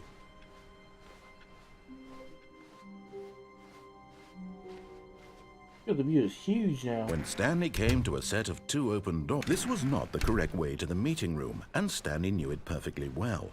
Perhaps he wanted to stop by the employee lounge first, just to admire it. Wow, yes, this room. But eager to get back to business, Stanley took the first open door on his left. Speed run. Stanley was so bad at following directions, it's incredible he wasn't fired years ago.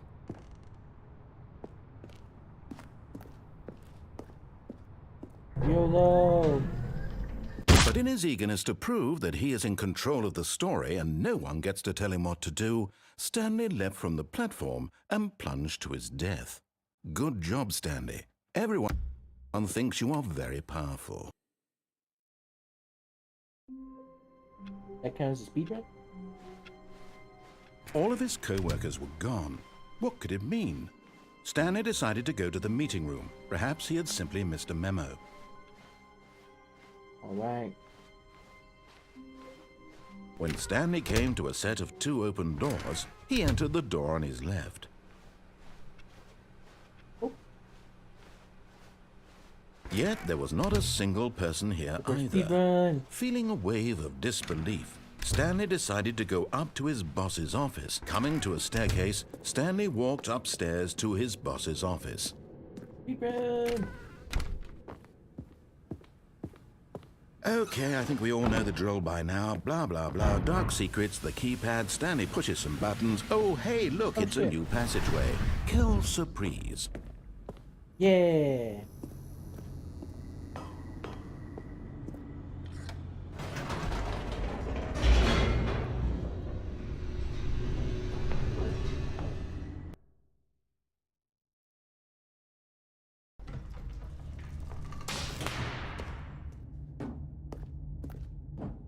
Stanley walked straight ahead through the large door that read Mind Control Facility.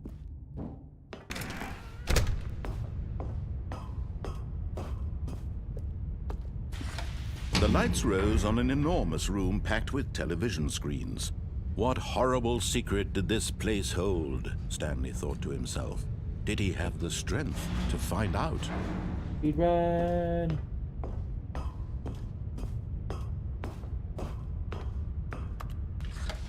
Now the monitors jumped to life, their true nature revealed. Each bore the number of an employee in the building, Stanley's co-workers. The lives of so many individuals reduced to images on a screen, and Stanley, one of them, eternally monitored in this place where freedom meant nothing. This mind control facility, it was too horrible to believe. It couldn't be true. Had Stanley really been under someone's control all this time? No. Was this the only reason he was happy with his boring job? That his emotions had been manipulated to accept it blindly? No. He refused to believe it. He couldn't accept it. His own life in someone else's control? Never. It was unthinkable. Wasn't it? Was it even possible? Had he truly spent his entire life utterly blind to the world? Speed run. But here was the proof. The heart of the operation. Controls labeled with emotions. Happy, or sad, or content. Walking, eating, working. All of it monitored and commanded from this very place. And as the cold reality of his past began to sink in, Stanley decided that... Speed run.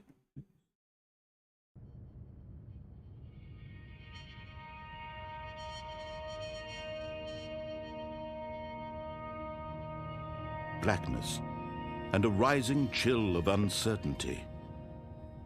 Was it over? Maybe. Yes. He had won.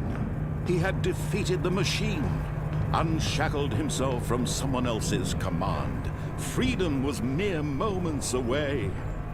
And yet, even as the immense door slowly opened, Stanley reflected on how many puzzles still lay unsolved. Where had his co-workers gone? How had he been freed from the machine's grasp? What other mysteries did this strange building hold? But as sunlight streamed into the chamber, he realized none of this mattered to him, for it was not knowledge or even power that he had been seeking, but happiness. Almost there. Perhaps his goal had not been to understand, Open the door. but to let go. Open the door. No longer would anyone tell him where to go, what to do, or how to feel. Whatever life he lives, it will be his. And that was all he needed to know. It was perhaps the only thing worth knowing. Stanley stepped through the open door. And freedom. Stanley felt the cool breeze upon his skin, the feeling of liberation, the immense possibility of the new path before him. This was exactly the way, right now, that things were meant to happen. Yeah, boy. And Stanley was happy. I wish I could be happy. That came out really sad. No.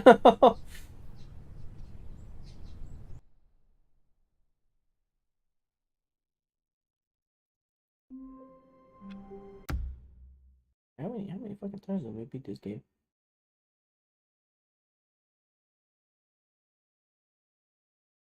Four minutes and 22 seconds. No. I don't know what A means. AIDS. Settings, world champion. Set all the settings slider in the menu to all the available numbers. Super go outside. Commitment. Play Stanley Parable entire duration of a Tuesday. Achievement. Please ignore. Achievement description and places. Bruh. Okay. Alrighty. Well, I've been streaming this for 4.5 hours, so Jesus, I need to fix my settings.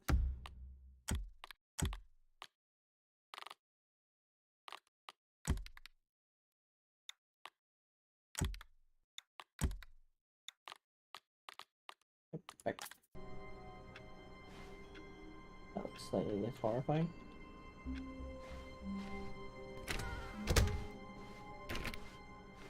Another variation. Close the door. Can't. Never. Oh. Well, I've been streaming this for 4.5 hours, and I pretty much have all the endings that I can think of. And I did all the extra content. So I think this is a good time to call it quits.